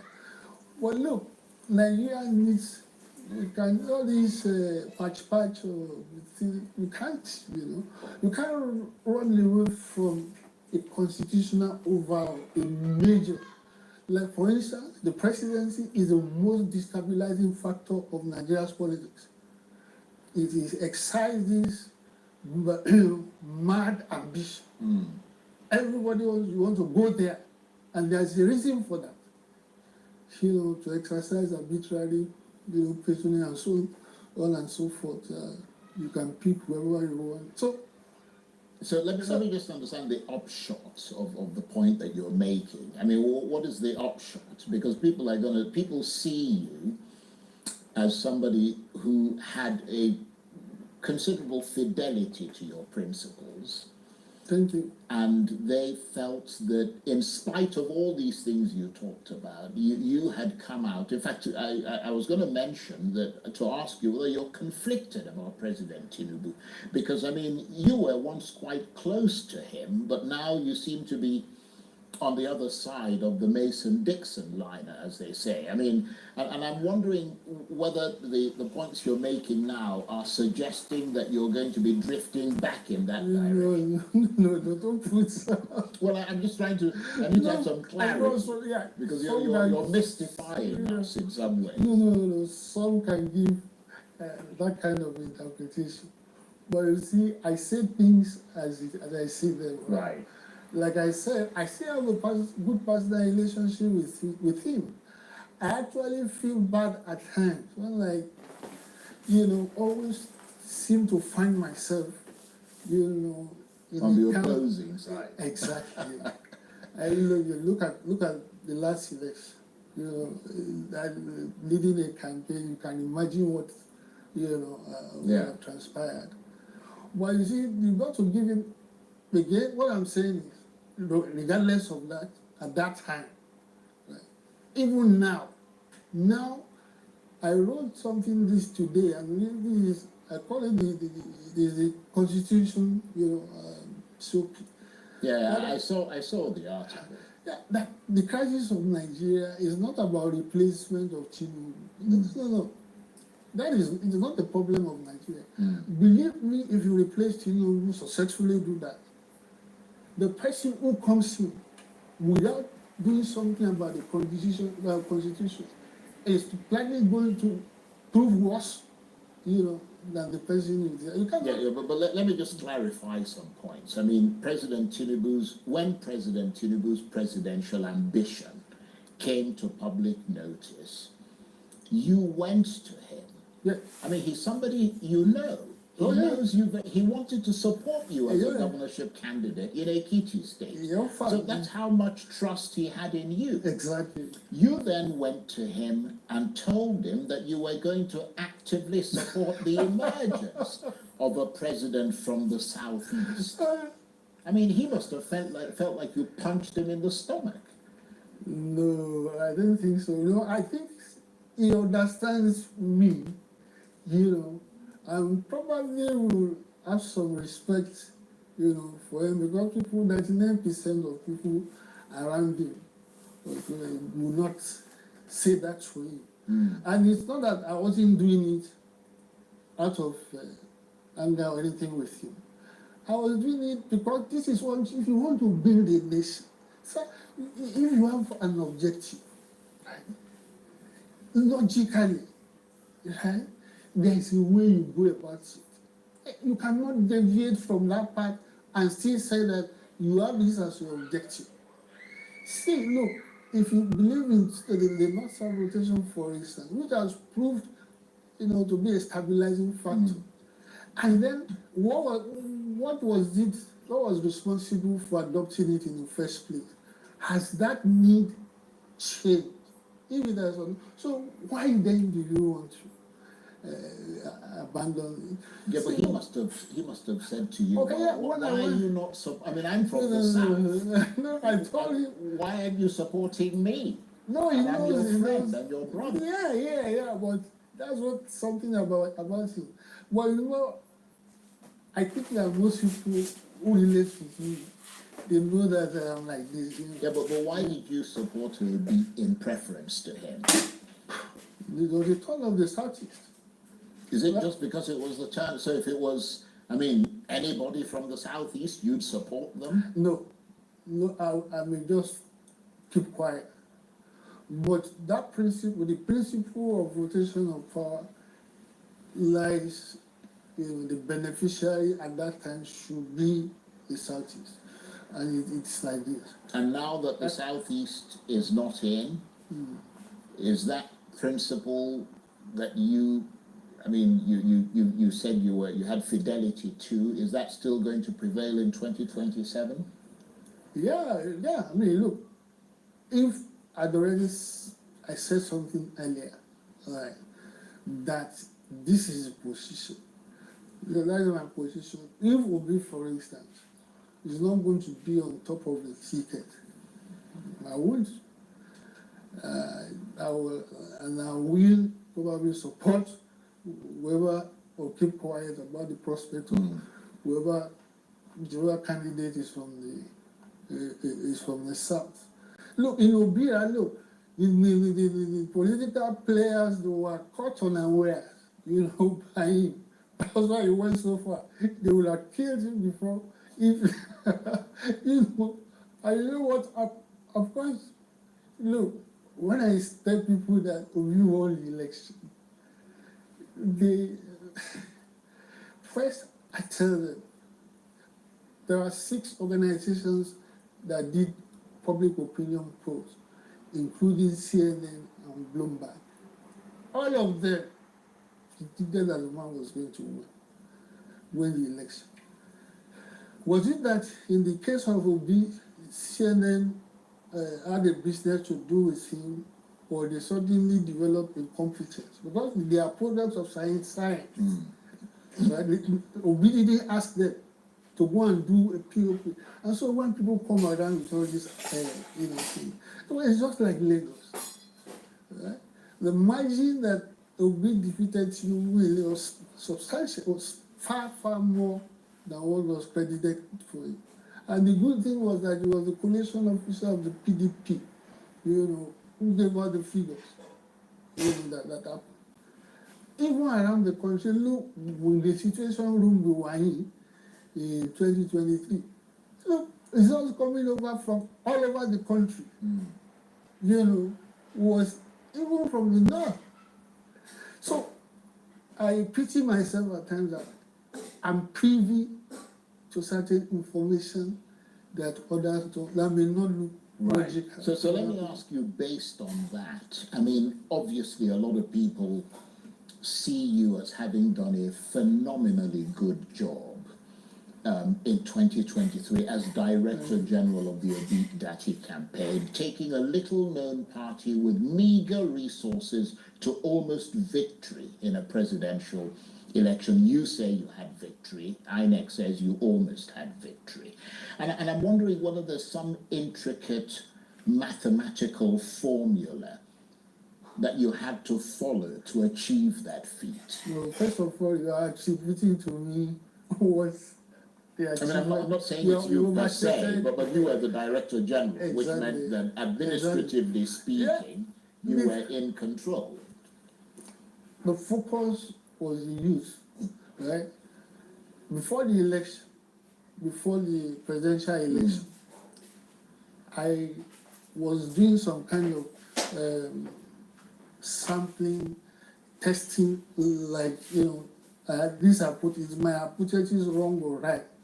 My hypothesis at that time was that almost all the young people, right, in Lagos and probably all over the country are going to support this guy. We all know the youth rebellion and things like that. So anywhere I go, I test that hypothesis.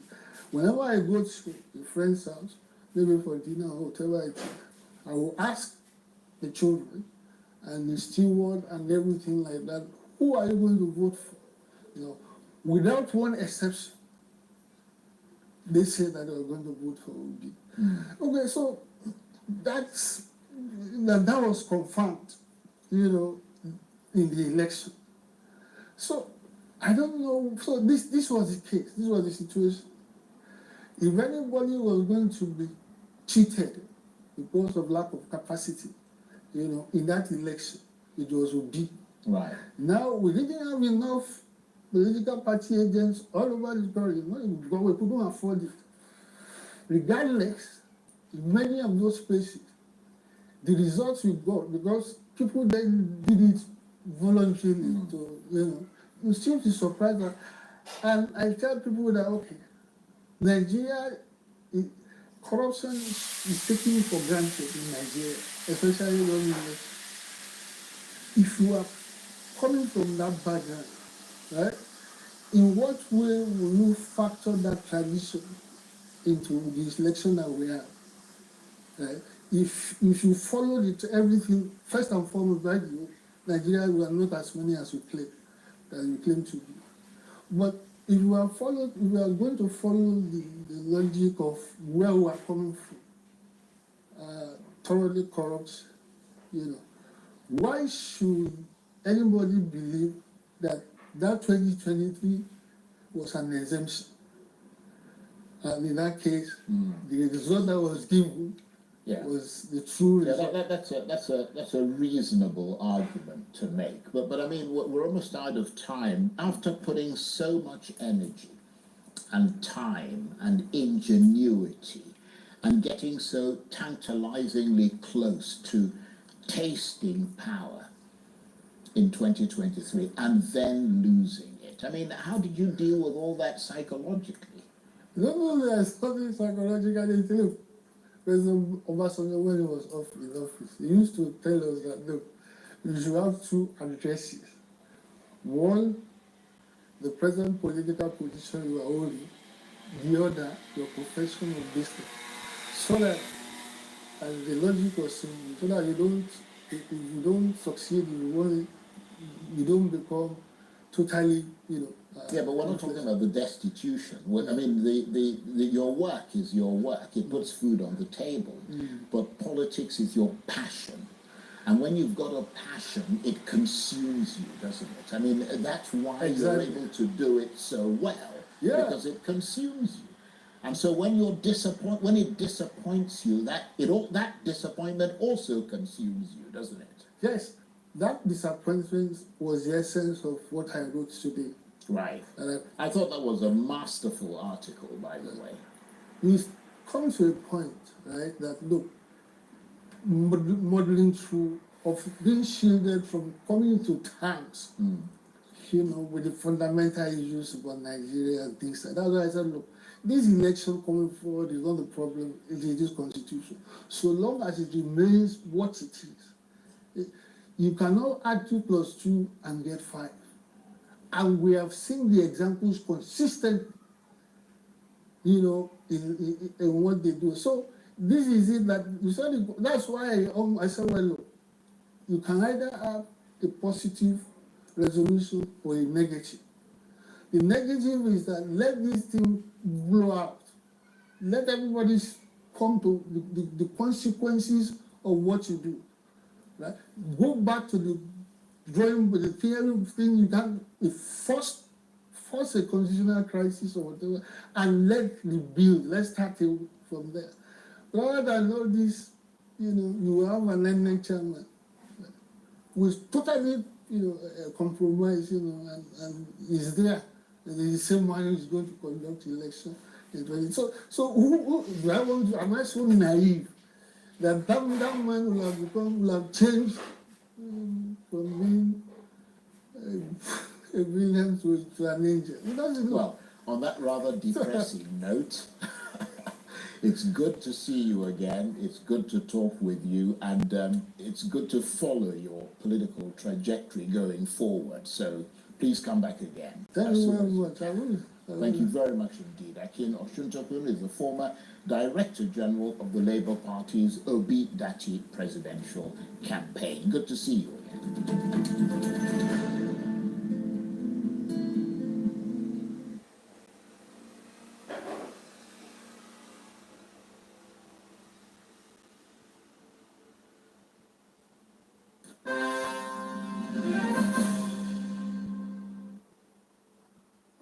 Okay, what we have at the moment that is ready is a clip from the president's former spokesman, Garba Shehu. Let's take a listen to that. We're in a position to bring Buhari up close. People still misunderstand this gentleman. And so what does he like? What are his principles? What are the values that govern his own thinking? How did he govern the country? What did he eat? What kind of clothes? So these are the kind of things that we thought people will know. And in addition to that, then report authoritatively on policies and programs of his administration for 8 years. Then the last end of the question, you were saying, then he left with his integrity intact. Why is that so important? It was because Buhari was their number one asset that Buhari brought to his office, was his personal integrity. This country had been governed by, I don't want to call them names, but it's clear that in 2014 to 2015, when we campaigned and won the election, Nigerians wanted a leader they could trust. Somebody who did not pocket the Central Bank of Nigeria, who did not amass wealth and allocate oil wells to family and friends. Buhari went in there, and in the book you read testimonies from some of his former ministers. Not for a day did Buhari call Minister of Oil or works, contracts, and say, or finance, pay this person, don't pay this person. Give this contract to this or that person. It didn't happen. And there he is. Okay. Quite interesting. Unfortunately, I haven't read the book, but there was a press statement released today, and I understand your book is a 260-page book, 10 chapters. That's correct. And from what I gathered from the press statement, you did say that you want President Buhari, you wrote that President Buhari wanted his work to speak for him. That's correct. But here's the thing. Critics and some Nigerians say his silence in the 8 years were often frustrating. They were sometimes very, deafening, the silence. And it earned him the unaware president. And his actions were slow. Also earned him a go-slow president.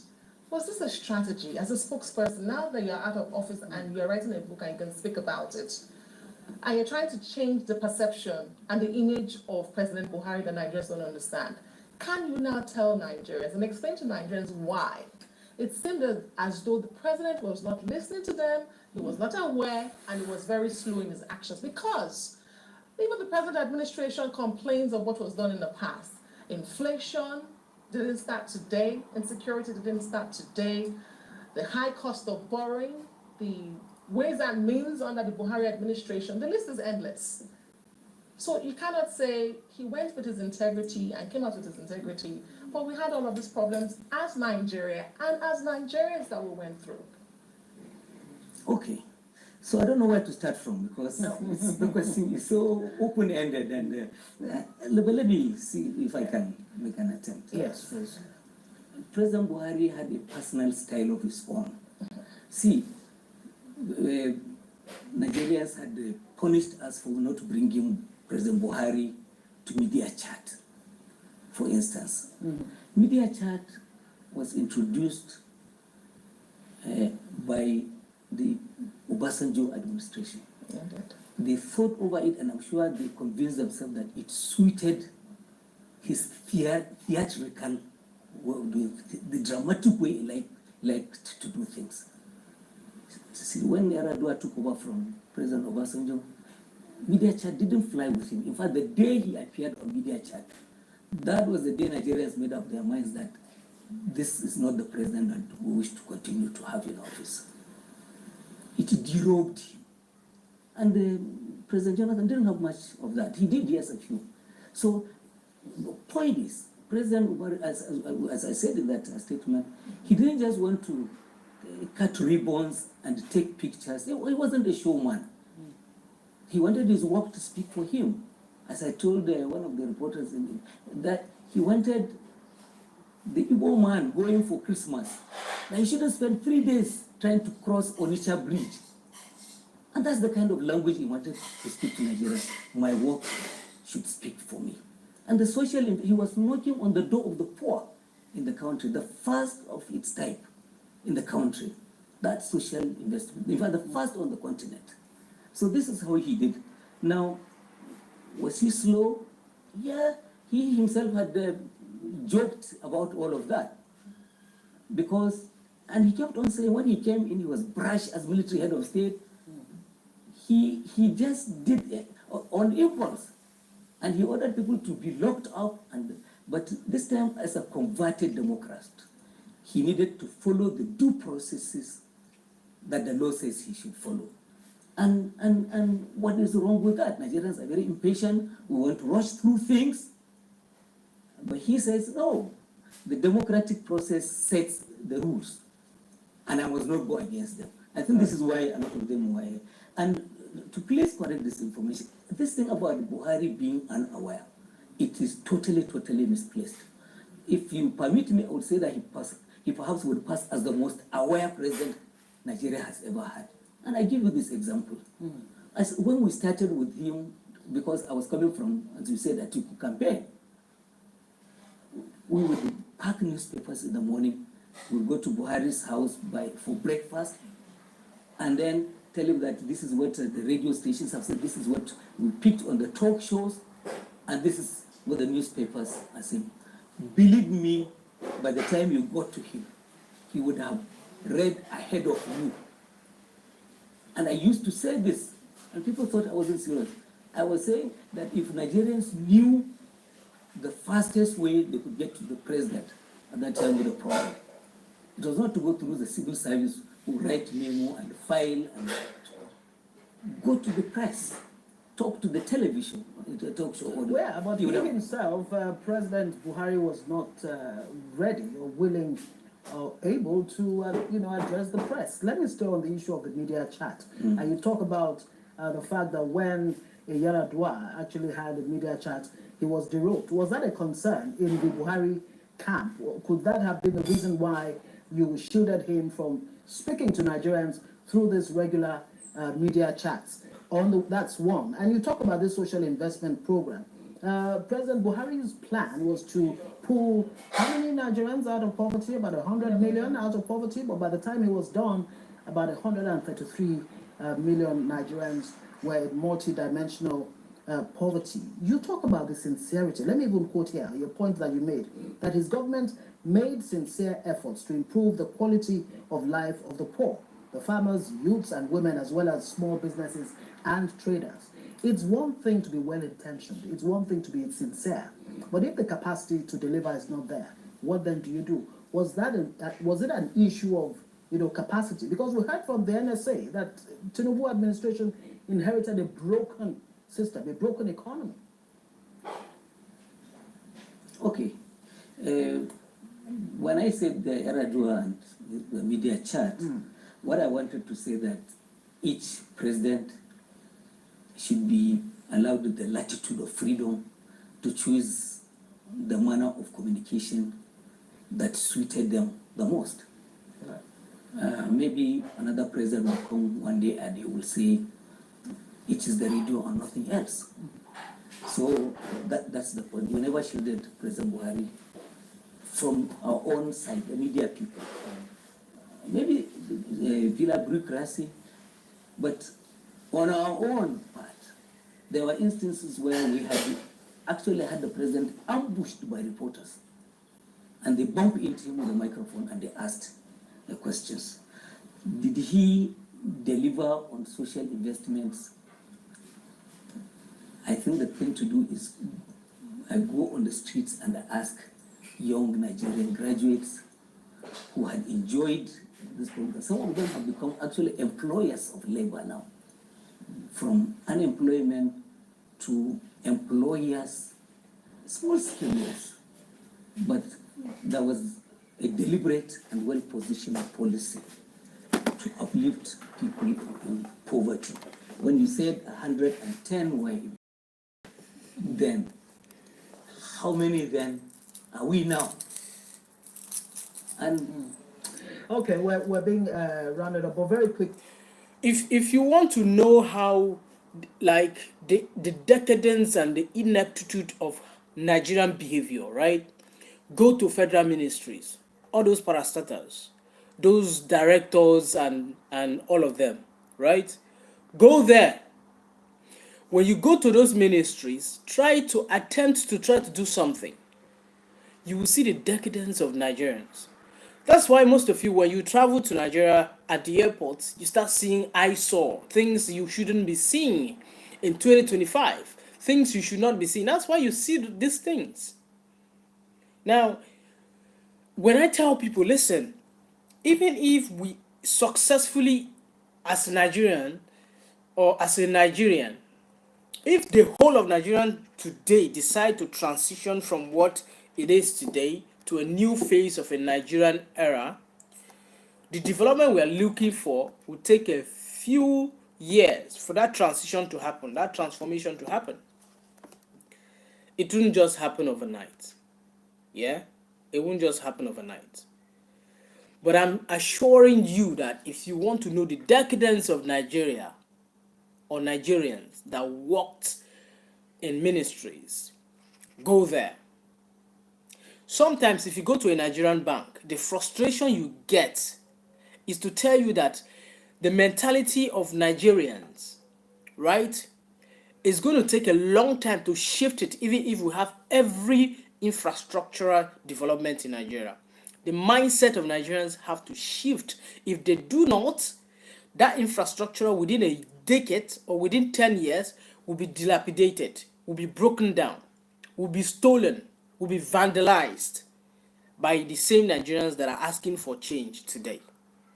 So you see that the mindset, the mind shift of a Nigerian person has to be reoriented. Nigeria has, what do they call it?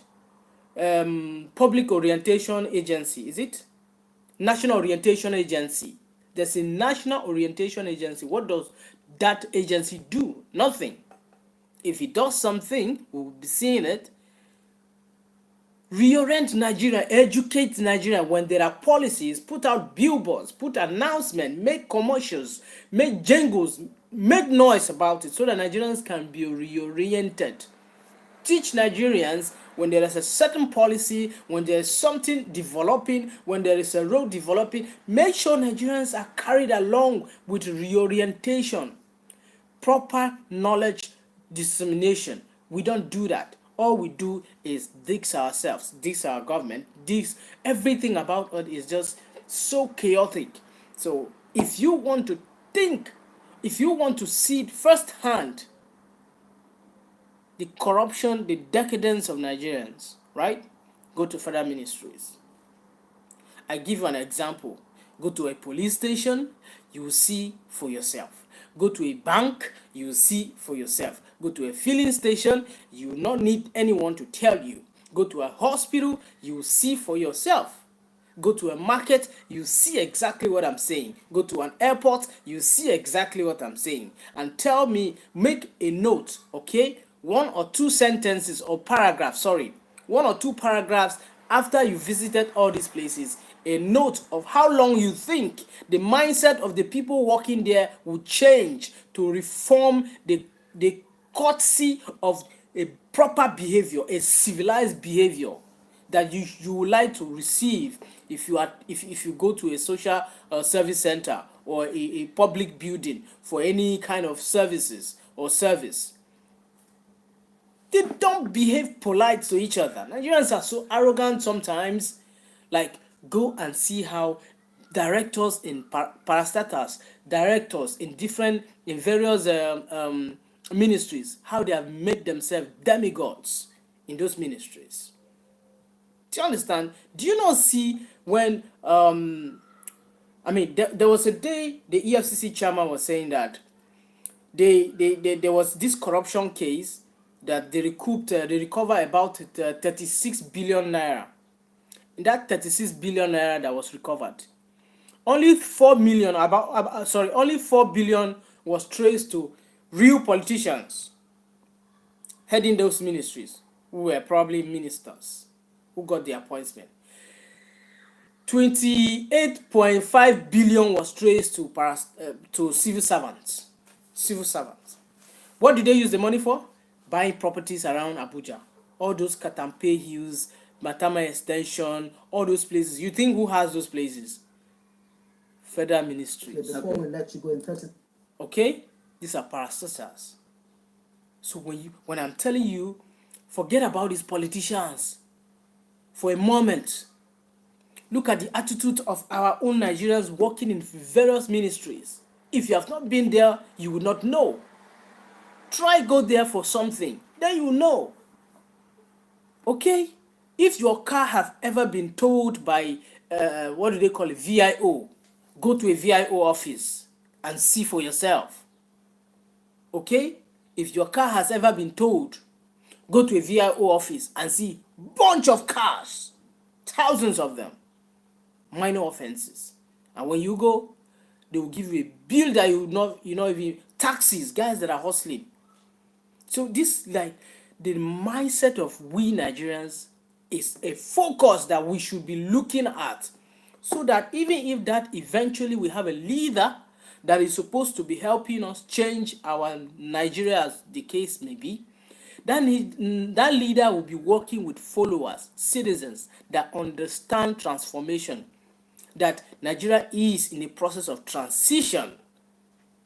Let's focus on that mindset, mentality, because what we have now is a dead and on arrival mentality.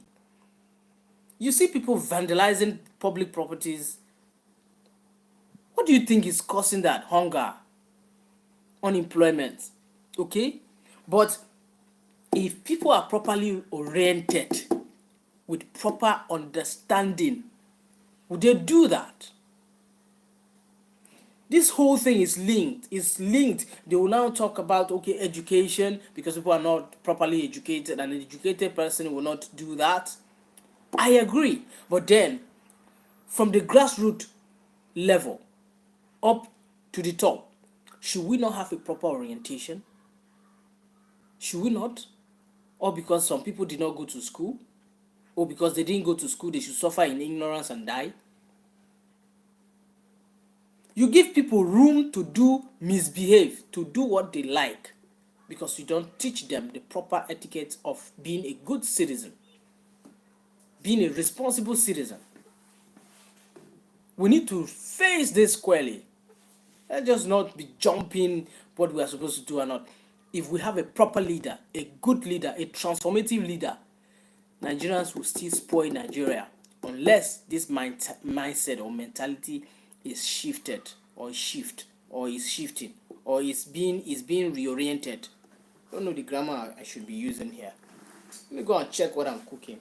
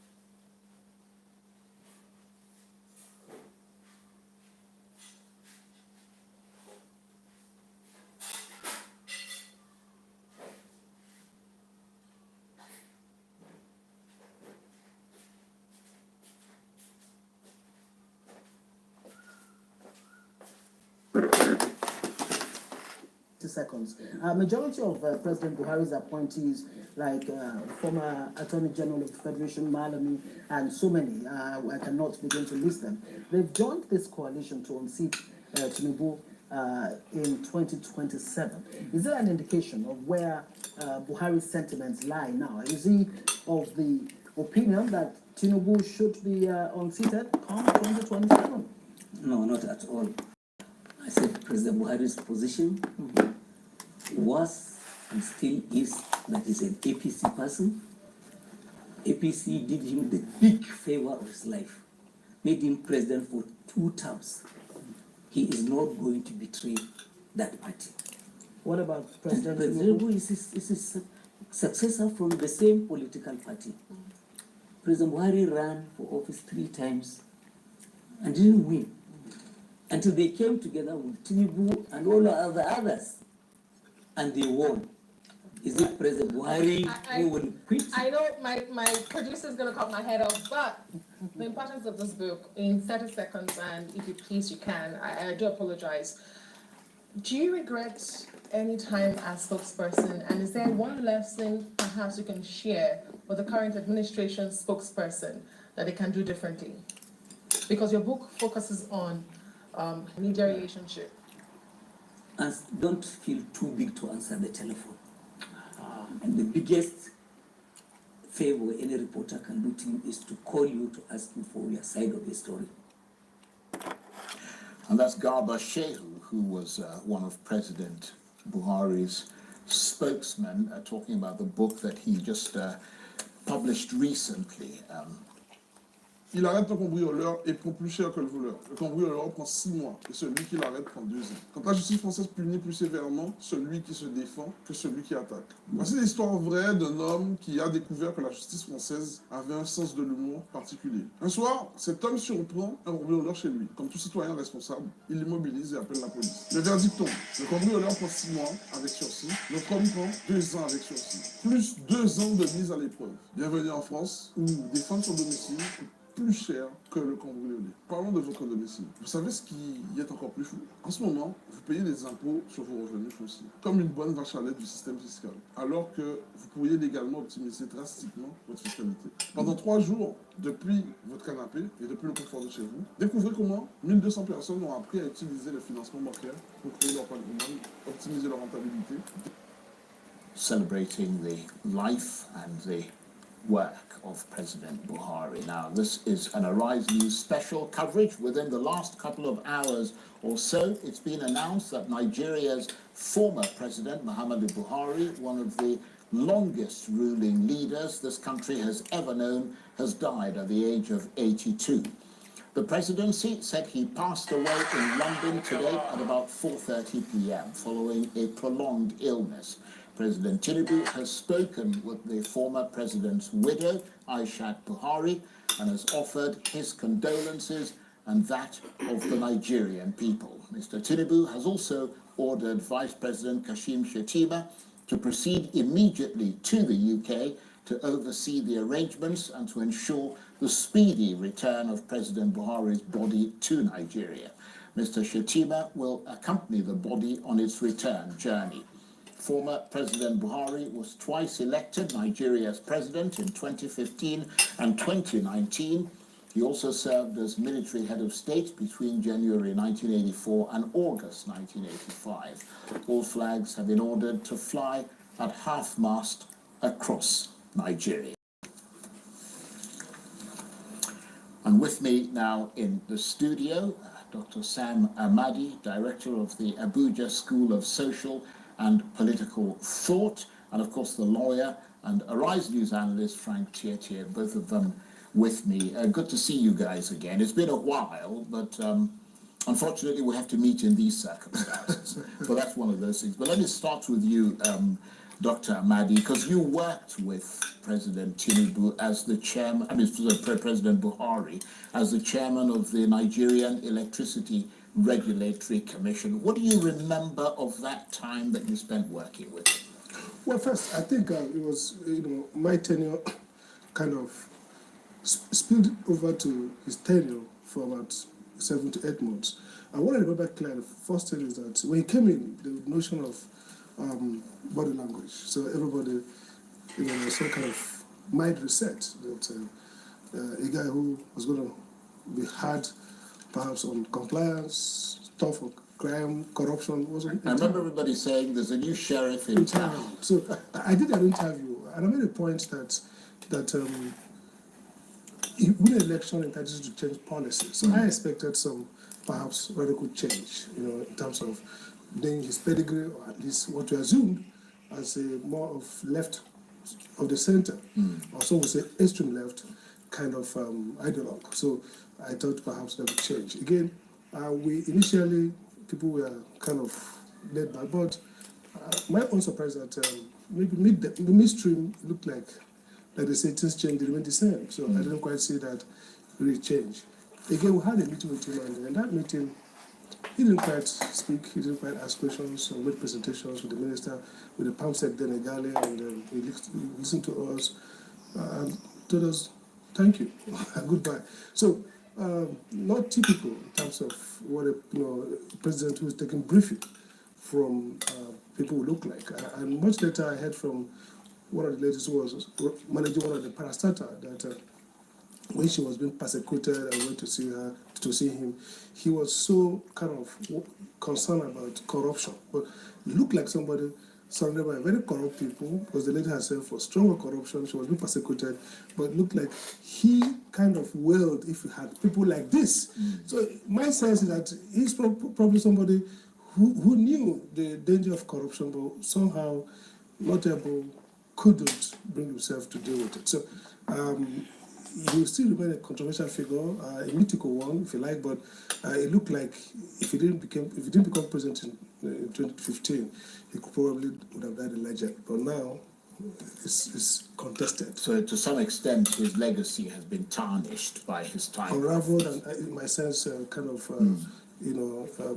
demythologized. Right. Sense, yeah. Let me come to you, Frank Tietie, because I seem to remember you. I mean, there were obviously, he was revered by his supporters, but then he was roundly criticized by the detractors. And I can't quite remember where you fall in. I seem to remember you being on the latter side of things. I think Buhari had that messianic, personality, and there was a lot of hope and, a lot of excitement in 2015. It was a follow-up because Nigerians were quite disappointed in the long run that cultic figure that he had, that commanded a certain number of votes at every of those many times that he attempted a shot at the presidency, turned out to be something that he became overwhelmed. He earned a reputation of being Baba Go Slow because for 6 months he could hardly put together a cabinet. Nevertheless, because of the controversies that characterized his presidency, Nigerians would miss him. Nigerians would really wish that Buhari is alive.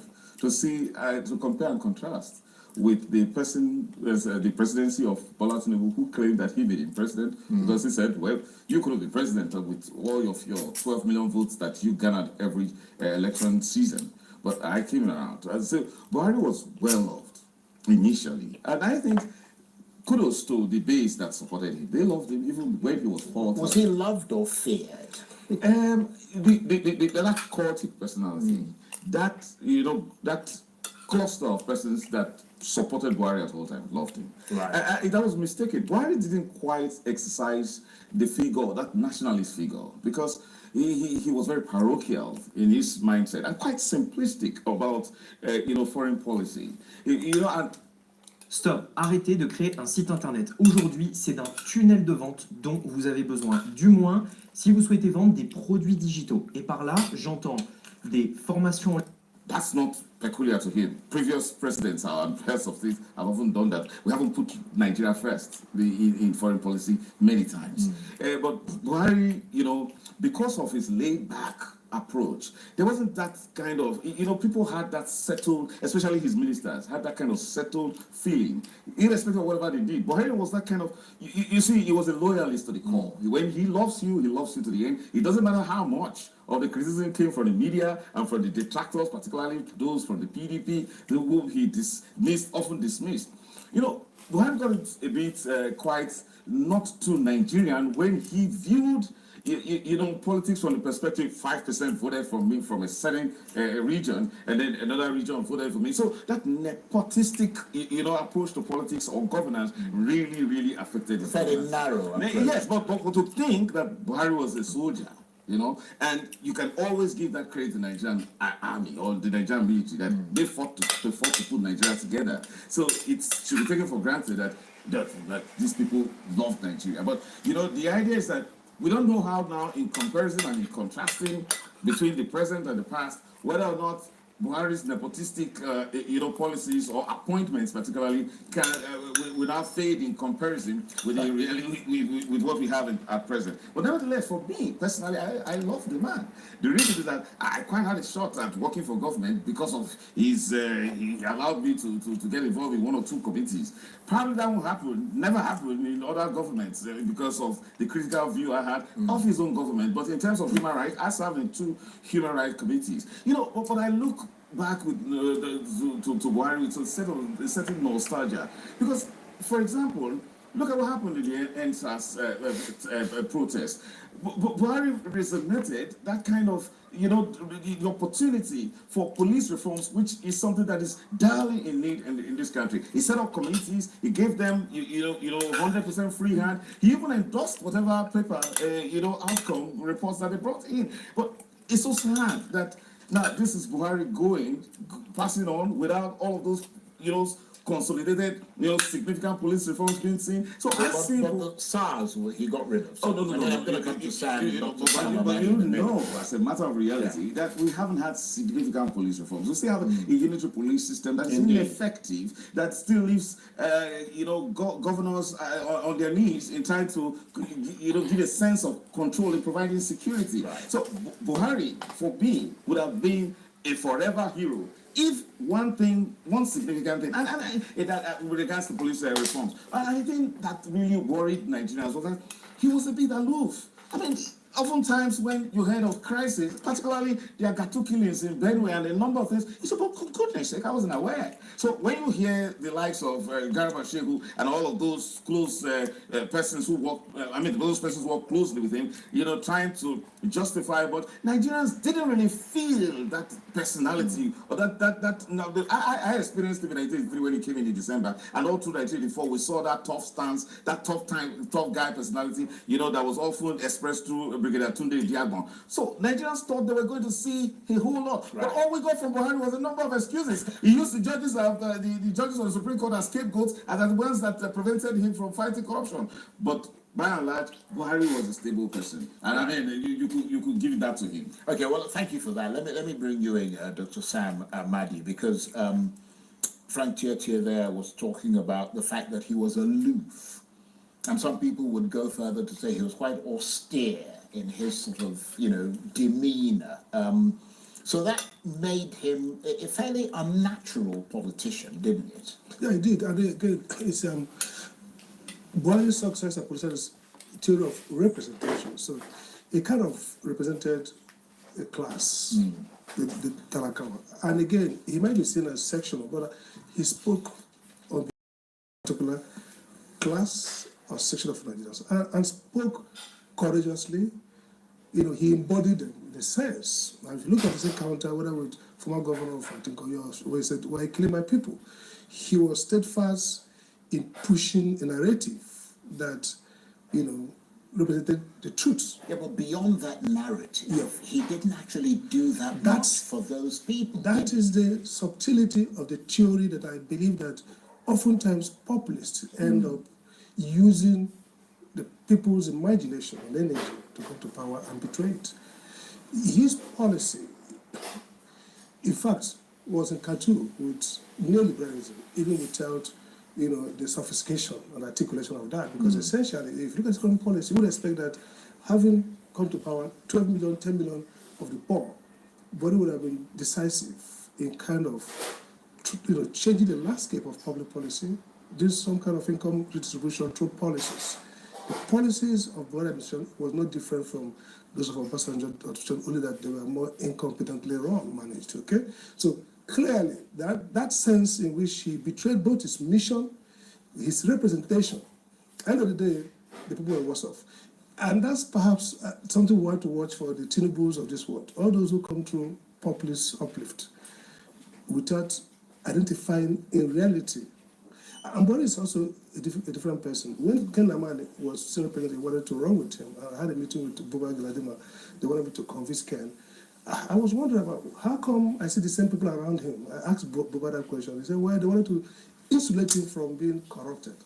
So it looks like that narrowness in terms of relationship, network, perception, and lens seeing the world deeply affected capability to govern. And so, like Tete said, there's nothing Buhari finished well. Not because electoral reform, he started it, but he couldn't deliver a good election.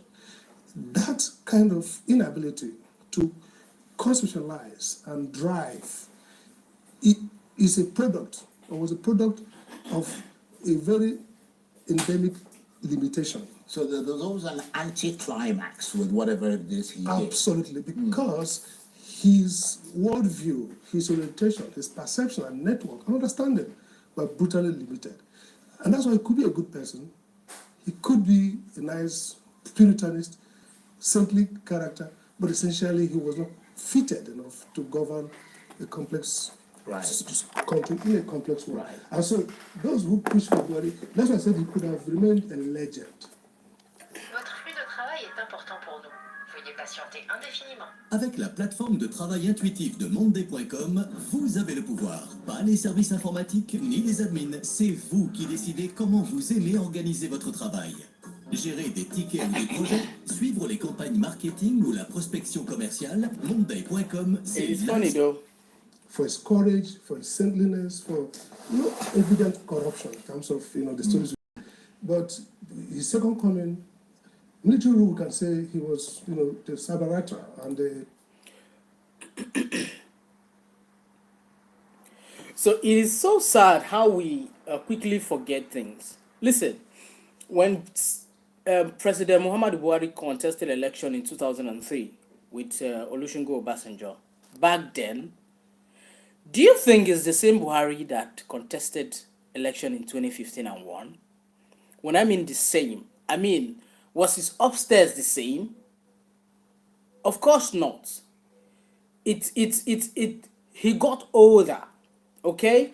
And let me tell you, all of the agility he had, all of the enthusiasm he had, the power, the fierceness of what Nigerian were now analyzing him to be, that if he takes over power, he's had this military background and all of the experience, he's going to change Nigeria, he's a disciplinarian, he's a no-nonsense. We have a lot to say about him before. I mean, people were now weighing in, buying what they were now selling to us, okay? Now, when Buhari took power in 2015, he was a complete different man. Of course, overwhelmed. He became so laid back, and the worst of it is he gave his appointees, ministers, the right to do whatever they wanted to do. He became a loyal president to the people he gave appointment to. So now people are now giving him all kinds of shades. Man, see, Nigerians were always very, very complicated. We knew what we were buying. So don't get it twisted. We knew then that he wasn't the best, but because majority of the North, and of course the now president,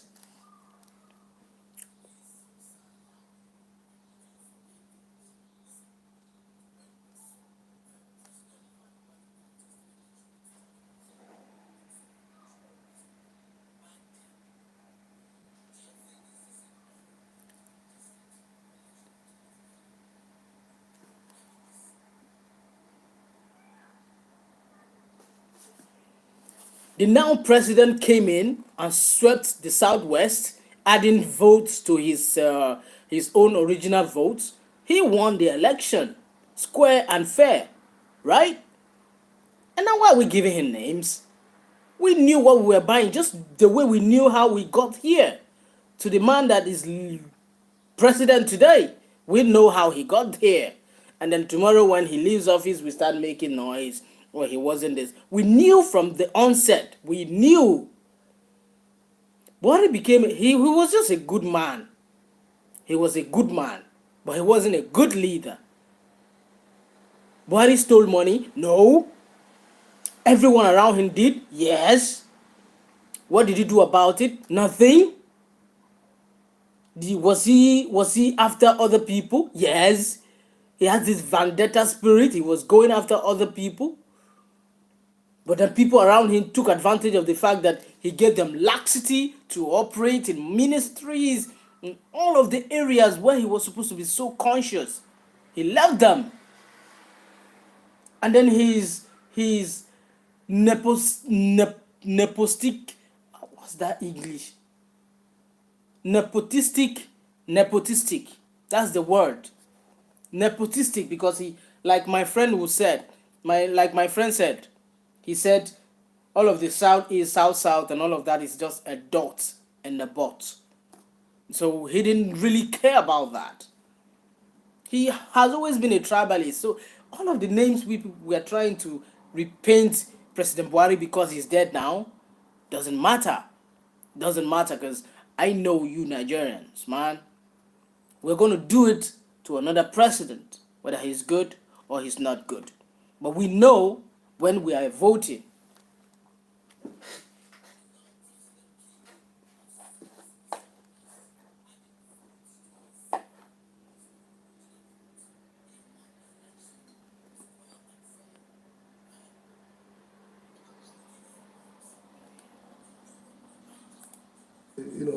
Of power, of military, didn't quite allow for the substitution policy. But here, he kind of demystified himself.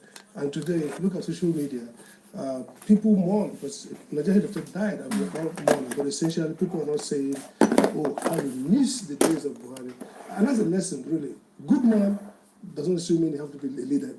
Nigeria should be able to think around the quality of leadership. That a man could be very good, certainly a human rights activist. He could perhaps do well as a fighter for justice, But when you put in leadership position, the complexity, the cognitive capability you need, the bandwidth to understand. So that's what people say he's unaware. Maybe the archetypal depiction of that would be the picture where he had his toothpick and just seated. And people say, not his fault. He basically couldn't perhaps grapple with the complexities and the sophistication of what's going on. But I think his heart was in the right place, his mind was in the right place for Nigeria, but unfortunately, he couldn't put them all together. Right. Frank, I wonder whether you agree with that assessment, that he didn't have the tools, either intellectually or otherwise, to finish the job. I think to a large extent I agree. First, it seems as if Buhari said after the ouster in 1985, Babangida's ouster in 1985, when the coup that took him out of power, it seemed as if he had just one desire, one life desire, and that was to come back and become the head of state of Nigeria. And that was the end point of everything. Yes, and it didn't matter. And that's why he tried so hard, and after 3 times, he had to weep on national television. He cried helplessly like a baby. But the Nigerian system was too difficult for him to break. And with a military mentality, thinking that he could do all of that with the figure that he had become, he lost hope. I guess he was going to remain very thankful to President Bola Ahmed Tinubu for that, that kind of, I would say, the maestro's, hand that he brought into it. However, what happened is that Buhari became president. Bonjour. What if I told you that becoming fluent in French isn't about working harder, but smarter? Over the past 20 years, I've helped over 4,000 students achieve fluency in French in just 6 months using 3 principles most courses completely ignore. Want to know what they are? Let me show you. Bonjour, my name is Alexandre Chambure and I'm the French language lead for almost 20 years. And the accusation remained in the build-up to the election that, look, we're talking about a man who always minds his own business. And it is after he left as military head of state, he didn't quite